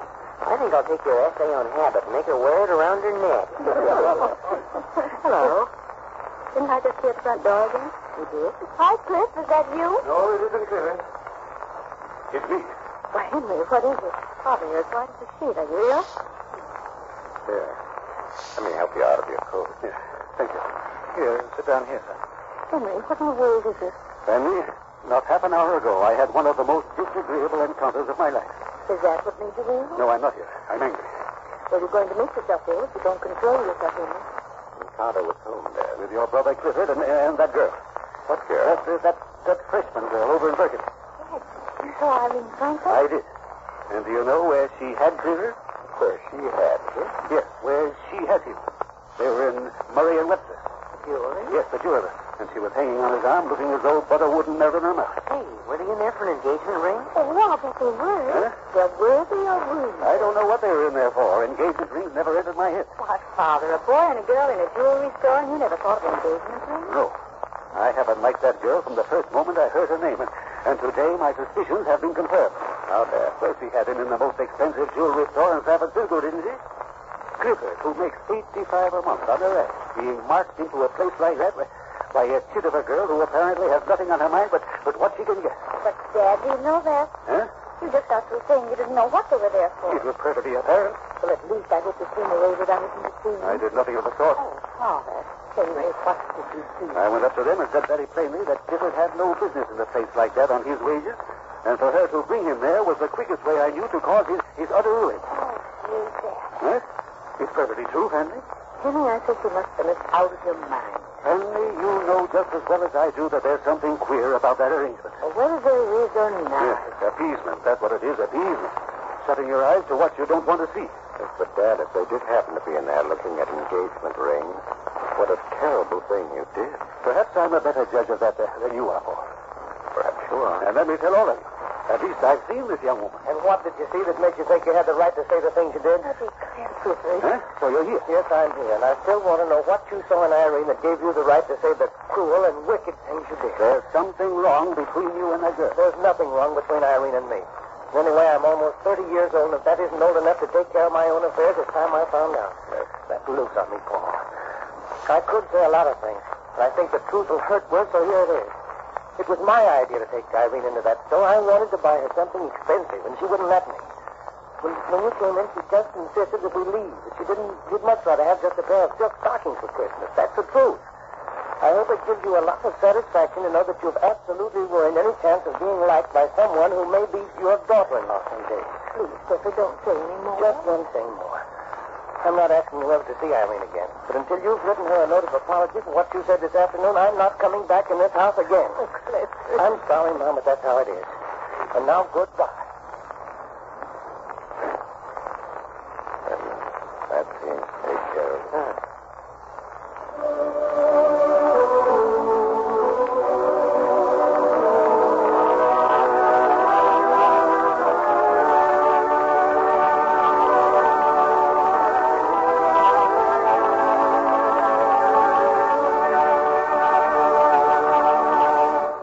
Localities, December means snow.